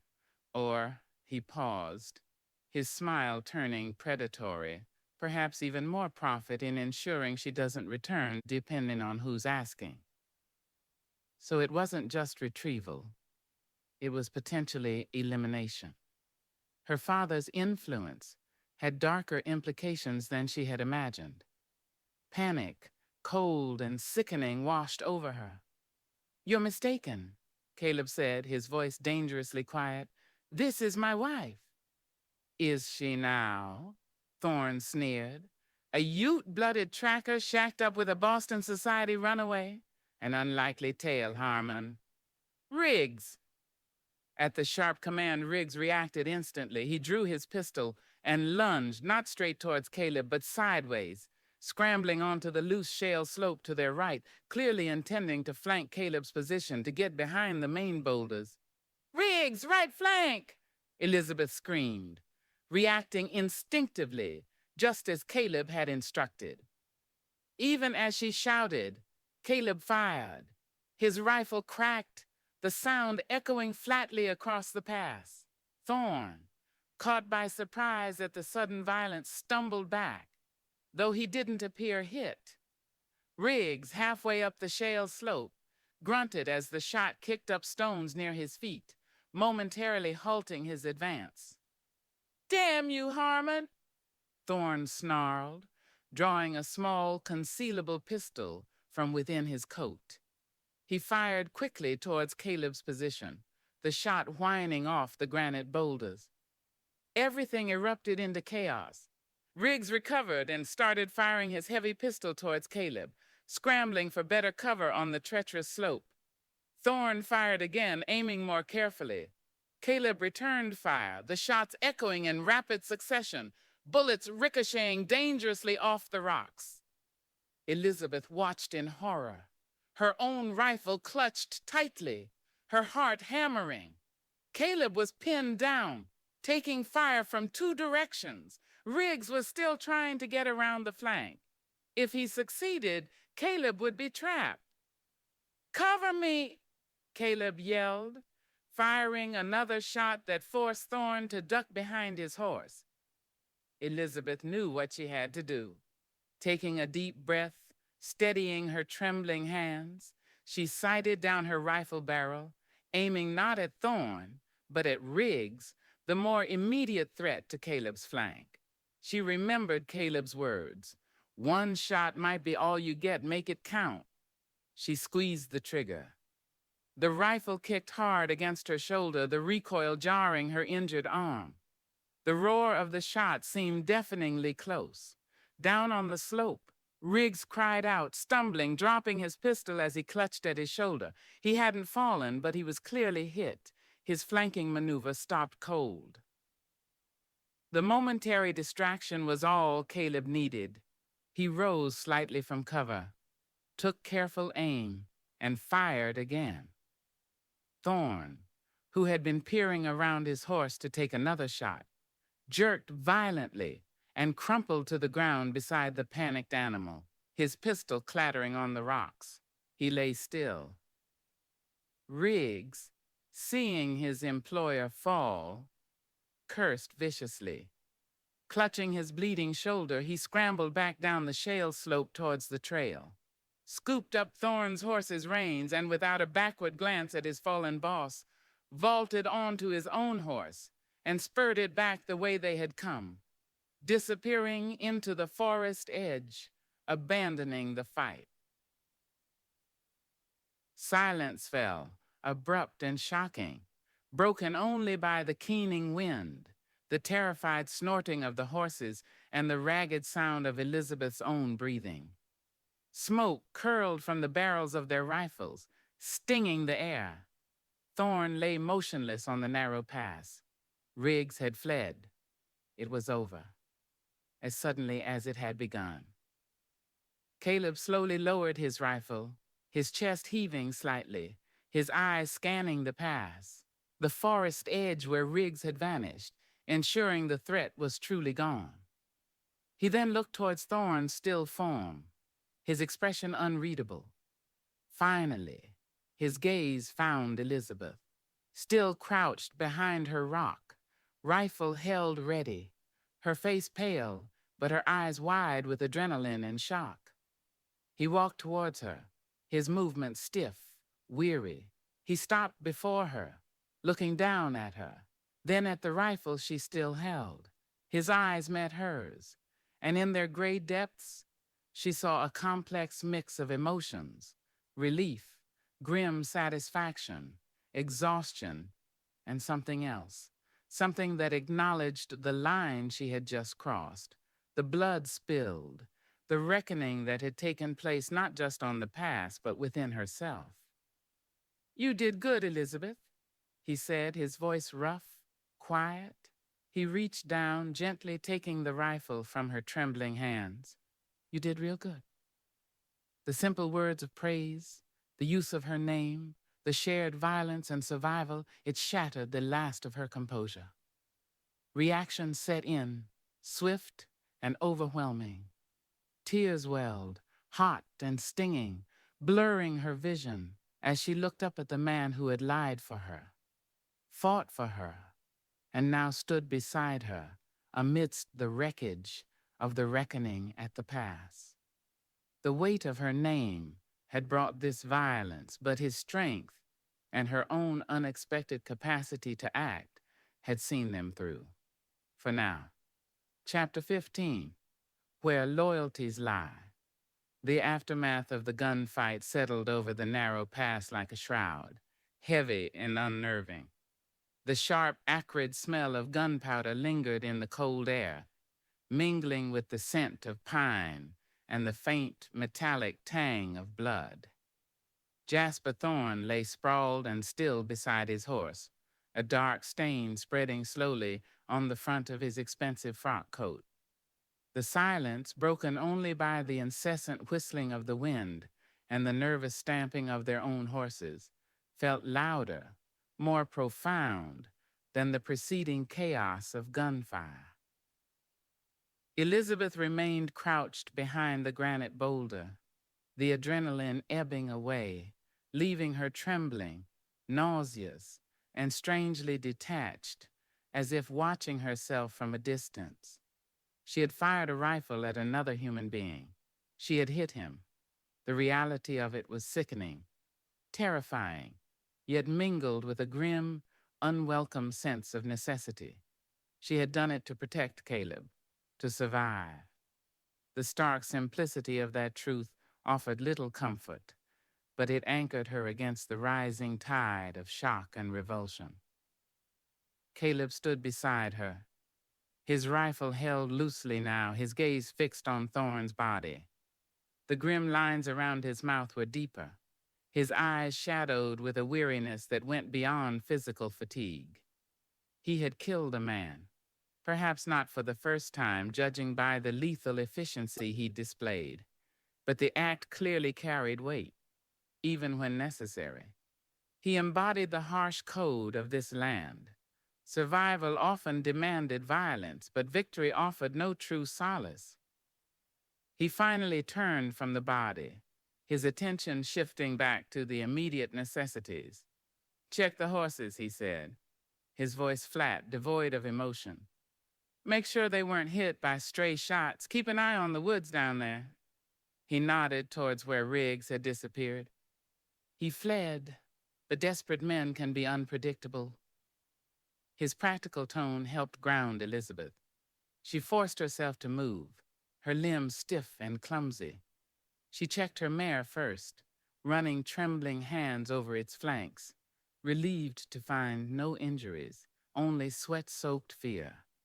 The pack horse and Caleb's dun seemed equally unharmed, though still agitated, their eyes rolling nervously. Tethering them securely again behind the rocks, she took up her watch, peering intently into the dense forest below, searching for any sign of Riggs's return. The woods remained silent, still, offering no clue. Meanwhile, Caleb approached Thorne's body cautiously, his rifle held ready. He knelt beside the fallen man, confirming what was already obvious. Thorne was dead. Caleb's shot had been lethally precise. With a grim reluctance that spoke volumes, Caleb began methodically searching Thorne's pockets and saddlebags. It wasn't looting, it was information gathering, a necessary act in their precarious situation. Who was this man really? Who had sent him? What else did he know? Elizabeth watched him, averting her gaze when his hands encountered the bloodstain, focusing instead on the surrounding terrain. The silence stretched, punctuated only by the wind and the soft rustle of Caleb searching the dead man's belongings. He worked quickly, efficiently, his face an unreadable mask. He found a slim leather wallet, a folded sheaf of papers, a small, ornate pocket knife, and the small pistol Thorne had fired. He examined the papers briefly, his expression tightening almost imperceptibly, before tucking them securely inside his own buckskin shirt. He pocketed the wallet and the knife, leaving the pistol where it lay. He then turned his attention to Thorn's horse, a fine-boned chestnut gelding that stood trembling nearby, its reins trailing on the ground. He spoke softly to the animal, calming it with his voice and touch before examining its saddlebags as well. He found little of significant standard traveling gear, some extra ammunition that didn't fit their rifles, a silver hip flask half full of brandy. He left it all, taking nothing but the horse itself, securing its reins. He walked back towards Elizabeth, leading the chestnut gelding. His face gave nothing away, but she sensed a deeper layer of grimness, a confirmation of unspoken fears. "Find anything?" she asked, her voice husky. He nodded curtly. "Enough." He didn't elaborate immediately, his gaze scanning the pass again. "We can't stay here. Too exposed, and leaving him, it advertises what happened." He looked towards the steep, shale-covered slopes falling away from the pass. Not easy, but best if he disappears. Elizabeth understood his grim implication. Dealing with the body was another harsh necessity, erasing evidence of the confrontation, preventing others from finding Thorn and potentially connecting his death to them. The thought was ghastly, but she didn't argue. She simply nodded, accepting the brutal logic of their situation. The task was grim, physically demanding, and emotionally draining. Working together, mostly in silence, they managed to drag Thorn's body to the edge of the steepest slope. Caleb, using ropes from their packs, secured the body and, with immense effort, lowered it down the treacherous incline until it tumbled out of sight into a deep, shadowed crevice choked with stunted pines and loose rock, unlikely to be discovered easily. The act felt like bearing a secret, covering the tracks of a violence forced upon them. Elizabeth felt bile rise in her throat, turning away, unable to watch the final moments. When it was done, Caleb meticulously brushed away the signs of the struggle on the pass itself, scattering dirt and pebbles over the bloodstains, erasing the drag marks as best he could. He then gathered Thorn's horse and pistol. "Can't leave these," he said grimly. "Horse is too fine. Someone would recognize it. Pistol, too. Riggs might come back for them, or someone else might stumble on him." He secured the pistol in his own saddlebag and took the chestnut's reins alongside his own Dunn's. Dealing with the horse, an innocent animal caught in human conflict, seemed to trouble him more than dealing with the man. By the time they were finally ready to move on, the sun was well past its zenith, casting long shadows across the pass. The ordeal had cost them precious hours of daylight. Elizabeth felt utterly drained, physically and emotionally hollowed out. The violence, the death, the grim disposal of the body, it had irrevocably altered her. The naive woman who had arrived in Aspen seeking adventure was gone forever, replaced by someone who had looked into the abyss and hadn't entirely flinched. Caleb seemed to sense her fragile state. As they mounted their horses, preparing to finally leave the pass behind, he paused, looking at her directly. "You all right?" he asked, his voice softer than usual, concern evident in his gray eyes. She met his gaze, unable to summon the strength for a reassuring lie. "No," she whispered truthfully, "but I will be." He held her gaze for a moment longer, a silent acknowledgement passing between them, an understanding of the cost of survival, the weight of the choices they'd been forced to make. He nodded slowly. "Yeah," he said quietly, "you will be." They rode westward, leaving the pass and its grim reckoning behind them, descending now into the forests on the other side. Caleb pushed the pace, wanting to put as much distance as possible between them and the site of the gunfight before nightfall. He now led 3 horses, his dun, the pack horse, and Thorn's chestnut gelding, an extra burden, but a necessary precaution. As they rode, the silence felt different yet again.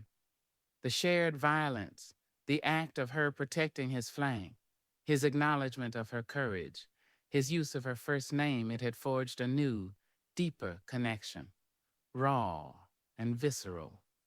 The lie about her being his wife, uttered initially as a protective shield, now seemed to carry a strange resonance, a shared identity forged in the crucible of that fight. After an hour or so of steady travel, as the light began to seriously fade beneath the dense canopy, Caleb finally spoke, breaking the long silence. "Those papers," he began, his voice low, hesitant almost, "the ones I took from Thorn." Elizabeth looked at him expectantly, bracing herself. "One was a letter," he continued, his gaze fixed on the trail ahead, "from Boston, signed, quote, T.C., quote, Thaddeus Covington. Her father." Elizabeth's heart constricted. So Thorn was his man. It didn't spell everything I'd know, Caleb went on, but the meaning was clear enough. Locate the wayward daughter. Use any means necessary to ensure she causes no further embarrassment. Mentioned a generous bonus for a permanent resolution, if retrieval proved problematic. Permanent resolution, a euphemism for murder. Her own father had sanctioned her death to protect the family name, the family fortune.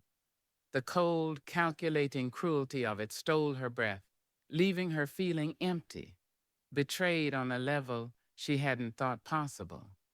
The whispers from back east weren't just whispers. They were a death sentence. He also carried this. Caleb reached into his shirt and pulled out a small folded piece of paper, handing it back to her. Elizabeth took it with trembling fingers. It was a crudely drawn sketch, surprisingly detailed, clearly done by someone with artistic skill. It was a drawing of her. Not a formal portrait, but a sketch capturing her likeness with unnerving accuracy, likely done from memory or based on descriptions provided by her father's network. Below the sketch, her name was written, Elizabeth Covington. Seeing her face, her name on that paper, carried by the man who had intended to potentially kill her on her father's orders, solidified the horror. She was no longer just running from confinement. She was running for her life, hunted by the very source of her privilege. "He knew," she whispered, the paper trembling in her hand. "All along, he knew." "Seems so," Caleb said grimly. "Explains why he pushed, why he wasn't fooled by the wife story. He was confirming his target." He glanced back at her, his expression tight with a mixture of anger and concern. "This changes things, Elizabeth. This ain't just about getting you out of the mountains anymore. Your father, he won't stop with Thorn. He'll send others, or Riggs will talk, lead him to us." The implications were terrifying. They weren't heading towards safety, but deeper into danger, pursued by forces far more relentless and resourceful than common outlaws. Her escape hadn't brought freedom. It had brought a potentially lethal pursuit. "What do we do, Caleb?" she asked, the question raw with desperation, her carefully constructed composure crumbling. The weight of her name, the weight of her father's betrayal, felt unbearable. Caleb was silent for a long moment, guiding the horses around a fallen log, his brow furrowed in thought. The path ahead seemed fraught with impossible choices. Turning back was unthinkable. Pushing on towards the roaring Fork Valley meant heading towards more populated areas where her father's influence, his hired agents, might be stronger, where she might be more easily recognized. Disappearing deeper into the wilderness offered temporary safety, but no long-term solution. First, he said finally, his voice firm, decisive. We keep moving west, faster now. Thorn's horse will help spell ours, lighten the load on the pack animal. We need supplies. Need to reach somewhere we can maybe find out who else might be looking, what Riggs might be saying. Aspen Gulch ain't far, maybe 2 days if we push hard. Small mining camp. Rough, but might hear whispers there. Aspen Gulch, another rough outpost on the edge of civilization. Not safety, but perhaps information. A chance to understand the scope of the threat arrayed against them. And second, he continued, turning slightly in the saddle to look at her, his gray eyes intense, holding hers. You stick close to me, real close. Thorn called you Covington. To anyone else asks, anyone we meet? You're Harmon, my wife, got it? Your life might depend on that lie now. Elizabeth met his gaze, seeing the unwavering resolve there. He wasn't just protecting her out of obligation anymore. Thorn's confirmation of her identity, the revelation of her father's deadly intent, had shifted something fundamental between them. Her danger was now his danger. Her fight was now his fight. His loyalty, forged in the shared violence of the past, was no longer ambiguous. He had chosen his side. She nodded slowly, the word catching in her throat. Yes, Caleb, I understand. Mrs. Harmon. Saying the name aloud felt different now. Not just a lie for protection, but an acceptance of a shared fate, a declaration of allegiance. In the heart of the unforgiving wilderness, hunted by her past hour, her loyalty now lay entirely with the solitary, burdened man who offered her not just guidance, but sanctuary under the weight of his own complicated name. The reckoning at the pass had clarified more than just the immediate danger. It had revealed where loyalties truly lie. Chapter 16. Stolen Hours by Firelight. The world narrowed to the relentless rhythm of hoofbeats on pine needles, the creak of saddle leather, and the burning ache in Elizabeth's limbs. They pushed westward through the dense, shadowed forest, the urgency of their flight a palpable thing that thrummed beneath the surface of Caleb's stoic composure and Elizabeth's weary determination. The confrontation at Harmon Pass felt both like a lifetime ago and a raw, immediate trauma, replaying behind her eyelids with every jolt of the saddle. Thorn's lifeless form sprawled on the rocks, the crack of her own rifle. Riggs's curse as he fled, these images were seared into her memory, overlaid with the sickening confirmation of her father's betrayal. Permanent resolution. Caleb set a punishing pace, utilizing Thorn's confiscated chestnut gelding to spell their own mounts and carry a share of the load, allowing them to move faster than before. Yet speed felt relative in this tangled wilderness. They stuck to faint game trails or forged their own path through the undergrowth, avoiding anything that looked like a regularly used track, sacrificing ease for concealment. Every shadow seemed suspect, every ridge ahead a potential ambush point. Caleb's vigilance was absolute, his senses stretched taut, reading the forest's subtle signs, listening for the faintest unnatural sound above the wind's sigh and the forest's murmur. Elizabeth matched his pace through sheer force of will. Her body screamed for rest, for respite from the constant jarring motion. The gnawing pain in her arm, the pervasive chill that seeped into her bones despite her layers of wool. But the fear, the cold, sharp fear of her father's reach, the knowledge that ruthless men might still be hunting her, was a more potent fuel than physical strength. She watched Caleb's back, drawing a strange comfort from his steady presence, his unwavering competence. He was her guide, her protector, the man who had claimed her as his wife to shield her, the man whose fate was now inextricably tangled with her own perilous flight.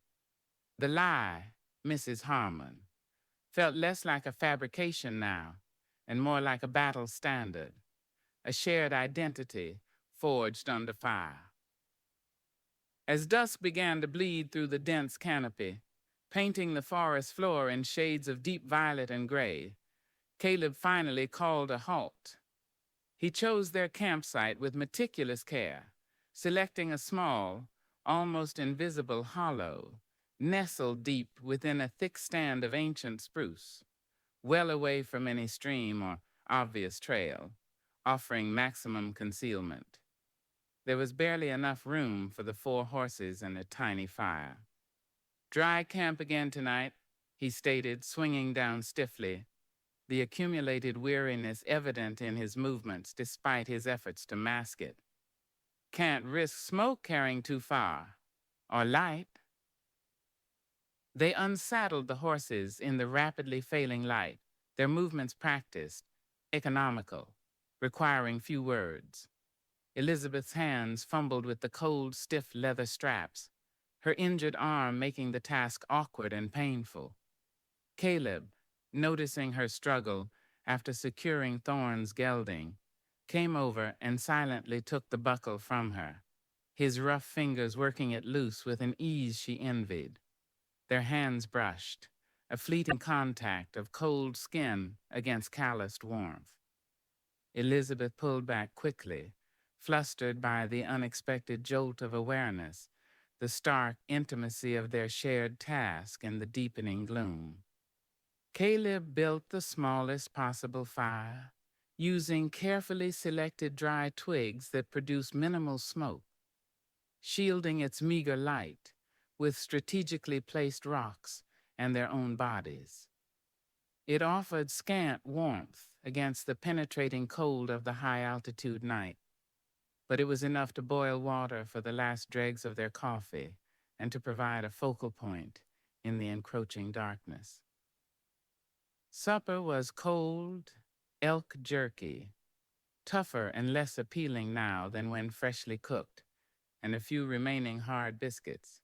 They ate in silence, huddled close to the tiny fire, the vast dark forest pressing in around them, the immense silence amplifying the small sounds, the crackle of the fire, the soft snort of a horse, the sigh of the wind high above. The tension between them was different tonight.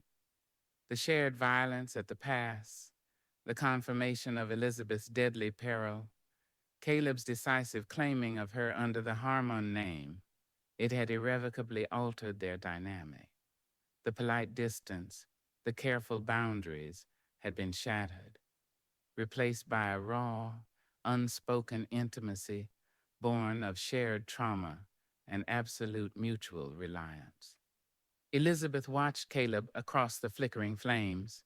His face was cast in sharp relief, shadows carving deep lines beside his eyes and mouth. He looked exhausted, burdened, yet his gaze, as it periodically swept the darkness beyond their small circle, remained intensely watchful. He carried the weight of their survival, the knowledge of the threats pursuing them, with a stoicism that seemed almost superhuman. Yet she saw the strain beneath it now. The cold gnawed at her, making her shiver despite her coat. Her arm throbbed with a persistent, deep ache. She shifted, trying to find a more comfortable position on the hard, uneven ground, biting back a gasp as a sharp pain shot up from her wrist. Caleb looked up sharply at her involuntary sound. "Arm hurting bad?" he asked, his voice low. "It's, manageable," she lied, though the throbbing seemed to intensify under his scrutiny. He frowned, his gaze lingering on the makeshift bandage visible beneath her coat sleeve. Without a word, he rose and came around the fire, kneeling beside her. "Let me look." Before she could protest, he gently took her arm.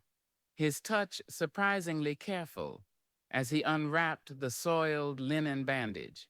In the dim firelight, the bruising looked darker, angrier, the swelling still pronounced.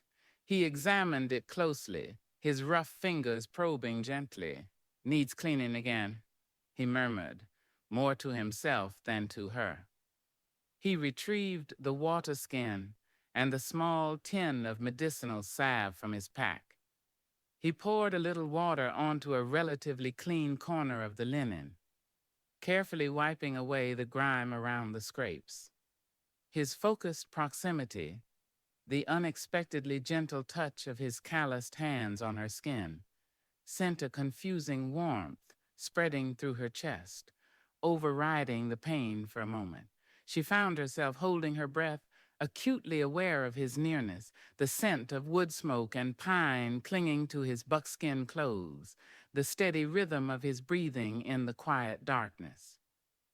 He applied more of the strong-smelling salve, his touch efficient, yet mindful of her pain, then rewrapped the arm with a fresh strip of linen he tore from the remnants of the spare shirt. Keep it still as you can, he advised, his voice regaining its usual gruffness as he finished the task and moved back to his side of the fire, putting distance between them again. But the brief moment of care, the unexpected tenderness beneath his hardened exterior, lingered. It chipped away another piece of his formidable reserve, revealing glimpses of the man beneath the stoic frontiersman. Elizabeth cradled her newly bandaged arm, feeling a warmth that had little to do with the fire. "Thank you, Caleb," she said softly. He merely grunted in acknowledgement, staring into the flames, his thoughts seemingly miles away. But the silence that followed felt less empty, charged with the residue of that shared moment. "Caleb," Elizabeth began tentatively, emboldened perhaps by his earlier concern, needing to voice the fear and confusion churning within her. "My father, the letter, I don't understand. How could he?" The question trailed off, choked by the enormity of the betrayal. Caleb looked up, his gray eyes meeting hers across the fire. There was no judgment in his gaze, only a weary understanding. "Money, Miss Covington," he said quietly, the formal address slipping back in, perhaps unconsciously creating distance after the intimacy of tending her wound. "Or power, or pride. Some men value their name, their position, more than blood. Seen it before."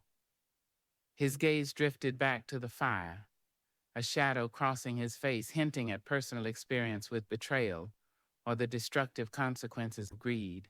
"Out here, life's stripped down. You see what folks are really made of when things get hard. Some rise to it.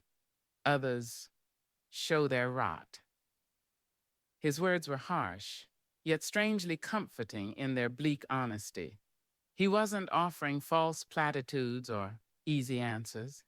He was acknowledging the darkness she had discovered, validating the shock and horror of her father's actions from the perspective of someone who understood the brutal realities of human nature, stripped bare by the wilderness. "But why?" she pressed, needing to comprehend the incomprehensible. "What could I possibly do to embarrass him so much that he'd sanction?" She couldn't say the word. Caleb tossed a small twig onto the fire, watching it catch. "Maybe it ain't just embarrassment," he speculated, his voice low. "Maybe you're running off. Maybe it threatened something. Some deal he made, some marriage alliance tied to his business. You being out here uncontrolled, maybe that unravels his plans." He shrugged slightly. "Or maybe he's just plain cruel, wrapped up in a fancy suit. Out here, fancy suits don't count for much. Only thing that counts is what you do next." "What you do next?" The words resonated with stark clarity, wallowing in shock and betrayal wouldn't save her. Weeping over her father's cruelty wouldn't protect them from Riggs or whoever else might follow. Survival depended on action, on resilience, on facing the next challenge, the next threat. She looked at Caleb, truly looked at him, seeing not just the competent guide, but the survivor, the man shaped by hardship, loss, and the unforgiving beauty of this land. He carried the weight of his own name, his own history, yet he had unhesitatingly taken on the burden of hers, offering protection, sharing danger, binding their fates together with a lie spoken under fire. "You didn't have to do that, Caleb," she said softly, the words compelled by a sudden surge of gratitude and a dawning understanding of the risk he had taken, the loyalty he had shown. "At the pass, calling me your wife, putting yourself between Thorn and me, revealing my name, it put you in even more danger." He looked up, his gaze steady, unreadable. "He knew who you were anyway," he stated simply. "The lie. Maybe it bought us a few seconds. Maybe it made him hesitate, wondering if you really did have someone looking out for you proper. Sometimes a few seconds is all you need." He paused, his gaze dropping back to the fire. "Besides," he added, almost under his breath, "a man protects what's his." The words hung in the air, charged with implications that went far beyond the practical necessity of the lie. Was he speaking only of his duty as a guide, his responsibility for her safety? Or did the possessive pronoun, spoken so quietly, hint at something deeper, a feeling forged in the crucible of their shared ordeal, an unexpected claim staked in the heart of the wilderness? Elizabeth's heart hammered against her ribs. The line between protector and partner, between necessity and nascent emotion, felt dangerously blurred in the intimate glow of the dying fire. Before she could process the implications, before the fragile moment could break, he seemed to consciously withdraw again, pulling his stoic mask firmly back into place. He rose stiffly. "Fire's dying, best get some sleep. We push hard again tomorrow. Aspen Gulch ain't gonna come to us."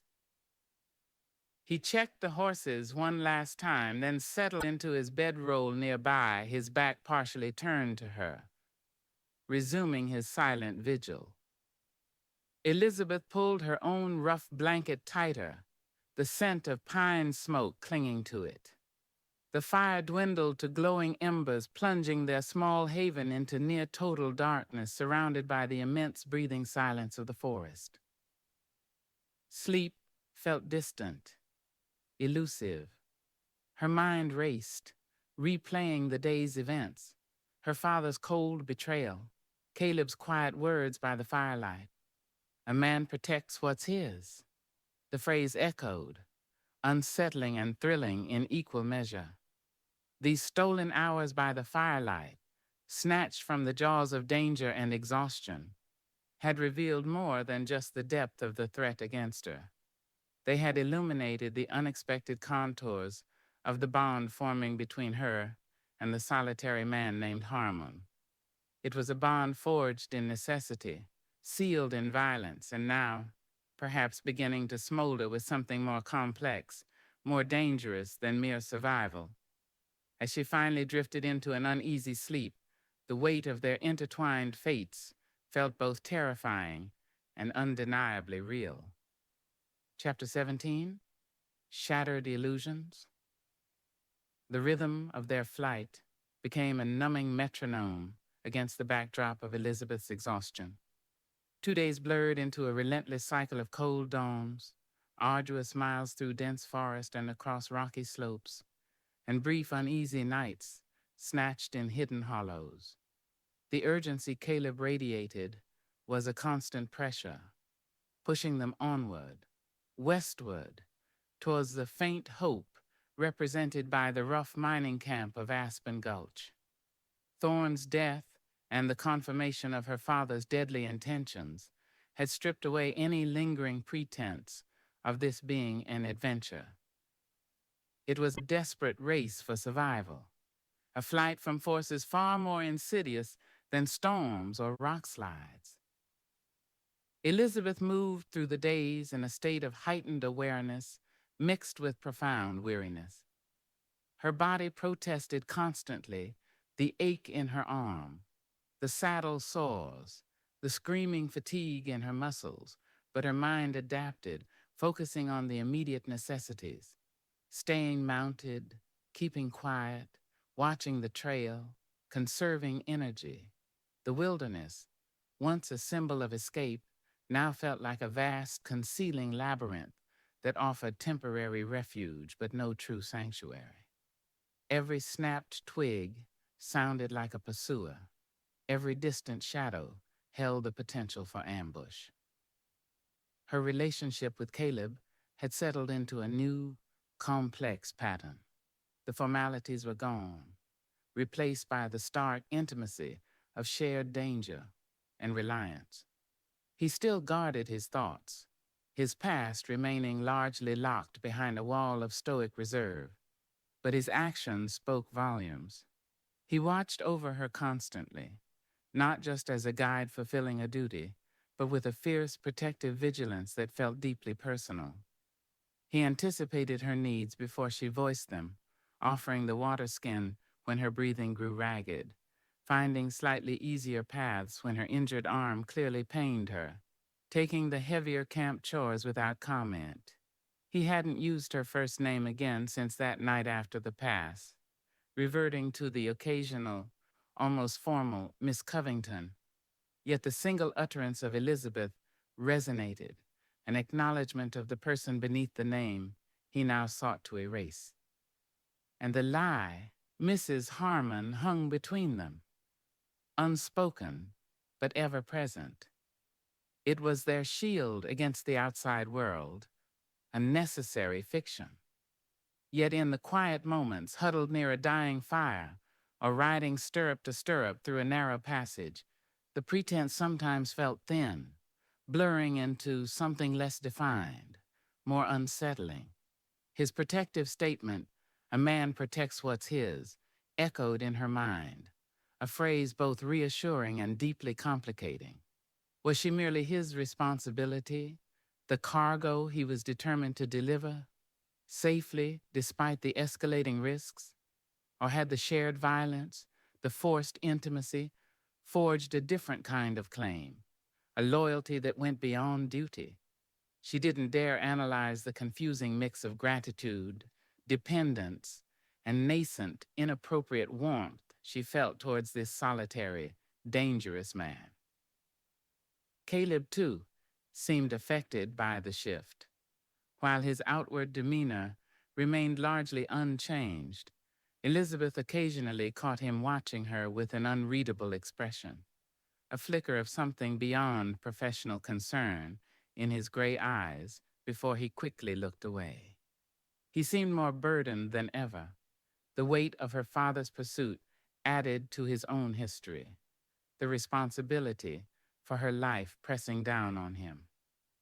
Late, on the second day after the confrontation at the pass, the character of the forest began to change subtly. The trees thinned slightly, showing signs of logging old stumps, discarded branches. The undergrowth seemed trampled in places, suggesting more frequent passage. They crossed a stream whose water, previously crystal clear, now carried a faint, milky turbidity, the rocks coated in a grayish slime. "Getting closer?" Caleb murmured, his gaze scanning the altered landscape with distaste. "Signs of menin pollutes everything it touches." Soon, the sounds began faint at first, then growing clearer. The distant rhythmic clang of metal on rock, the rumble of unseen machinery, the occasional shout of a human voice, coarse and indistinct. The smells changed, too, the clean scent of pine and damp earth overlaid with wood smoke, sulfur, stale sweat, and unwashed bodies. They emerged from the dense forest onto a muddy, rutted track carved into the hillside. Below them, nestled in a narrow, steep-sided gulch carved by a silt-laden creek, lay Aspen Gulch. It was nothing like the relatively established town of Aspen they had left behind what felt like a lifetime ago. This was rawer, uglier, a chaotic gash torn into the wilderness in the frenzied pursuit of ore. A cluster of crude log cabins, tents, lean-tos, and hastily constructed storefronts clung precariously to the muddy slopes on either side of the polluted creek. A single wide, muddy street served as the main thoroughfare, lined with establishments whose faded signs proclaimed saloon, assay office, general mercantile, and boarding. Smoke plumed from numerous stovepipes, hanging heavy in the narrow confines of the gulch, staining the air gray. The place teemed with rough-looking men miners mostly, clad in stained canvas and flannel, their faces grimed with dirt, their movements driven by either desperate hope or weary resignation. Mules laden with supplies picked their way through the muck.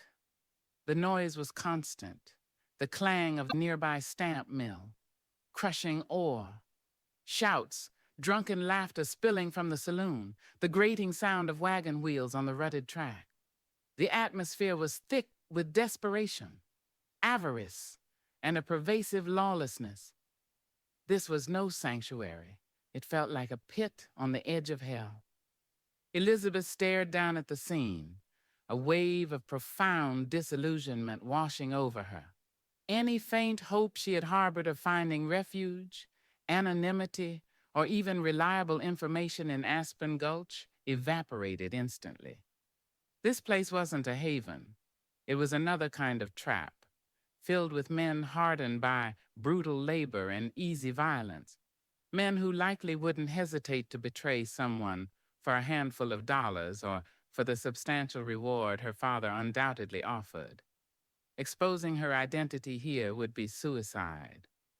Even the Harmon name, she suspected, might attract the wrong kind of attention in a place like this, potentially dredging up old feuds or unwelcome associations from Caleb's past.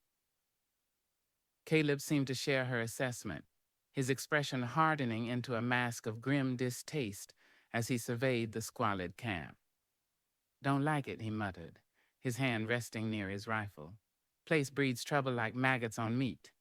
But we need supplies, flour, salt, ammunition, and maybe someone's heard something. About Riggs or anyone else asking questions." He looked at Elizabeth, his gaze serious. "All right, here's how we play it. We ride in bold as brass. You stay quiet, keep your hat low, look like you belong at my side. We go straight to the mercantile. Get what we need. Quick and quiet. Keep our ears open, but don't ask direct questions less I do. Then we get out. Find a camp well clear of this cesspit. Understand?" She nodded, swallowing hard against the apprehension tightening her throat.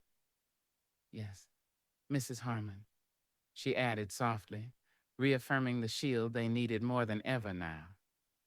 He gave a curt nod, then urged his horse forward, leading the way down the muddy track into the heart of Aspen Gulch.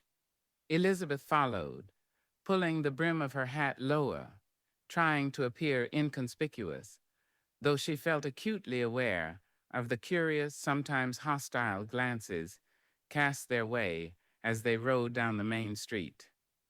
The presence of a woman, even one dressed plainly and looking weary, was clearly an uncommon sight here, drawing unwelcome attention. She kept her eyes fixed on Caleb's back, focusing on projecting an air of weary resignation, hoping to blend in with the harsh surroundings. The stench of stale beer, unwashed bodies, and poorly tanned hides intensified as they neared the center of the camp. The noise from the saloon was louder here, raw laughter mingling with angry shouts. Elizabeth flinched as a drunken miner stumbled out of the swinging doors, nearly colliding with her horse, spewing curses before staggering away. Caleb ignored the incident, his face set like stone, guiding the horses towards the largest, most substantial building identified by a crudely painted sign, Aspen Gulch Mercantile J. Dana Prop.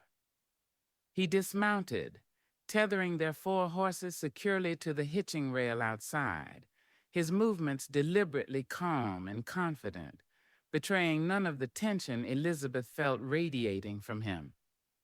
"Wait here," he instructed her quietly. "Keep watch." He turned and pushed through the mercantile door. Elizabeth remained with the horses, trying to look unassuming, her hand resting near the rifle still sheathed at her saddle, acutely aware of the appraising stares from the men lounging on the boardwalk or passing by.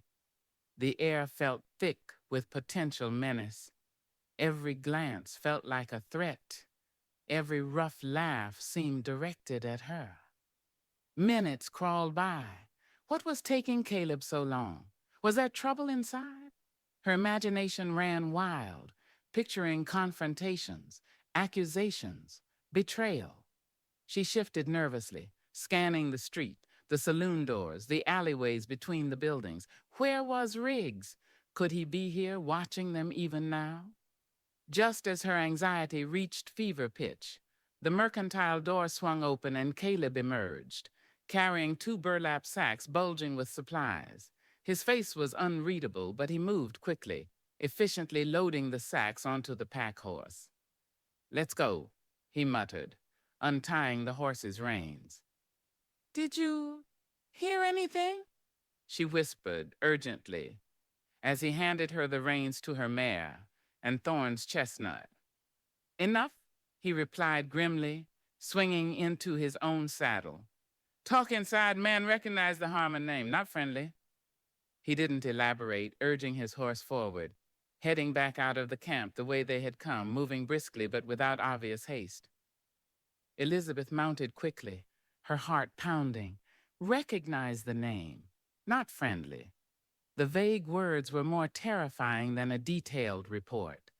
What history lay buried here? What trouble had the weight of his name stirred up? As they rode back up the muddy track, leaving the noise and stench of Aspen Gulch behind them, Elizabeth glanced back. Standing in the doorway of the saloon, partially obscured by the swinging doors, was a figure. A big man, bearded, wearing rough clothes. He was watching them leave, his expression hidden in shadow, but his posture was tense, watchful. It looked chillingly like Riggs. She quickly looked away, urging her horse forward, her blood running cold. Had he seen them? Recognized them? Or was it just a coincidence, another rough character in a camp full of them? The illusion of Aspen Gulch, as a place of potential respite, however slim, had been utterly shattered. It was a place of danger, hostility, and unwelcome recognition.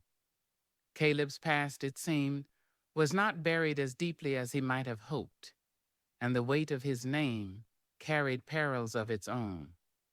As they rode back into the concealing silence of the forest, Elizabeth knew their flight had just become significantly more complicated, their path ahead even more uncertain. The sanctuary they sought seemed further away than ever, lost in the harsh, disillusioning reality of the frontier. Chapter 18. The Bitter Taste of Knowing.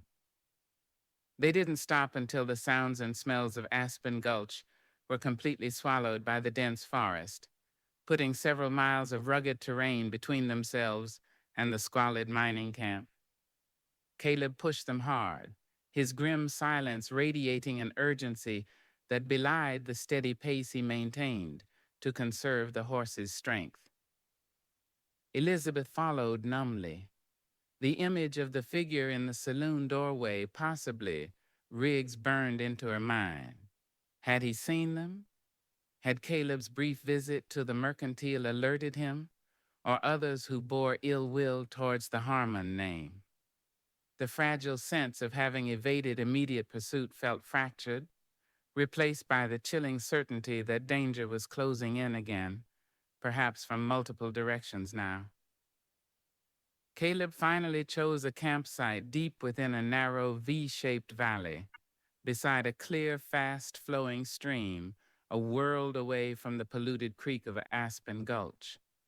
Towering pines and sheer rock walls enclosed the small hidden spot, offering excellent concealment and a measure of defensible ground. Though dusk was approaching, he insisted on building a proper fire this time, the need for warmth and a hot meal outweighing the risk of smoke after their brief, unsettling foray into the camp. He needed to restore their strength, physically and mentally, for whatever lay ahead. As Caleb efficiently built the fire and began preparing a meal from their newly acquired supplies flour for biscuits, salt pork, beans, Elizabeth sank onto a smooth, moss-covered rock near the stream, feeling the bone-deep weariness settle over her like a shroud. The encounter in Aspen Gulch, brief as it was, had stripped away another layer of illusion. There was no easy refuge, no simple escape. Her father's reach was long. Caleb's past held its own perils, and the wilderness itself remained an unpredictable, often brutal force. The weight of knowing her father wanted her dead, knowing Thorn had been his instrument, knowing Caleb's name carried its own dangerous legacy, knowing they were likely still pursued, felt immense, a bitter taste in her mouth that even the clean mountain air couldn't wash away. She watched Caleb move by the firelight, his profile etched against the flames, his movements economical and precise. He looked solid, capable, a man forged by this harsh land. Yet she saw the tension in the set of his shoulders, the constant, watchful sweep of his eyes scanning the surrounding darkness. He was carrying the weight, too, the weight of her danger added to his own. "What happened back there, Caleb?" she asked quietly, unable to bear the silence, the unspoken anxiety any longer. "At the mercantile. You said the man recognized your name?" Caleb paused in kneading the biscuit dough, his gaze distant for a moment before meeting hers across the fire. He wiped his flour-dusted hands on his buckskins, his expression grim. "Storekeeper? Downer? Knew my father, didn't like him." He spoke the words flatly, but Elizabeth heard the undertones, old resentments, unsettled scores, the lingering conflicts of the past reaching into the present. "Why?" Caleb shrugged, turning back to the dough, punching it down with unnecessary force. "Father. He wasn't always an easy man, lived between worlds, like I said, sometimes sided with the UTs against the miners when claims got jumped or treaties ignored. Sometimes enforced his own kind of law when the official kind was too slow or too crooked." He glanced up again, his gray eyes hard. "Made enemies. Downer was one of them. Lost a claim dispute years back, blamed my father." So the Harmon legacy wasn't just about trappers and passes, it was about conflict, judgment, taking sides in the brutal struggles that defined the frontier. Caleb wasn't just Jedediah's grandson, he was his father's son, inheriting not just the name, but the enmities that came with it. Aspen Gulch wasn't just dangerous because of potential pursuit by Riggs or her father's agents. It was dangerous because of ghosts from Caleb's own past. "Downer recognized you?" Elizabeth pressed gently. "Yeah," Caleb admitted reluctantly. "Looked right through me. Asked sharp questions. Where I'd come from, where I was headed, who—" His gaze flickered towards her. "Who I was traveling with." He picked up a piece of salt pork, slicing it viciously with his knife. Played dumb. Said I was just passing through, heading north for trapping season. Said you were my wife, looking for work cooking at a logging camp up that way. He snorted derisively. Don't think he bought a word of it. Eyes were like chips of ice, watching every move. The image sent a chill down Elizabeth's spine. The storekeeper hadn't just recognized the name. He had likely recognized the lie, sensed the desperation beneath their carefully constructed facade. And men like that, nursing old grudges in lawless places, they could be dangerous informants. If Riggs was indeed in the gulch, Downer might eagerly point him in their direction, perhaps for a price, perhaps simply out of spite. He warned me too, Caleb added, his voice low, tight with controlled anger. Said the Harmon name wasn't welcome in the gulch. Said there were folks around who still remembered old debts. Told me to move on quick if I valued my health. And yours? The warning was clear, chilling. They had walked into a hornet's nest, stirred up resentments that could prove just as deadly as her father's hired guns. The bitterness of knowing intensified, knowing that Caleb's very identity, the name she now clung to as a shield, was also a source of danger. I'm sorry, Caleb, she whispered, the words inadequate, but heartfelt. Bringing you into this, my problems, now your name. He stopped slicing the pork, looking at her directly, his expression softening almost imperceptibly.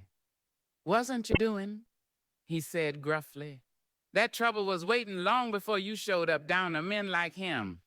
They feed on hate like buzzards on carrion. My name just gave him something to focus on. He paused, his gaze holding hers. Doesn't change anything. We stick to the plan. Lie low tonight, move fast tomorrow, get clear of this whole damn area.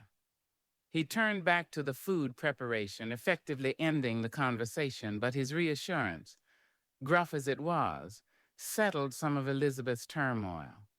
He wasn't blaming her. He accepted the added danger as part of the landscape, another obstacle to navigate. His loyalty, once declared, seemed absolute, encompassing not just her protection, but the shared burden of their intertwined perils. They ate the simple meal, hot biscuits, fried salt pork, beans in relative silence, the earlier tension replaced by a weary resignation and the quiet comfort of shared sustenance. The fire crackled cheerfully, casting dancing shadows on the rock walls enclosing their small haven. The stream murmured nearby, a soothing counterpoint to the vast silence of the surrounding wilderness. In the flickering firelight, the harsh realities seemed to momentarily recede. Elizabeth watched Caleb as he ate, his usual vigilance relaxed just slightly in the relative security of their hidden camp. She saw the lines of fatigue etched around his eyes, the way his shoulders slumped almost imperceptibly when he thought she wasn't looking. He carried so much his past, her present danger, the constant need for vigilance.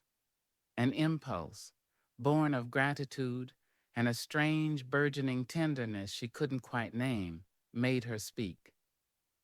Tell me about Willow Branch, she said softly, venturing onto the sacred ground of his past again, testing the boundaries.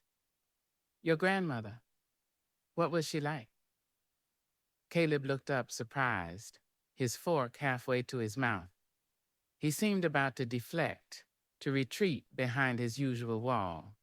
But then something shifted in his expression. Perhaps it was the shared meal, the firelight, the momentary reprieve from immediate danger, or perhaps the simple, genuine curiosity in her voice. He lowered his fork slowly, his gaze becoming distant, thoughtful. She was strong, he began, his voice low, hesitant at first, as if pulling memories from a deep, seldom visited well. Quiet strength, like the river stones, knew this land better than any man, knew the plants that healed, the ones that harmed, knew the ways of the animals, the turning of the seasons. A faint, almost imperceptible smile touched his lips, a rare softening of his features that transformed his face, making him look younger, less burdened. Grandfather Jedediah? He was loud, full of stories, restless like the wind. She was the calm center, the anchor. He picked up a small stone from the ground beside him, turning it over in his hand, much as he had done when first speaking of his grandfather. She taught my father, and he taught me how to listen, not just with your ears. Listen to the wind, the trees, the water. Listen to what the land tells you. It don't lie, like men do. He fell silent, lost in the memory, the firelight reflecting in his thoughtful eyes. Elizabeth listened, captivated, picturing the quiet Ute woman, the boisterous trapper, the boy caught between two worlds. It was a glimpse into the heart of his identity, the source of his deep connection to this wilderness, the roots of his resilience. She died young, Caleb said abruptly, the softness vanishing from his voice, replaced by a familiar flatness, a shutting down. Fever, white man's disease. Grandfather, he wasn't the same after. Stayed up here mostly alone. Died hunting the slopes near the pass that bears his name. The story ended there, stark and sorrowful. Another layer of the Harmon legacy revealed not just conflict, but loss. The tragic intersection of cultures leaving wounds that echoed down through generations. The bitterness of knowing settled over Elizabeth again, deeper this time, encompassing not just her own precarious situation, but the quiet sorrows carried by the man beside her. His solitude wasn't just preference. It was shaped by loss, by the painful history interwoven with his blood. He tossed the stone aside and began efficiently cleaning the tin plates, signaling the end of the conversation, the closing of the brief window into his past. Elizabeth didn't press further, respecting his need for boundaries, grateful for the glimpse he had allowed her. Later, as they settled into their bedrolls on opposite sides of the dying fire, the silence felt thick with unspoken emotions. The shared stories, the revelations of danger and betrayal, the moments of unexpected care, they had woven a complex tapestry between them. Elizabeth lay awake long after Caleb's breathing had evened out into what she hoped was actual sleep, though she suspected one part of him always remained alert. She thought about loyalty. Her father's loyalty was to his name, his fortune, his controlled commodities he valued above his own daughter's life.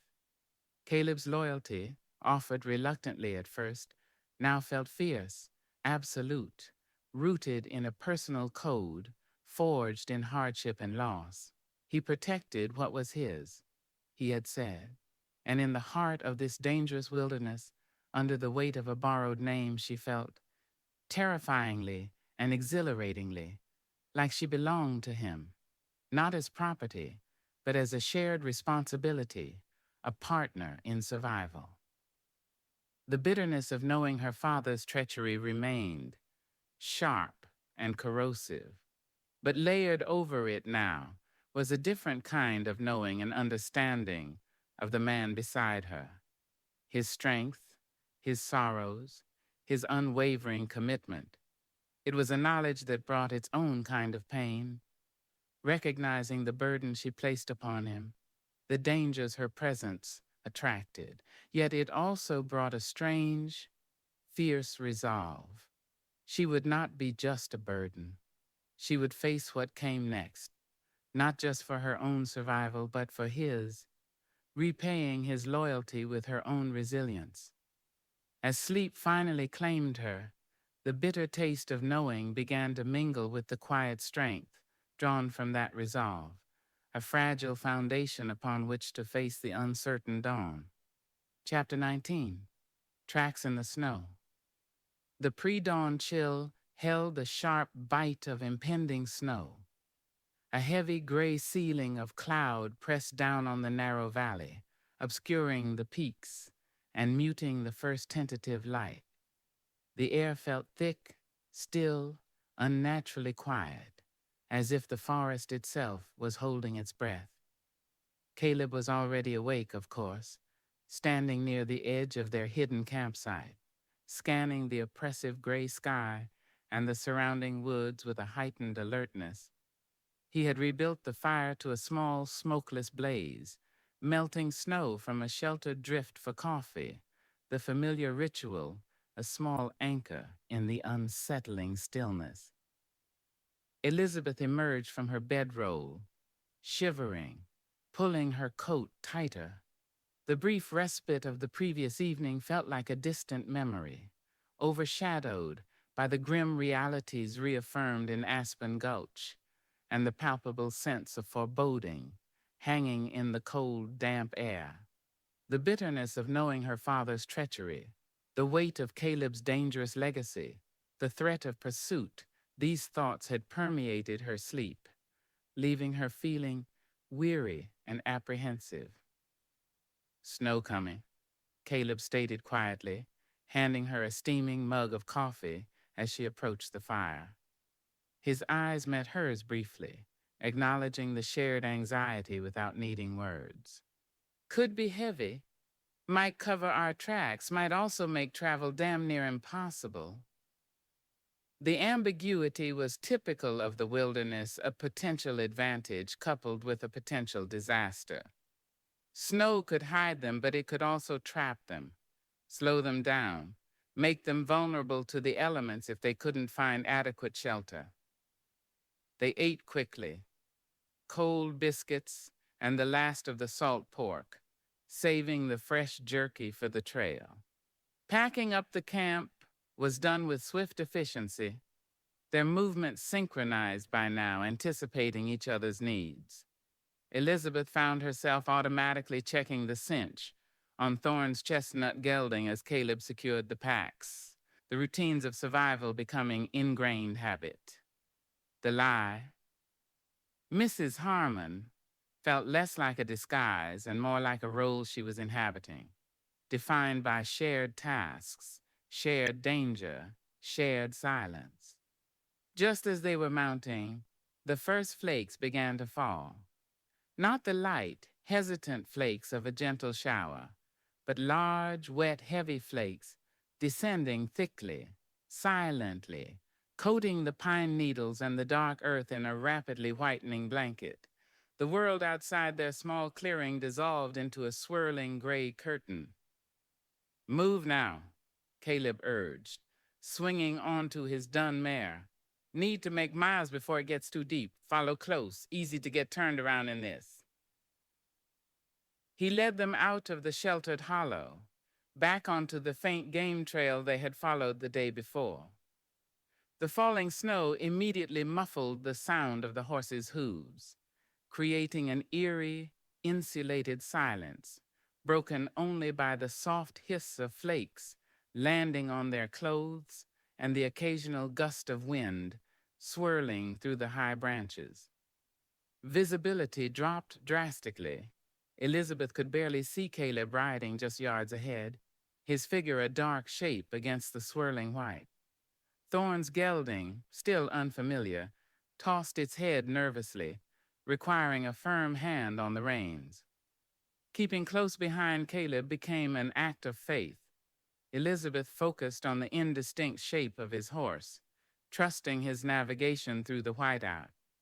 The trail itself quickly disappeared beneath the accumulating snow, forcing Caleb to rely entirely on his knowledge of the terrain, his reading of the trees, the slope of the land, the direction of the wind.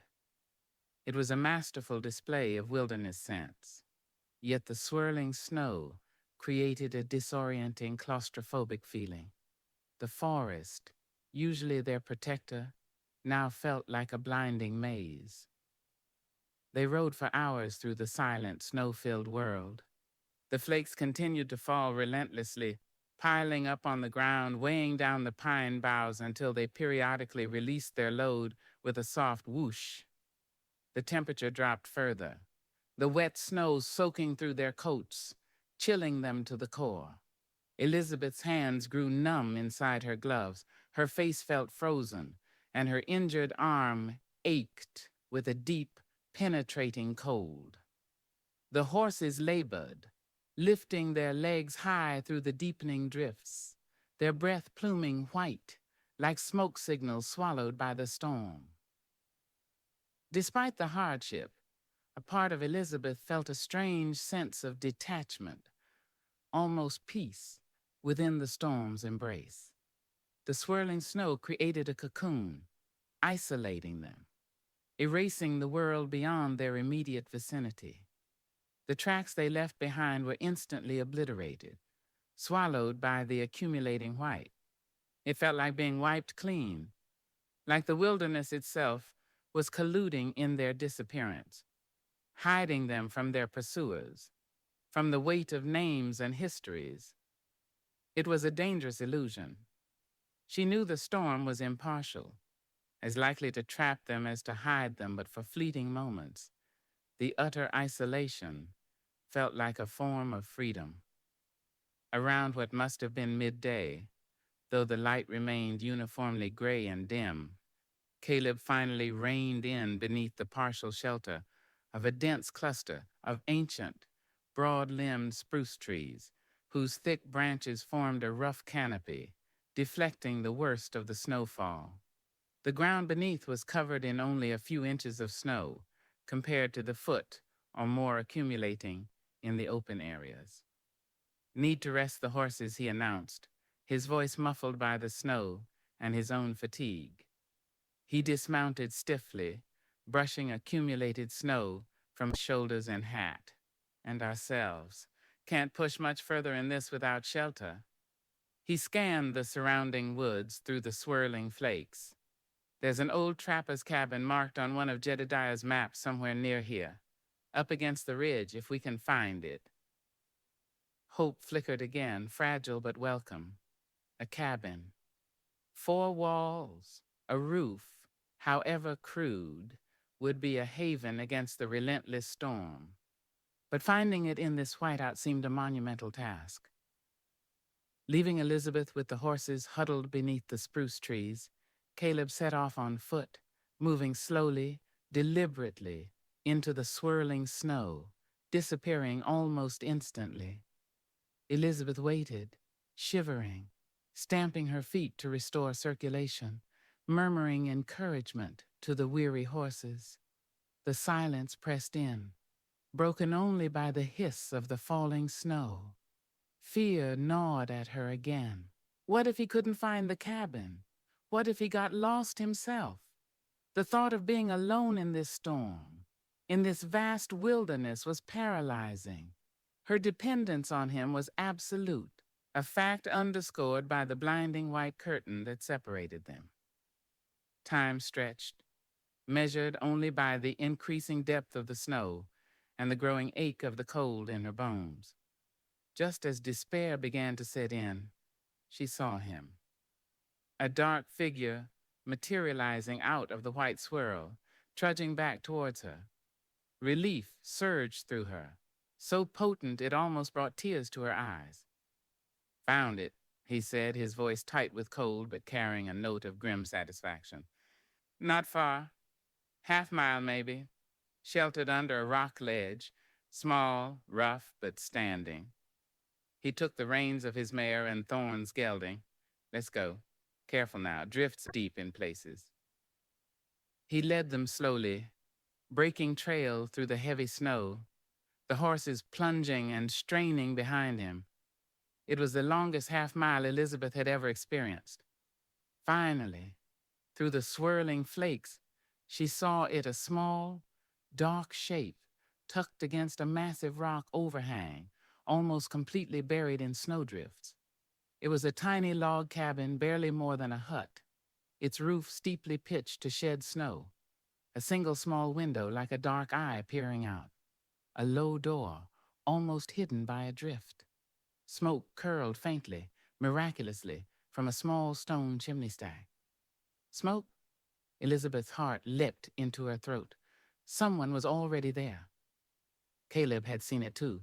He halted instantly, holding up a hand, his body tense, alert. He drew his rifle, motioning for Elizabeth to stay back with the horses, while he approached cautiously, moving like a shadow against the white landscape despite the deep snow. He reached the side of the cabin, pressing himself against the rough logs near the small grime-coated window, peering inside. After a moment, he lowered his rifle slightly, seeming to relax fractionally. He turned and beckoned for Elizabeth to come forward. Leading the horses, she floundered through the deep drift near the door. Caleb pushed the low, rough-hewn wooden door open, revealing a small, dim interior filled with the welcome warmth and flickering light of a small fire burning in a crude stone hearth. Huddled near the fire, wrapped in ragged furs, sat an old man. He was incredibly ancient, his face a roadmap of deep wrinkles, his skin like tanned leather stretched taut over high cheekbones. Long, thin braids of white hair framed his face. His eyes, dark and surprisingly sharp, fixed on Caleb as he entered, then shifted to Elizabeth, taking in her appearance, her exhaustion, her presence beside Caleb. He showed no surprise, only a kind of quiet, knowing acceptance. He looked Ute. Anak, Caleb said, his voice rough with surprise and something akin to reverence. He dipped his head slightly, a gesture of respect Elizabeth had never seen him offer anyone. The old man nodded slowly, a faint smile touching his wrinkled lips. Caleb, son of Thomas, he replied, his voice thin and reedy but clear. The storm brings you and company. His dark eyes lingered on Elizabeth again, perceptive and disconcertingly wise. This is Elizabeth, Caleb introduced her, hesitating only slightly over her name, dispensing with the Harmon alias in the presence of this man who clearly knew his true heritage. We seek shelter from the storm, Anuka. The mountain shelters all who respect her, the old man replied cryptically. He gestured towards the hearth with a frail, bony hand. There is warmth. Little food, but warmth. Bring your horses close under the ledge. They suffer too. While Caleb efficiently saw to the horses, finding meager shelter for them against the rock face near the cabin, protected by the deep overhang, Elizabeth stepped fully inside, drawn towards the fire's warmth. The cabin was tiny, perhaps 10 feet square. The floor was packed earth, the walls rough logs chinked with mud and moss. Bunches of dried herbs hung from the low rafter, filling the small space with a complex, earthy aroma mixed with wood smoke. A pile of furs served as a bed in one corner. It was primitive, ancient, yet felt imbued with a deep sense of peace, a stark contrast to the turmoil outside and the harshness of Aspen Gulch. Anouk watched her with his unnervingly sharp eyes. You travel far, daughter, he observed quietly. Carry heavy burdens. It wasn't a question, but a statement of fact. Elizabeth could only nod, suddenly overwhelmed by the warmth, the unexpected sanctuary, the old man's quiet perception. Tears pricked her eyes, blurring the flickering firelight. Caleb returned, shaking snow from his coat. He spoke briefly with Anouk in low tones, a language Elizabeth didn't understand, Ute, she presumed. The old man listened, nodded occasionally, his expression calm, accepting. It was clear there was a deep history, a profound respect between them. Caleb was not just Harmon here. He was also the grandson of Willow Branch, connected to this man, this place, by bonds of blood and shared understanding that transcended the conflicts of the outside world. After a few minutes, Caleb turned back to Elizabeth. Anuc offers his shelter, says the storm will last through the night, maybe longer. We rest here. He looked relieved, the deep lines of exhaustion on his face softening slightly in the warm firelight. Relief washed over Elizabeth, too, potent and complete. Shelter. Safety, at least for now. They were hidden by the storm, shielded within these ancient walls, watched over by a man who seemed as old and enduring as the mountains themselves. As the afternoon faded into a long, snow-bound evening, they huddled near the hearth. Anuc shared his meager provisions, some dried berries, a tough piece of smoked fish. Caleb added their own supplies, making more biscuits, brewing coffee. They ate in a comfortable silence, the only sounds the crackling fire and the muffled roar of the wind and snow outside. Later, Anuc spoke again, his gaze fixed on the flames. He spoke of the changing seasons, of the deep snows that came to cleanse the land, of the spirits of the mountains, who watched over those who walked with respect. He didn't ask about their journey, their troubles, seeming to understand without needing words. His presence was calming, grounding, offering a perspective that dwarfed their immediate fears. Elizabeth found herself studying the old man, this link to Caleb's maternal heritage, to Willow Branch. He embodied a resilience, a connection to the natural world that felt profound, timeless. It was the antithesis of her father's world, built on power, control, and manufactured status. Here, strength came from acceptance, from understanding the rhythms of the land, from enduring. As the fire burned low, Anuc gestured towards the pile of furs. Rest, daughter. You too, Caleb. The mountain holds you safe tonight. Caleb hesitated, looking at Elizabeth, then at the single sleeping space. Anuc simply smiled his knowing smile. Share the warmth. The cold seeps deep tonight. There was no awkwardness, only practicality. Caleb added wood to the fire, ensuring it would burn slowly through the night, then settled onto the furs near the wall. Elizabeth, after a moment's hesitation, lay down near the edge, pulling a heavy buffalo robe over herself. The space was small, their bodies close but not touching. Yet the shared warmth, the sense of sanctuary within the storm-lashed cabin, the quiet breathing of Caleb beside her, and the old man near the hearth, created an unexpected intimacy, a fragile peace. Sometime deep in the night, Elizabeth woke briefly. The fire had burned down to embers, casting a faint red glow. Outside, the wind howled, rattling the small cabin. She shivered, despite the furs. Beside her, Caleb stirred. He reached out, not touching her, but gently pulling the heavy buffalo robe more securely around her shoulders, ensuring she was covered. It was a simple gesture, protective, almost unconscious, yet it spoke volumes. She lay still, feigning sleep, her heart beating softly against her ribs, in the heart of the storm, sheltered in a forgotten cabin, under the watchful eye of an ancient Ute. The lines continued to blur. Protector and protected, Harmon and Covington, man and woman. As she drifted back to sleep, cocooned in warmth and the fragile sense of safety, she knew the tracks they had left in the snow were disappearing. But the tracks being laid upon her heart, upon their intertwined fates, were growing deeper, more indelible, leading towards an unknown destination where illusions would shatter completely, and the true cost of loyalty, and perhaps even love, would finally be reckoned. Chapter 20, Before the Thaw. Time lost its sharp edges within the confines of the snowbound cabin.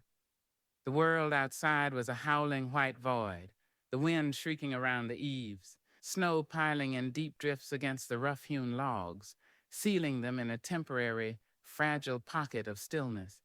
Inside, the air was thick with the scent of wood smoke, drying herbs, old furs, and the unfamiliar but not unpleasant smell of close human proximity. The tiny fire in the stone hearth was the heart of their small universe, its flickering light casting dancing shadows on the log walls, illuminating the three figures huddled near its warmth. Elizabeth felt suspended, caught in a strange interlude between the violence behind them and the uncertainty ahead.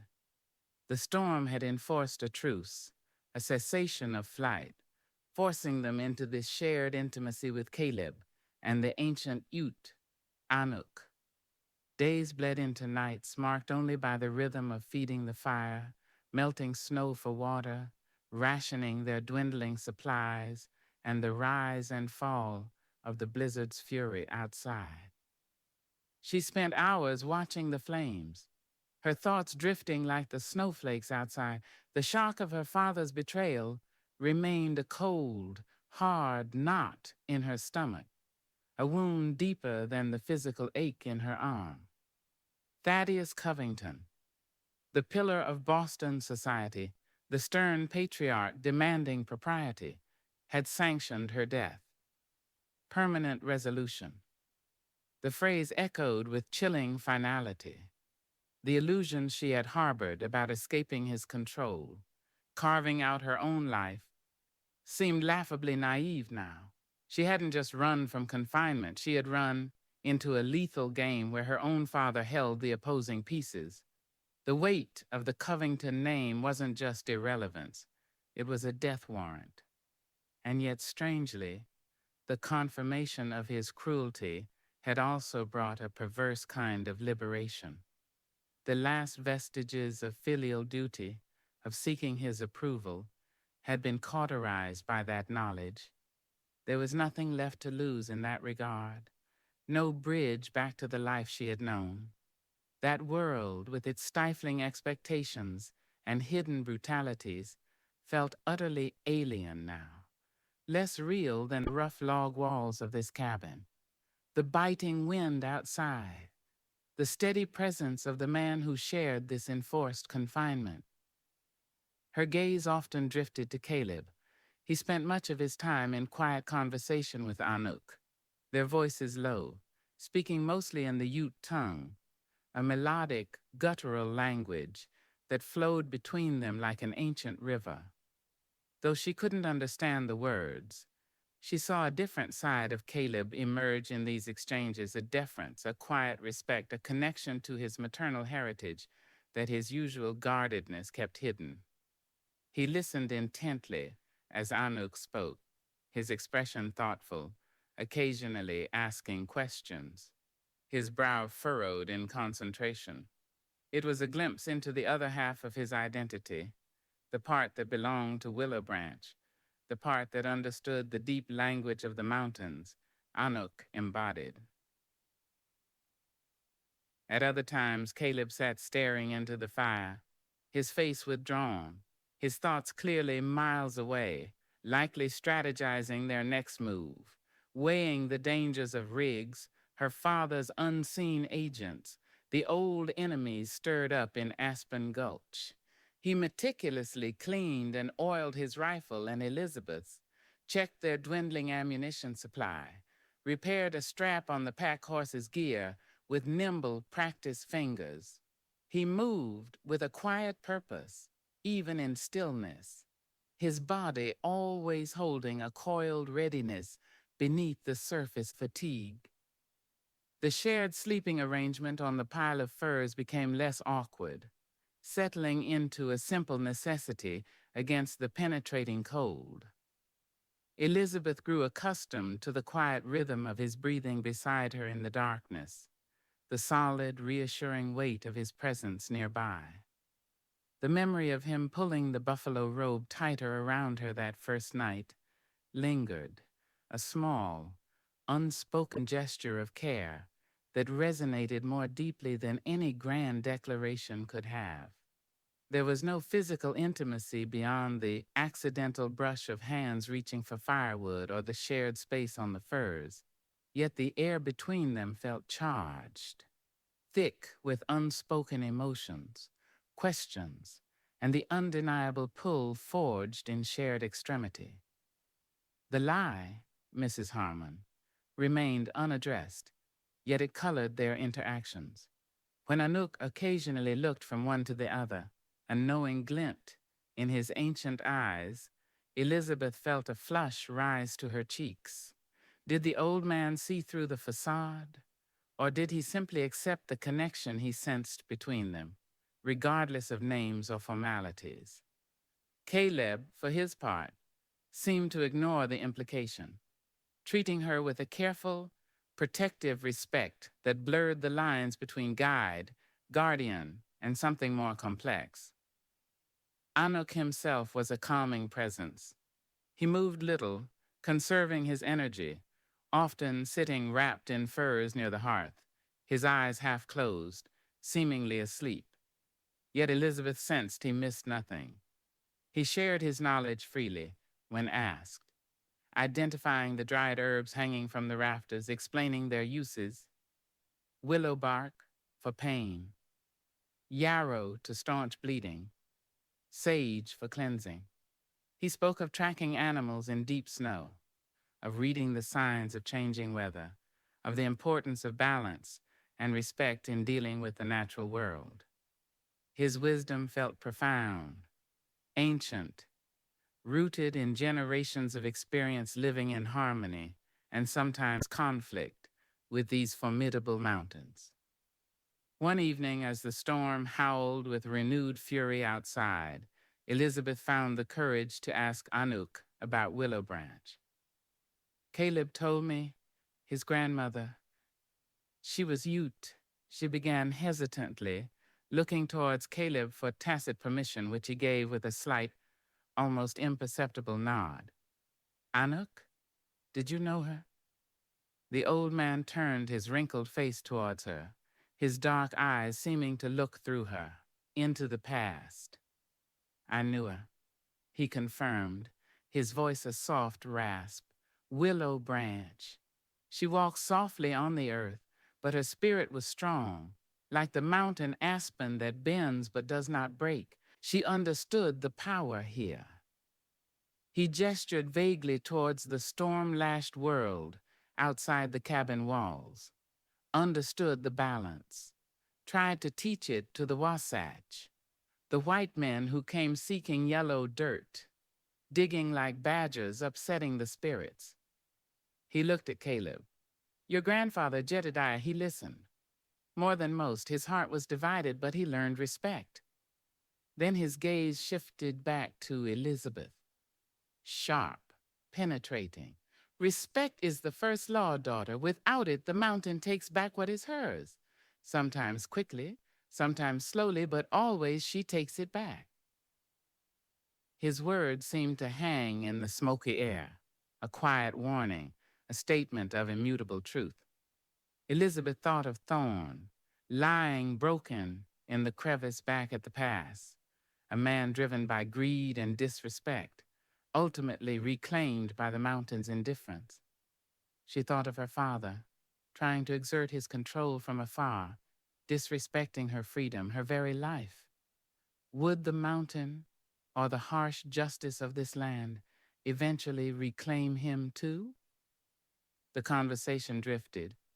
Anouk, sharing fragments of Ute lore, stories of trickster coyotes, powerful bear spirits, and the importance of dreams. Caleb listened intently, occasionally adding a detail or asking a question in Ute, translating snippets for Elizabeth. It felt like being allowed into a hidden world, a perspective utterly removed from the drawing rooms and ambitions of Boston. Here, wealth and status meant nothing. Wisdom, resilience, and respect for the powerful forces governing life and death were the true currencies. During these stolen hours by firelight, Elizabeth felt a profound internal shift. The shattered illusions about her father, her past life, her naive quest for freedom were being replaced by something harder, clearer. She saw the world and her place in it with new eyes. Survival was paramount, yes, but it wasn't just about enduring the physical hardships. It was about finding an inner resilience, a core strength she hadn't known she possessed. It was about understanding the complex web of loyalties and betrayals that defined human interaction, both in the civilized world and here on the raw frontier. It was about recognizing the weight of choices, the cost of actions. She also recognized the growing depth of her feelings for Caleb. It wasn't the fluttery infatuation of her youth, nor the calculated assessment of suitable partners ingrained by her upbringing. It was something deeper, quieter, more elemental. A respect for his strength and competence, an empathy for his hidden sorrows, a fierce gratitude for his unwavering protection, and an undeniable physical awareness that hummed beneath the surface of their enforced proximity. She knew it was dangerous, complicated, perhaps impossible, given their disparate backgrounds and the threats they faced. But trapped in the cabin, cocooned by the storm, the feeling grew, undeniable as the howling wind outside. Did Caleb feel anything similar? He remained an enigma, his emotions closely guarded, yet she saw it sometimes in the brief intensity of his gaze when he thought she wasn't looking, in the instinctive way he protected her, in the softening of his features when speaking with Anuk about his heritage. He was a man torn between worlds, burdened by his past, wary of connection, yet the shared ordeal was undeniably forging a bond between them, whether he acknowledged it or not. On the morning of what they guessed was their third day in the cabin, something changed. The relentless howl of the wind began to lessen. The furious drumming of snow against the small window softened. A different quality entered the light, filtering through the grime, still gray but brighter, less oppressive. Caleb rose and went to the door, pushing it open against the deep drift outside. A blast of frigid air swirled in, carrying fine, powdery snow. He stepped out, scanning the sky, the surrounding landscape now visible beneath a thick, pristine blanket of white. The snowfall had stopped. The clouds were beginning to break apart, revealing patches of pale, watery blue sky far above the storm was passing. He came back inside, brushing snow from his coat, his expression thoughtful, already shifting from the mode of waiting to the mode of action. "Storm's breaking," he announced, his voice practical, signaling the end of their interlude. "Sky's clearing to the west. It'll be slow going through these drifts, but we need to move. Can't risk lingering once travel's possible again." The fragile peace of the cabin shattered. The outside world, with its dangers and uncertainties, rushed back in. Riggs, her father's agents, Downer and his grudges in Aspen Gulch. The thaw was coming, literally and metaphorically. The temporary sanctuary was ending. Elizabeth met Caleb's gaze across the small space. The unspoken understanding was clear. Their stolen hours were over. It was time to face the wilderness again. Time to confront whatever lay waiting for them beyond the receding storm. The tracks in the snow had been covered, but the path ahead remained fraught with peril, and the choices they made now, before the full thaw set in, would determine their fate. The bitter taste of knowing returned, sharper now, laced with the cold reality of renewed flight and the undeniable weight of their intertwined destiny. Chapter 21, Where Rivers Run Red. Leaving the improbable sanctuary of Anuk's snowbound cabin felt like stepping from a dream back into a harsh, waking reality. The air was brittle, intensely cold, the newly washed sky a piercing, high-altitude blue that offered no warmth. Beneath it, the world lay transformed, draped in a thick, pristine blanket of white, beautiful, yet treacherous. The silence was profound, broken only by the crunch and flounder of the horses wading through the deep snow and the occasional soft whoosh as burdened pine boughs released their loads. Elizabeth rode bundled deep in her coat, her face numb, her breath pluming white. The interlude in the cabin, the shared warmth, the quiet wisdom of Anuk, the unexpected moments of connection with Caleb, it all felt fragile, ephemeral, like the brief clearing of the storm itself. Now, the familiar tension returned, coiling tight in her stomach. They were exposed again, their passage marked, however temporarily, by the deep troughs their horses plowed through the drifts. The knowledge gained of her father's lethal intent, of Caleb's fraught legacy, cast long, dark shadows even in the bright, snow-reflected light. Caleb led the way, breaking trail, his dun mare laboring through the heavy drifts. He moved with a grim, relentless determination, his gaze constantly sweeping the white landscape, reading the subtle contours hidden beneath the snow, watching for signs of danger, navigating by instinct and long experience. Thorne's chestnut gelding, now carrying a share of the packs, followed more easily in the broken path, but Elizabeth's mare and the original pack horse struggled, requiring constant encouragement. Progress was exhausting, achingly slow.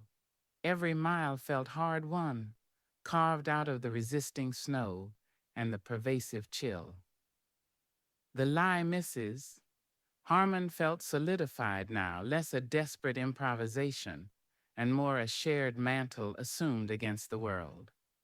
Caleb hadn't referred to it again, nor had he used her first name since the night after the pass, maintaining a careful, protective distance.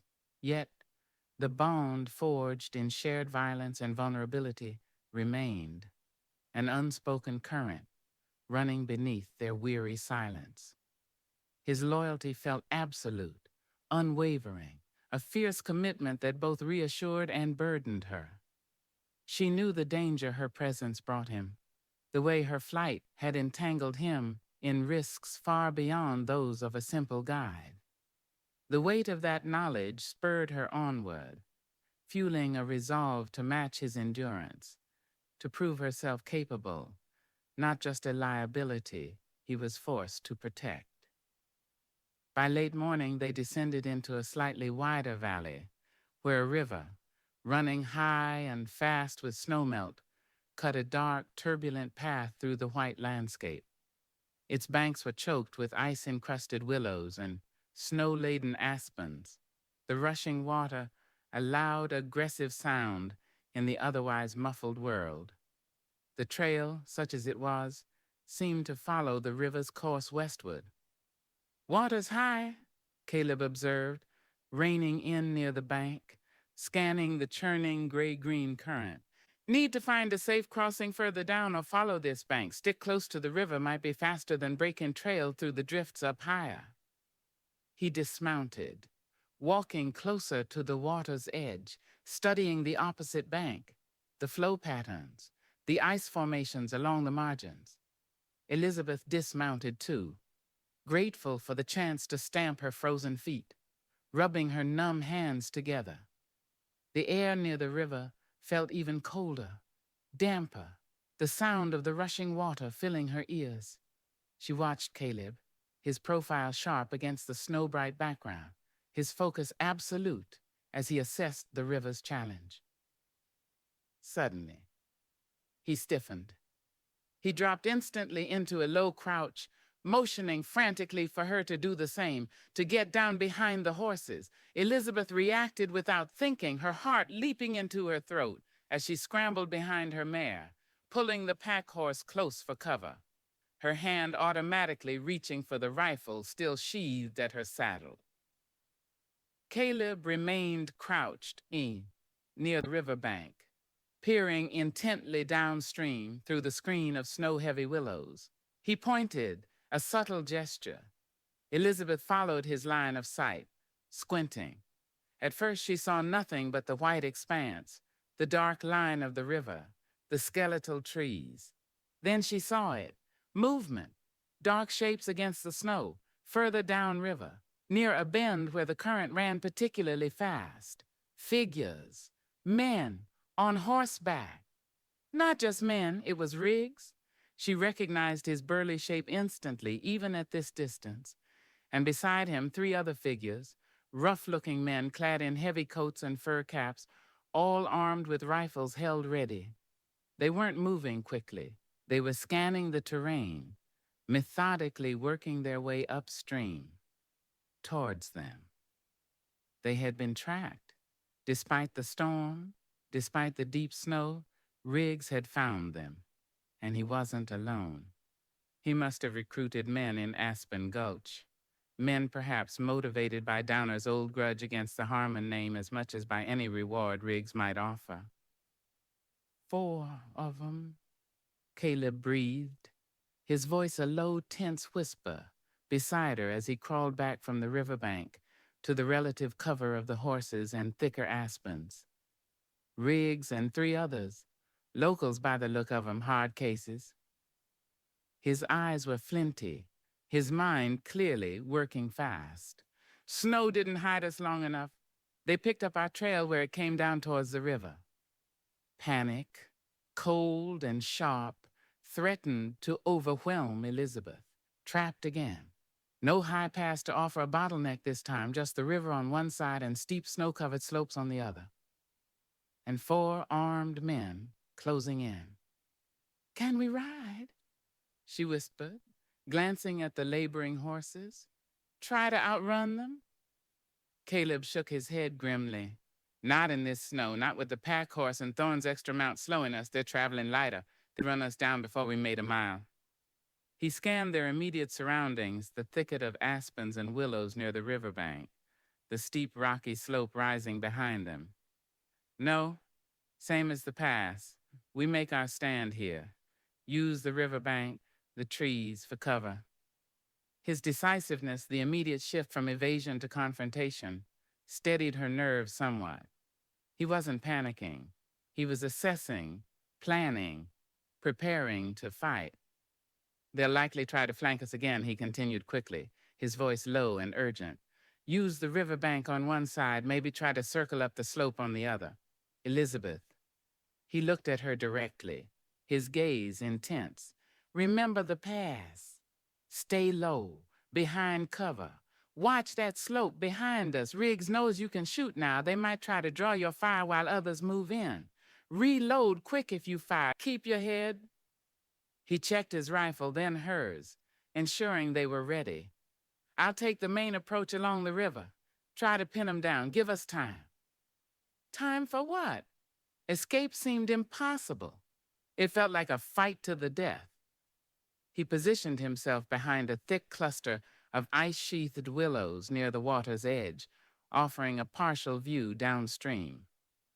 Elizabeth led the horses further back, into the denser stand of aspens, tethering them quickly before taking cover behind a thick snow-dusted log, her rifle resting on its rough bark, her gaze fixed on the wooded slope, rising steeply behind Caleb's position.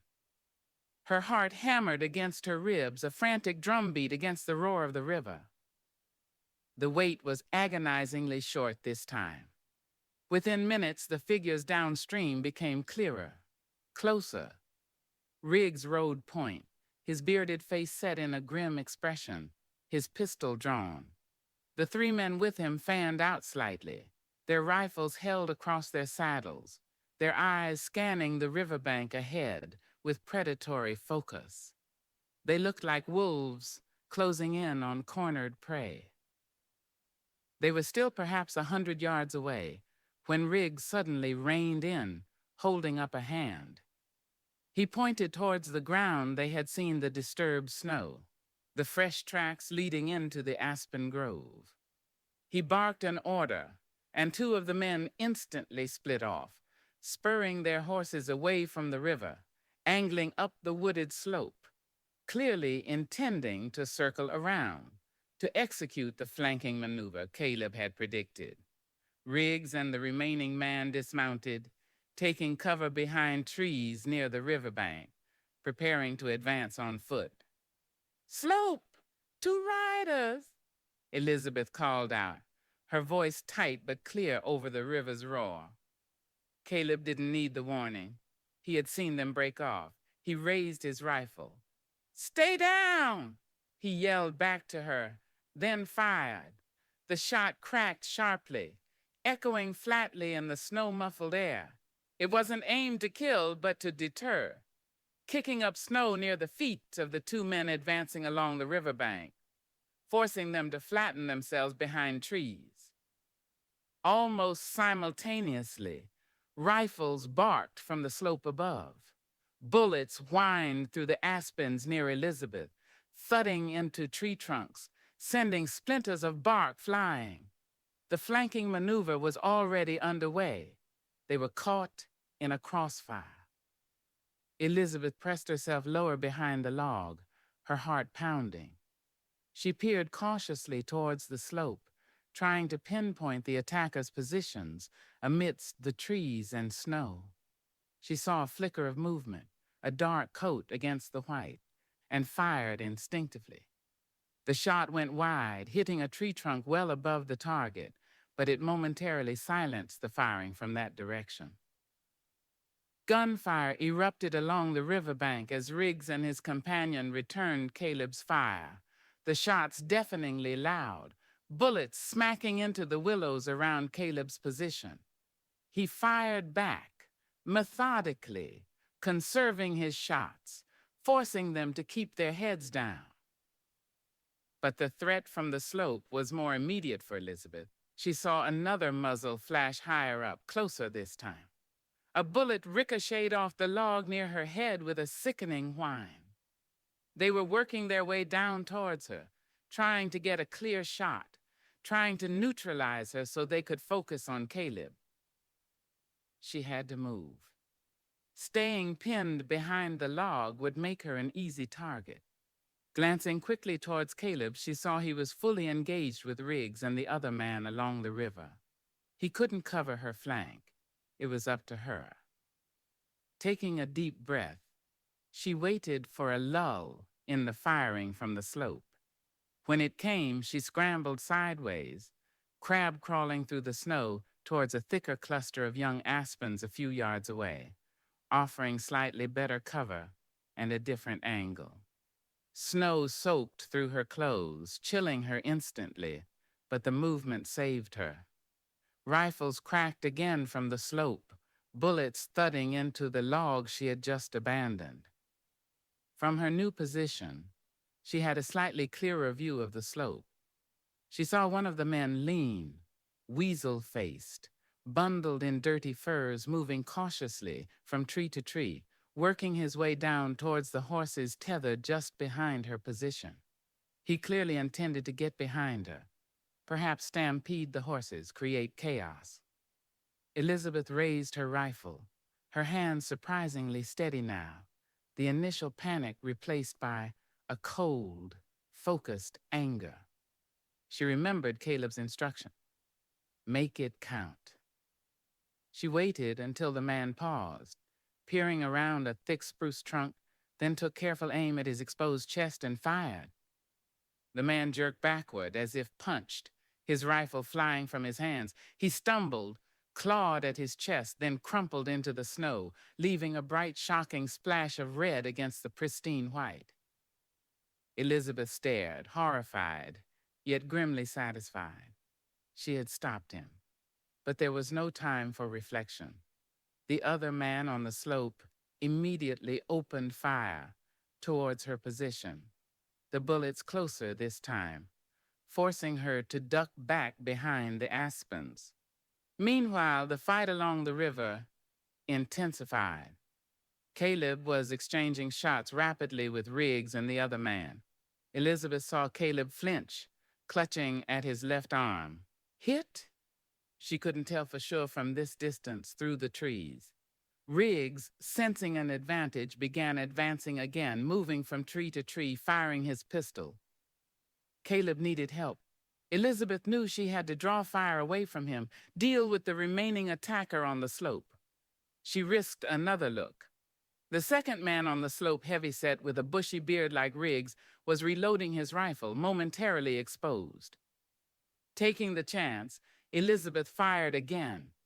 The shot missed, hitting the tree beside him, but it achieved its purpose. He cursed loudly and scrambled back behind better cover, his attention now firmly fixed on her. This gave Caleb the opening he needed. With Riggs advancing and the other man pinned down by Elizabeth's shot, Caleb focused his fire on Riggs' companion. A strangled cry echoed from the riverbank, followed by silence from that direction. One down. Riggs, realizing he was now alone on the riverbank approach, hesitated. He glanced towards the slope where his two flankers were supposed to be closing in, only to see one lying still in the snow, and the other pinned down by Elizabeth's fire. He snarled, firing a wild shot towards Caleb's position, then began backing away, retreating downstream, clearly deciding the odds had turned against him. But the man on the slope wasn't giving up. He fired again towards Elizabeth, the bullet ripping through the branches just above her head. She ducked instinctively, then returned fire, aiming for the sound and the muzzle flash. A yell of pain answered her shot, followed by the sound of someone crashing through the undergrowth, retreating back up the slope. Silence fell again, abrupt, shocking, broken only by the roar of the river, the heavy panting of Elizabeth's own breath, and a low groan from Caleb's direction. Elizabeth scrambled towards him, floundering through the snow. "Caleb, are you hit?" He was leaning against the willows, pressing his hand against his left shoulder, blood seeping between his fingers, staining the snow beneath him crimson. His face was pale, tight with pain, but his eyes were clear, alert. "Flesh wound," he gritted out, his gaze already scanning the woods where Riggs had retreated, the slope where the last attacker had fled. "Caught a piece of bark, maybe, or a ricochet, not deep." He looked towards the still figure of the man Elizabeth had shot on the slope, then towards the unseen body of the man he had taken down by the river. "Two down. Riggs and the other one fled. Two dead. Two escaped." Elizabeth looked at the blood staining the snow around Caleb, the stark red splash near the fallen man on the slope, the dark, turbulent river rushing past. Where rivers run red, the chapter title echoed with chilling accuracy. Caleb pushed himself upright, wincing. "We need to move. Now, before Riggs circles back or brings others." He looked at Elizabeth, his gaze intense, acknowledging the brutality they had just shared, the lines they had both crossed. "Can you manage?" Elizabeth nodded, though she felt numb, shaky. She looked at her hand, steady now, but she remembered the recoil, the sight of the man falling. She had taken a life to save Caleb's, to save her own. The illusion of the protected Eastern lady was not just shattered. It was annihilated, replaced by the grim reality of a survivor stained by violence. Caleb quickly retrieved the rifle dropped by the man Elizabeth had shot, checking it briefly before slinging it over his good shoulder. He didn't search the bodies. There was no time. They gathered the horses, including Thorne's chestnut, their movements hurried, desperate. As they mounted, preparing to push further into the wilderness away from the blood-soaked ground, Caleb looked back towards the river, his expression unreadable. The fight had been won for now. They were alive, but the cost was high, etched in the blood staining the snow, the bodies left behind, the wounds they carried visible and invisible. The thaw was coming, but the path ahead led deeper into a landscape where survival was measured in heartbeats, and the rivers sometimes ran red with the price of passage. Their fragile sanctuary was gone, replaced by the cold, hard certainty of the hunt. Chapter 22. The Price of Dawn. Flight was a raw, ragged tearing through the snow-laden wilderness. The gunshots still echoed in Elizabeth's ears, phantom sounds overlaid on the desperate panting of the horses and the grim silence of the man riding beside her. Caleb slumped slightly in the saddle, his left arm held stiffly against his side. The dark patch of blood on his buckskin shoulder, a stark, terrifying focal point against the overwhelming white landscape. Every jolt seemed to send a wave of pain through him, visible in the tightening of his jaw, the gray pallor beneath his tan. Yet he pushed onward relentlessly, his eyes scanning the back trail, searching for any sign of Riggs's return. Elizabeth rode close beside him, her earlier numbness replaced by a fierce protective anxiety. Her own fear was a cold knot, but it was overshadowed by the immediate, visceral fear for him. The roles had subtly, yet profoundly reversed. He was wounded, vulnerable, and while still guiding their path, his usual formidable self-sufficiency was compromised. She found herself scanning the terrain with an intensity that mirrored his own, watching not just for pursuit, but for obstacles he might not see, for smoother paths to ease his passage. She was no longer just the passenger on this desperate journey. She was co-navigator, lookout, and caregiver. They pushed westward, away from the river of blood, following the path of least resistance through the deep snow, aiming for the relative anonymity of the broken, timbered country ahead. Thorn's chestnut gelding, riderless now but carrying essential supplies, shifted from the pack horse, kept pace, a constant grim reminder of the violence at the pass, the weight of the extra animal, the need to break trail through the heavy snow, and Caleb's injury slowed them considerably. Every delayed mile felt like borrowed time Riggs might be using to regroup, to gather reinforcements, to close the distance. After what felt like an eternity, but was likely only 2 or 3 hours of grueling travel, Caleb swayed dangerously in the saddle, his face ashen. "Need to stop," he gritted out, his voice strained. "Clean this wound proper before it gets worse." He guided them off the faint trail into a dense thicket of spruce, finding a small, sheltered depression almost invisible from even a short distance away. Dismounting, he leaned heavily against his horse, breathing shallowly, sweat beading on his brow despite the biting cold. Elizabeth slid from her saddle, rushing to his side. "Let me help."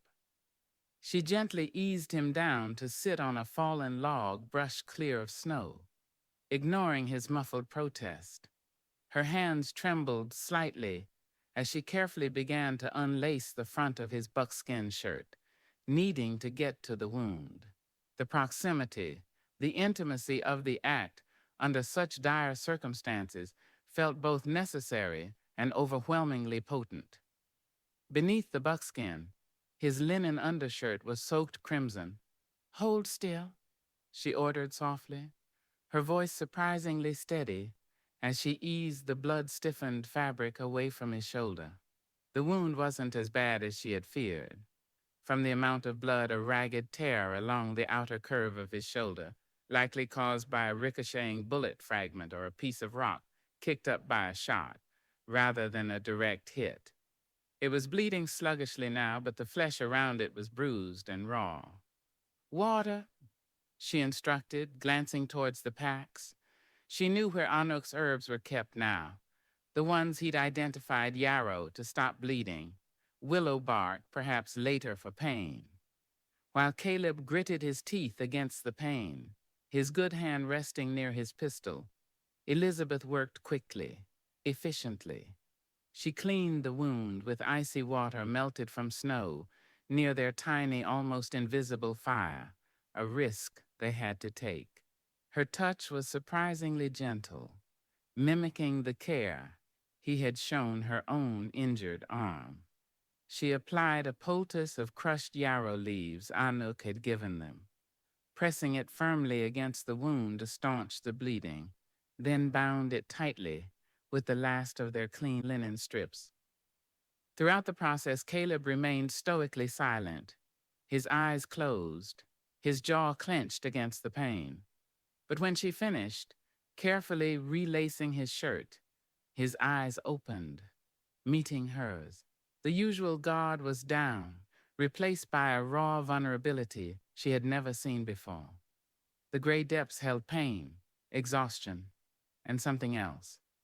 A flicker of surprise, perhaps, at her competence, her steady hands. "Thank you, Elizabeth," he murmured, the name slipping out again, soft, unguarded. "Rest now, Caleb," she whispered, pulling a spare blanket from the packs and draping it around his shoulders. "Just for a little while, I'll keep watch." He didn't argue. He leaned back against the log, closing his eyes again, the lines of pain slowly easing from his face as exhaustion claimed him. Elizabeth took her rifle and moved to the edge of the thicket, positioning herself where she could see the back trail, her senses straining against the profound silence of the snow-covered forest. The weight of responsibility settled fully upon her. Caleb was relying on her now, not just for vigilance, but for his very well-being. The pampered heiress who couldn't tighten a cinch strap seemed like a character from someone else's life. Here now she was the watcher, the protector. The transformation felt complete, forged in fire and blood, sealed by necessity and a loyalty that ran deeper than any name. An hour passed in tense silence. The sky remained overcast, threatening more snow. The forest held its breath. Elizabeth scanned the trees, the drifts, listening for any sound beyond the wind's soft sigh.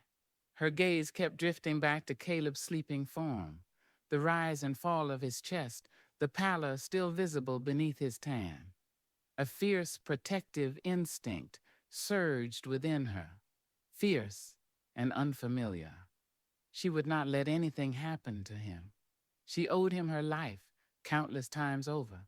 More than that, she cared for him deeply, irrevocably. The realization, stark and undeniable in the cold silence, was both terrifying and strangely clarifying. Suddenly, a flicker of movement caught her eye, far back along the trail they had made. Dark shapes against the snow. Horses, riders. Her heart leapt into her throat. Riggs! He hadn't given up. He was still coming, and he looked closer than she expected. How many? She strained her eyes, counting 1, 2, 3, only 3 this time. Had the man she'd wounded on the slope turned back or died? It didn't matter. 3 armed men, led by the vengeful Riggs, were closing in on their position, while Caleb was wounded, weakened. She scrambled back to Caleb, shaking his good shoulder gently but urgently. "Caleb, wake up! Riders coming! 3 of them! Riggs is leading!"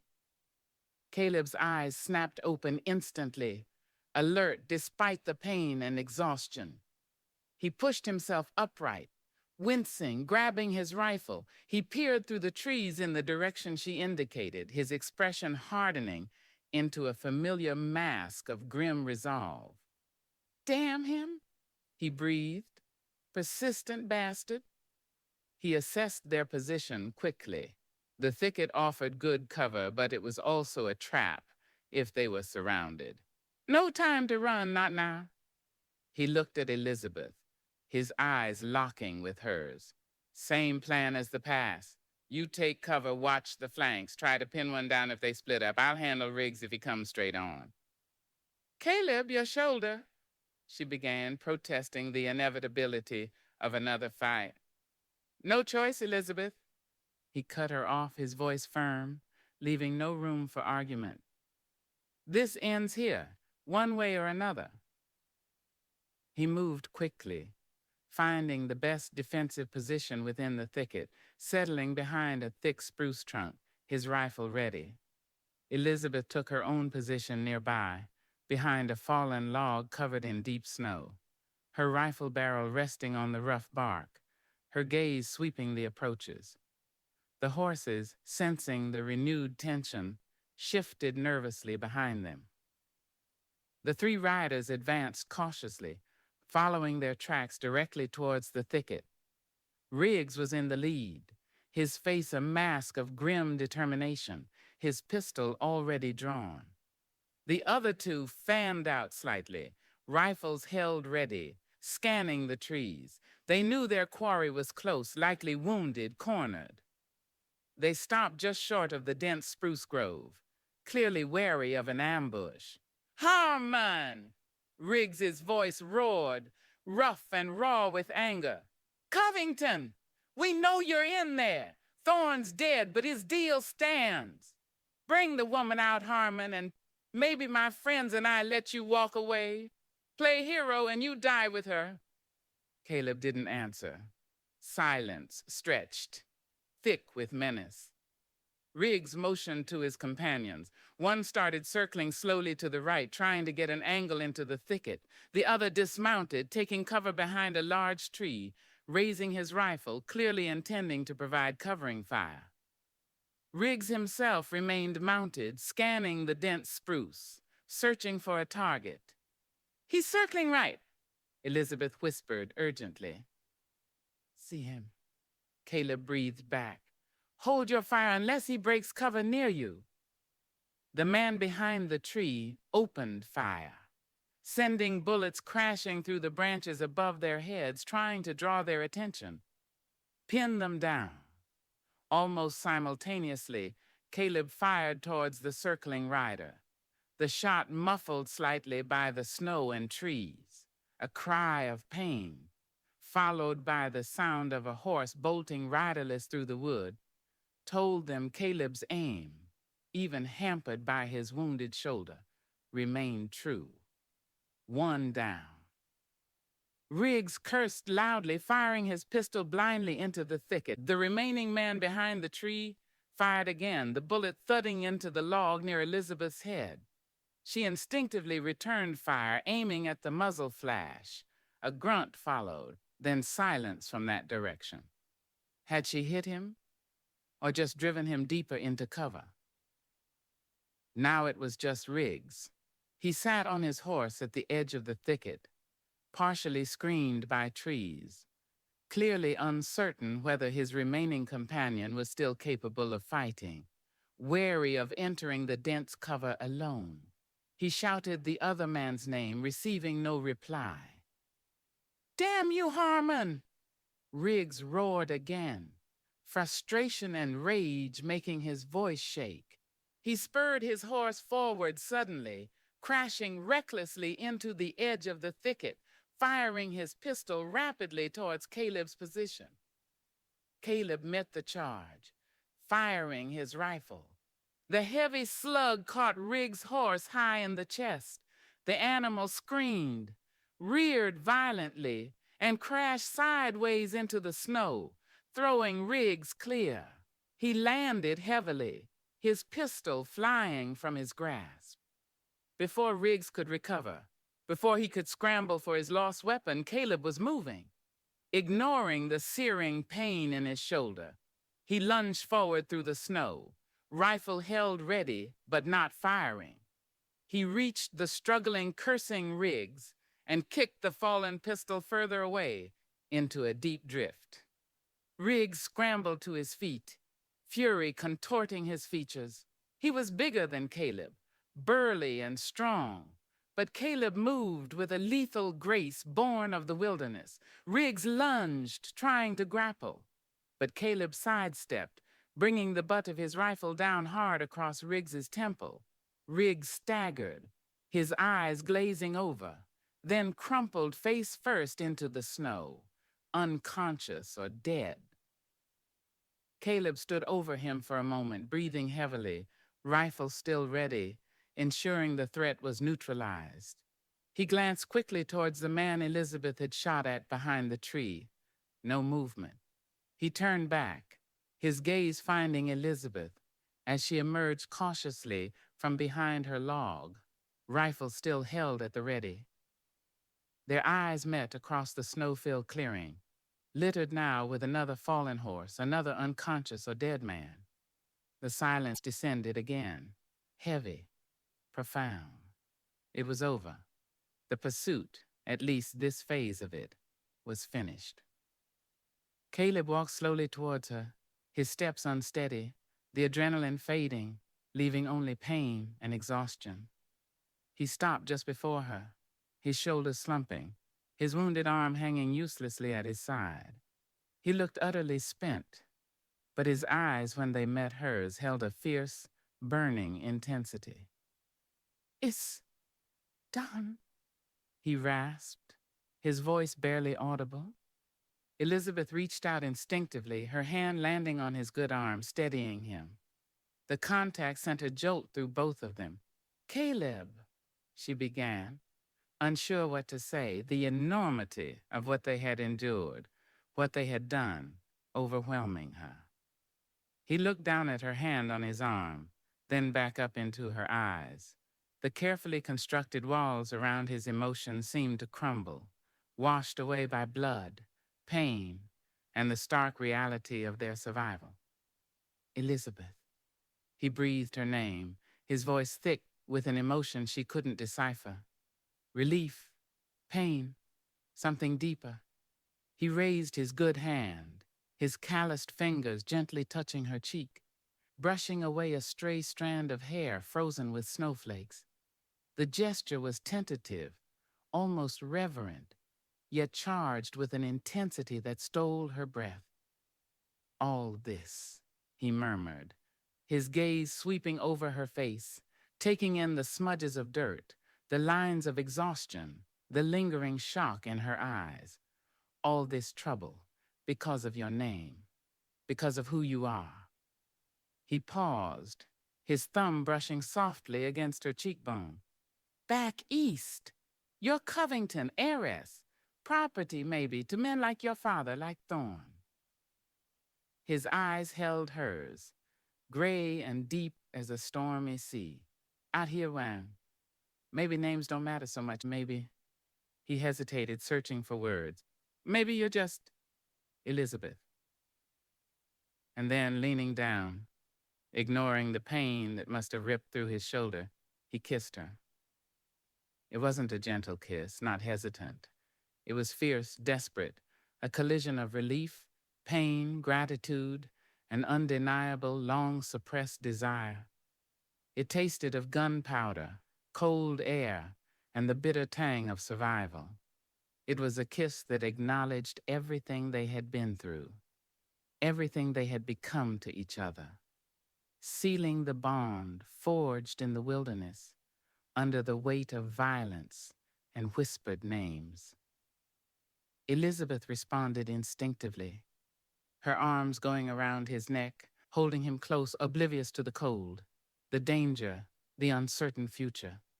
In that moment, nothing else existed but the solid reality of him, the surprising heat of his mouth, the raw, undeniable truth of their connection. When the kiss finally broke, they stood clinging to each other for a moment, breathless, the silence of the forest pressing in around them. Caleb rested his forehead against hers, his breathing ragged. "The lie," Elizabeth whispered, her voice trembling slightly, needing clarification, needing to understand what this meant. "Mrs. Harmon." He pulled back slightly, looking down at her, his expression serious, vulnerable in a way she'd never seen. "Maybe it don't have to be a lie, Elizabeth," he said quietly, his voice rough with emotion. If you choose it, being Harmon ain't easy, carries its own ghosts, its own dangers. And your father, he won't stop looking. He shook his head slightly. Ain't much of a future I can offer.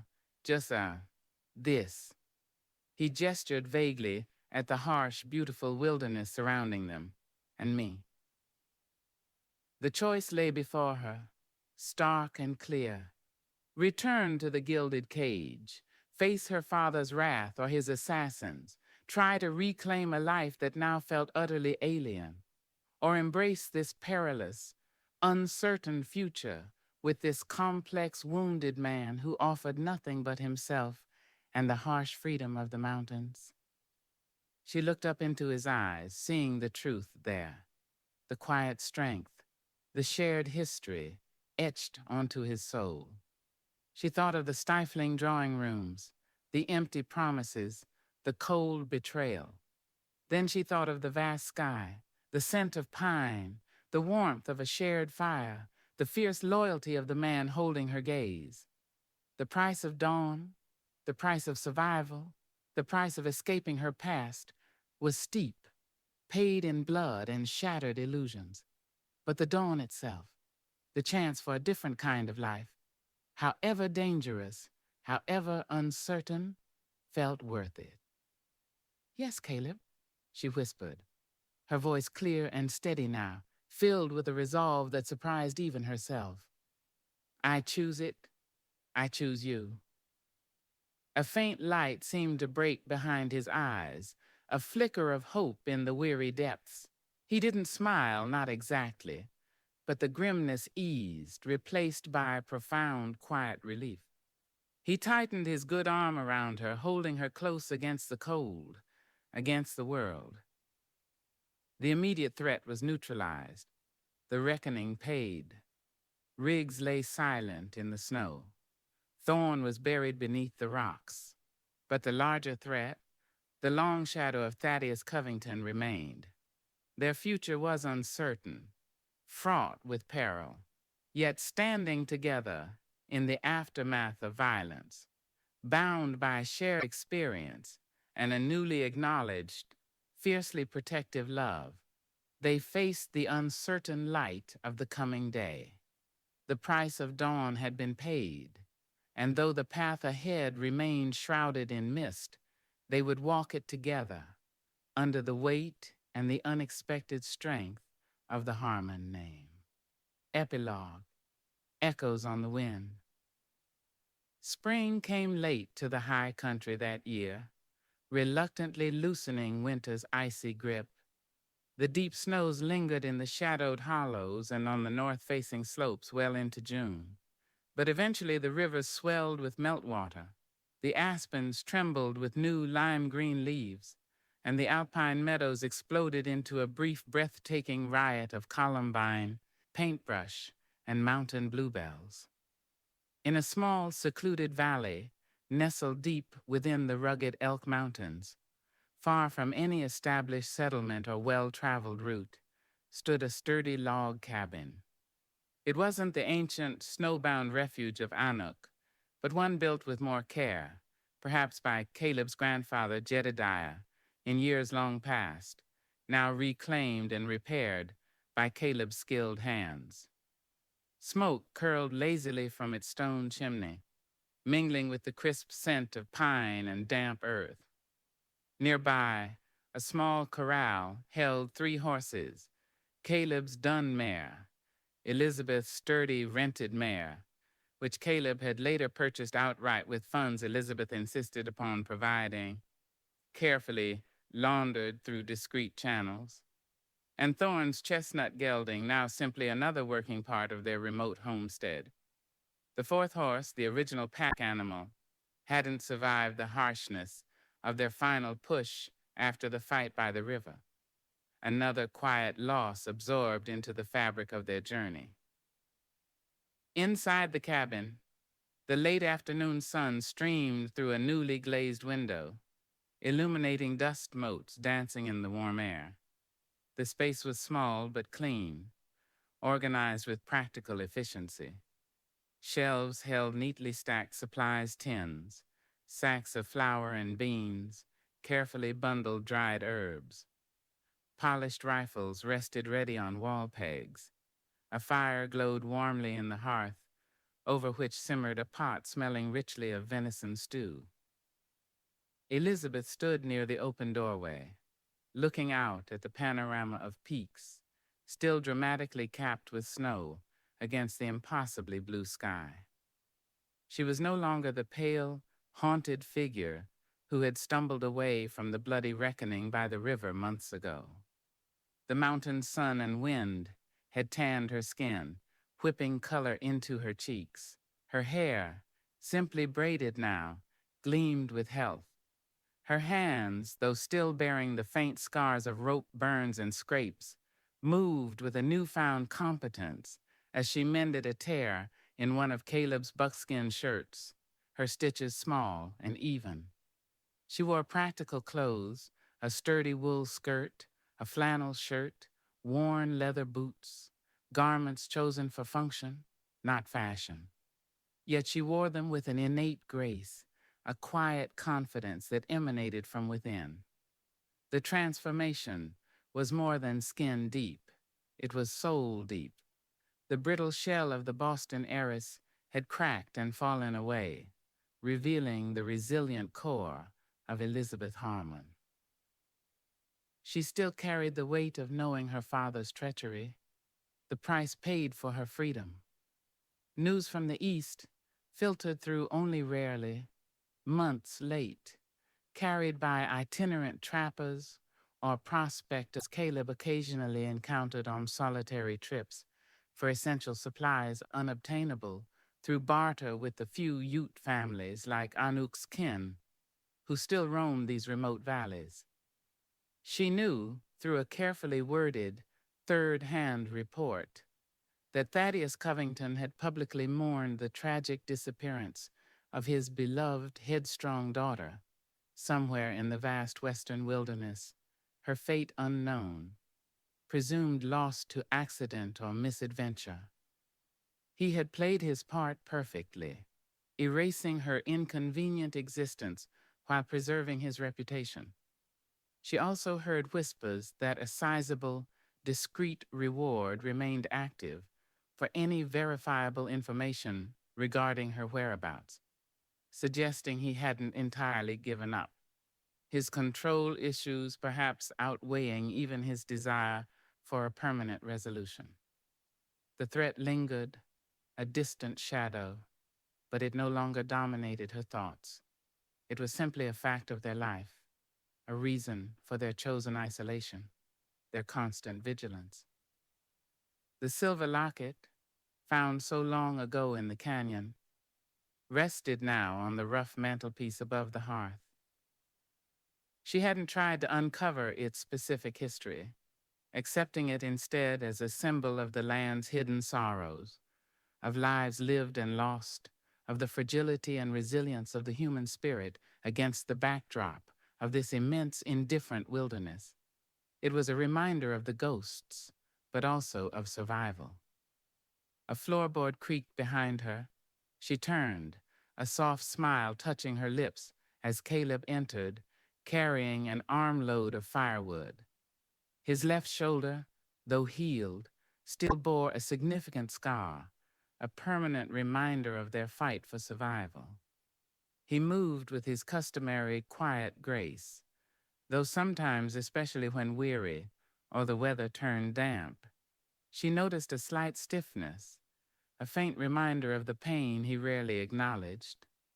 The lines on his face seemed softer now, the constant harsh vigilance eased somewhat by the relative peace of their hidden valley, though his eyes remained watchful, his senses always alert. He dropped the wood into the box beside the hearth, brushing sawdust from his hands. His gaze met hers, holding it for a moment, a silent communication passing between them, an acknowledgement of shared thoughts, shared history, shared peace. The fierce, desperate passion of their first kiss after the fight had settled into something deeper, quieter, more enduring, a steady flame rather than a consuming fire. Their love was built on a foundation of shared trauma, mutual respect, and the hard-won understanding of each other's strengths and vulnerabilities. It was a love expressed not in grand pronouncements, but in small gestures, the way he anticipated her need for warmth, the way she tended his old wounds without fuss, the shared silence, filled not with tension, but with comfortable companionship. "Smells good," he commented, nodding towards the stew pot, his voice the familiar low rumble that never failed to send a shiver of awareness through her. "Almost ready," she replied, setting aside her mending. "Did you check the snares?" "Aye. Rabbit for tomorrow." He came to stand beside her in the doorway, looking out at the mountains. His mountains. Their mountains now. His arm brushed against hers. A familiar, grounding contact. "Sky's clear. Looks like the good weather will hold for a spell." "Good," she murmured, leaning against him slightly, absorbing his quiet strength. "Anuk said he might come down from the high camp if the weather held." Caleb nodded. Be good to see him. The old Ute represented a vital link to his heritage, a source of wisdom and acceptance he clearly valued deeply. His connection with Anuk had deepened over the past months, providing Caleb with a sense of belonging that seemed to ease some of the solitary burden he had always carried. He was still Harmon, still carried the weight of that name, but he was no longer entirely alone in bearing it. They stood in comfortable silence for a while, watching the shadows lengthen across the valley floor, listening to the distant rush of the river, the cry of a hawk circling overhead. This was their life now, simple, demanding, isolated, lived constantly under the shadow of potential threat, yet imbued with a profound sense of peace and belonging that Elizabeth had never known in the gilded cage of her former existence. "Do you ever miss it?" Caleb asked quietly, unexpectedly, his gaze still fixed on the mountains, but the question clearly directed at her. "Boston, your old life?" Elizabeth considered the question honestly. Did she miss the balls, the gowns, the endless social obligations, the lukewarm tea and stifled conversations? Did she miss the certainty, the privilege, the effortless comfort? Sometimes a fleeting thought might cross her mind, the memory of a favorite book, the taste of a particular pastry, the sound of an orchestra. But these were pale ghosts, lacking substance compared to the vibrant, challenging reality of her present. "No," she answered truthfully, her voice soft but firm. "I don't miss the cage, Caleb. I don't miss the lies you have to tell just to breathe. I don't miss feeling like a well-dressed ghost haunting rooms I didn't belong in." She turned to look up at him, meeting his searching gaze. "This," she gestured towards the cabin, the valley, the vast peaks surrounding them. "And this is hard. It's dangerous sometimes, but it's real, and I'm real here. More real than I ever was back there." A faint smile touched his lips, reaching his eyes this time, erasing years of weariness. "Good," he said simply. He raised his good hand, his calloused fingers gently tracing the line of her jaw, a gesture still filled with a certain wondering tenderness. "Because you belong here now, Elizabeth Harmon." Hearing him say the name, her chosen name, spoken with such quiet conviction, filled her with a warmth that spread through her entire being. This was her identity now, forged in the wilderness, claimed in love and loyalty. It carried its own weight, its own history, its own dangers, but it was hers, freely chosen, fiercely defended. The future remained uncertain. The threat from her father was a distant storm cloud that might never fully dissipate. The wilderness itself would always present challenges: harsh winters, unpredictable predators, the constant demands of survival. Their peace was hard-won, fragile perhaps, requiring constant vigilance. There might be other reckonings to face, other prices to pay. But as Caleb drew her gently into his arms, his embrace strong and sure, Elizabeth felt no fear, only a deep, abiding sense of rightness. She rested her head against his buckskin-clad chest, listening to the steady beat of his heart, the quiet sounds of the approaching twilight, the distant echo of the wind whispering through the high passes Harmon Pass, the place where their journey had truly begun. The echoes on the wind carried whispers of the past of Jedediah and Willow Branch, of Thorn and Riggs, of lives lost and battles fought.